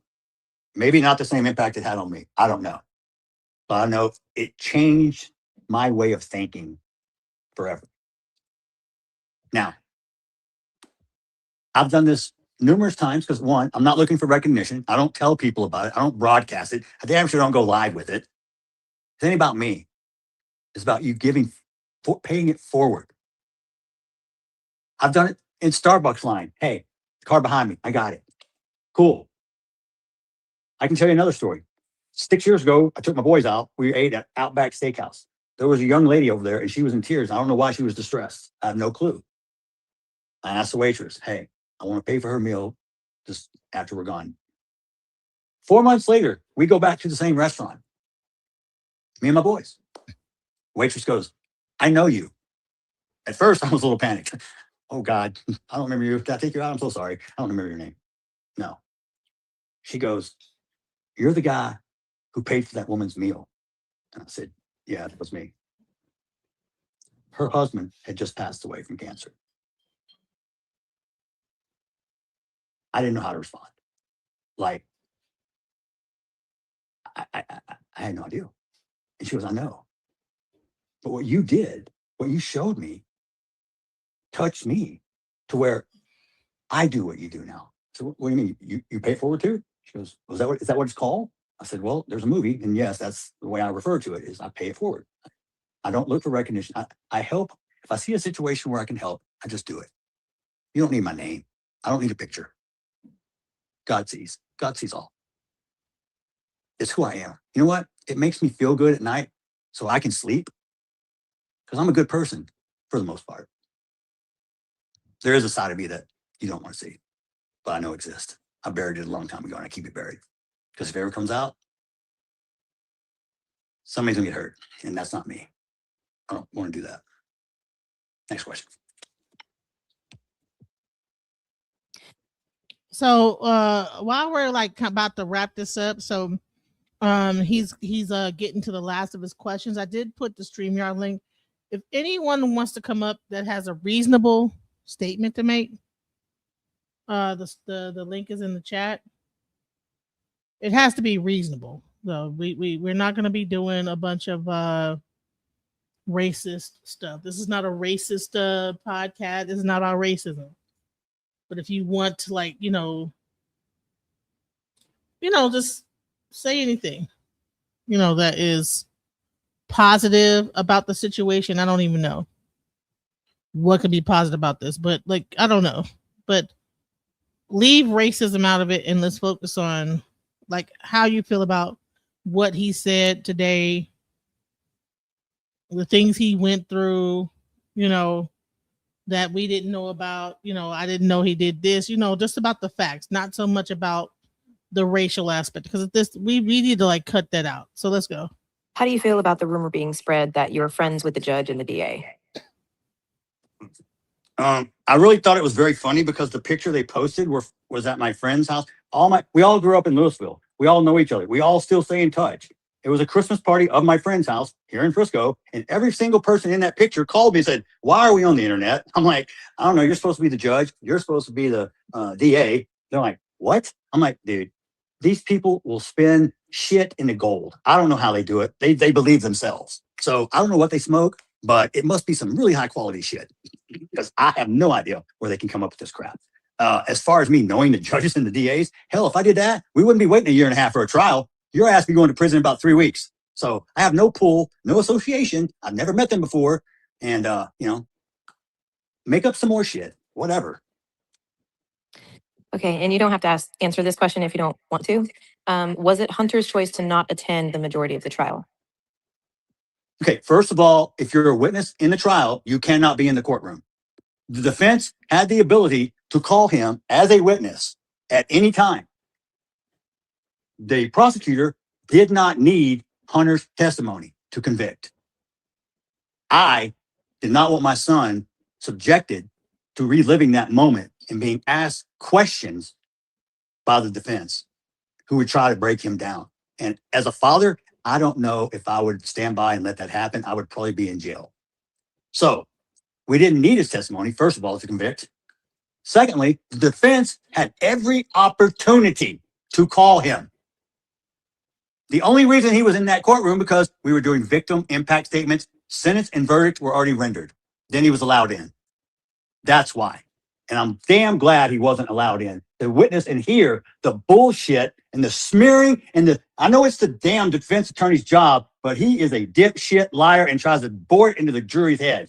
He's 130 pounds. It was raining. Shut the fuck up. I agree 100%. The next two questions are very similar, so I'm going to actually kind of ask both of them. The first question is there anything you would change with the justice system? And the second question I have is, do you plan on working with local legislators to create any law that may possibly be named after Austin? This is what I learned in my journey. Texas Tort Claim Act gives public schools in Texas sovereign immunity. They can't be held responsible. You can't sue them. And if you do, luckily somehow find a way in, it's capped at $100,000. That's not even going to pay your damn attorney. Do you think our school system should have carte blanche and don't have to abide by the rules of, hey, we're not responsible. We have sovereign immunity. If you believe that, you're going to believe that you can send your kid to school every day and they're going to come home alive. Ask the kids' parents in Uvalde. Could they sue? No. 19 kids shot to death. Who's responsible? They tried to pin it on a SRO officer who was a scared pussy and ran away.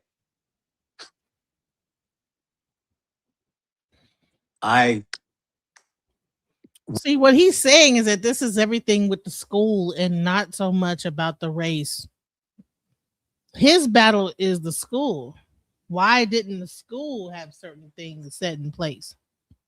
But guess what? He said he's capped at 100,000 if he says, like, if he tries to sue them. Wish and hope.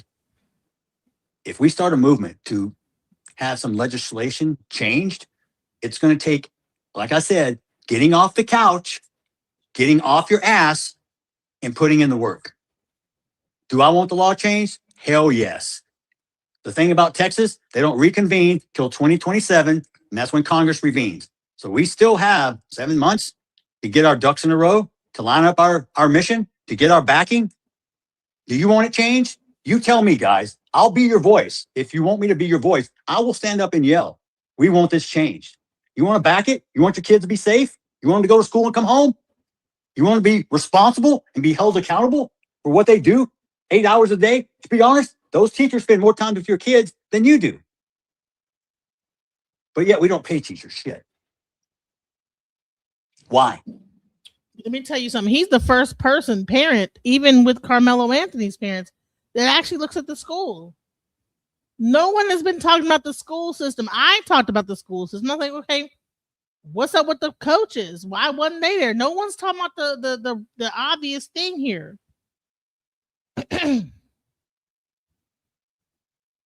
He's the only parent I've heard bring up the school. Why? But we'll pay an attorney $1,000 an hour to talk shit. I don't know about you guys. I'll be honest. I'm not saying. Oh, no, I think we lost it. The video keeps crashing out. Hour to talk shit. I don't know about you guys. I'll be honest. I've only met one attorney I've liked in my entire life. One. His name's Bill Worski.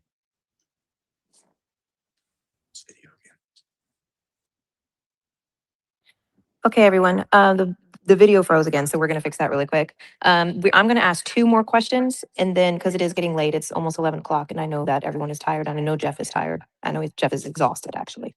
So 2 more questions, and then I'm going to ask you, Jeff, if there's anything else after those 2 questions, if there's anything else you want to say before we close up for the night. Let's give SIP just a minute to fix the video stream. Jinx, is it back up?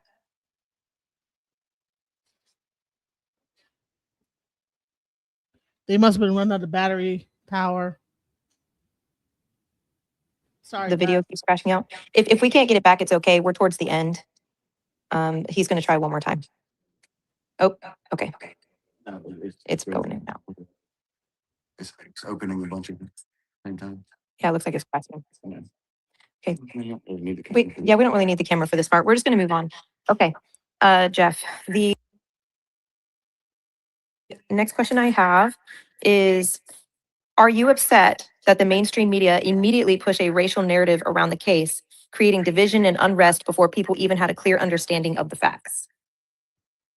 I'm not for sure if it was the mainstream media. I think it was more of the activists getting on the mainstream media. The job of the reporters was just to report on what people were saying, and the people, particularly Dominique Alexander, who can't speak truth if his life depended on it, but he'll give you an infomercial for NGAN anytime you want. Outside of that, no, I don't really blame the media, but I will say this. Legacy, do your homework, guys. Legacy Group, they own all major news outlets. What's their political affiliation? They're left-leaning, okay? So I'm not saying Republican or Democrat. I don't really give a shit. I'm not really a political person. I have my views and opinions, but I'm not actively involved in politics, nor do I have a desire to be. But at the end of the day, you have to look yourself in the eye and understand, where are you at? What are you going to do next? So that's where you stand. What's your next step? What's your next course of action? Last question is, how are you doing and how can we pray for you? God has protected me through this entire journey. I'm exhausted mentally, physically, spiritually, but I'm still fine. One of my favorite bands, the Red Clay Strays. I'm still fine. It's probably one of my favorite songs, along with Down on My Knees and Wondering Why. Those guys, when they came to town, invited me and Hunter to meet them backstage and speak with them personally. We got there 3 hours before the show, and we got to be able to meet the band, speak with the band, and they prayed with us.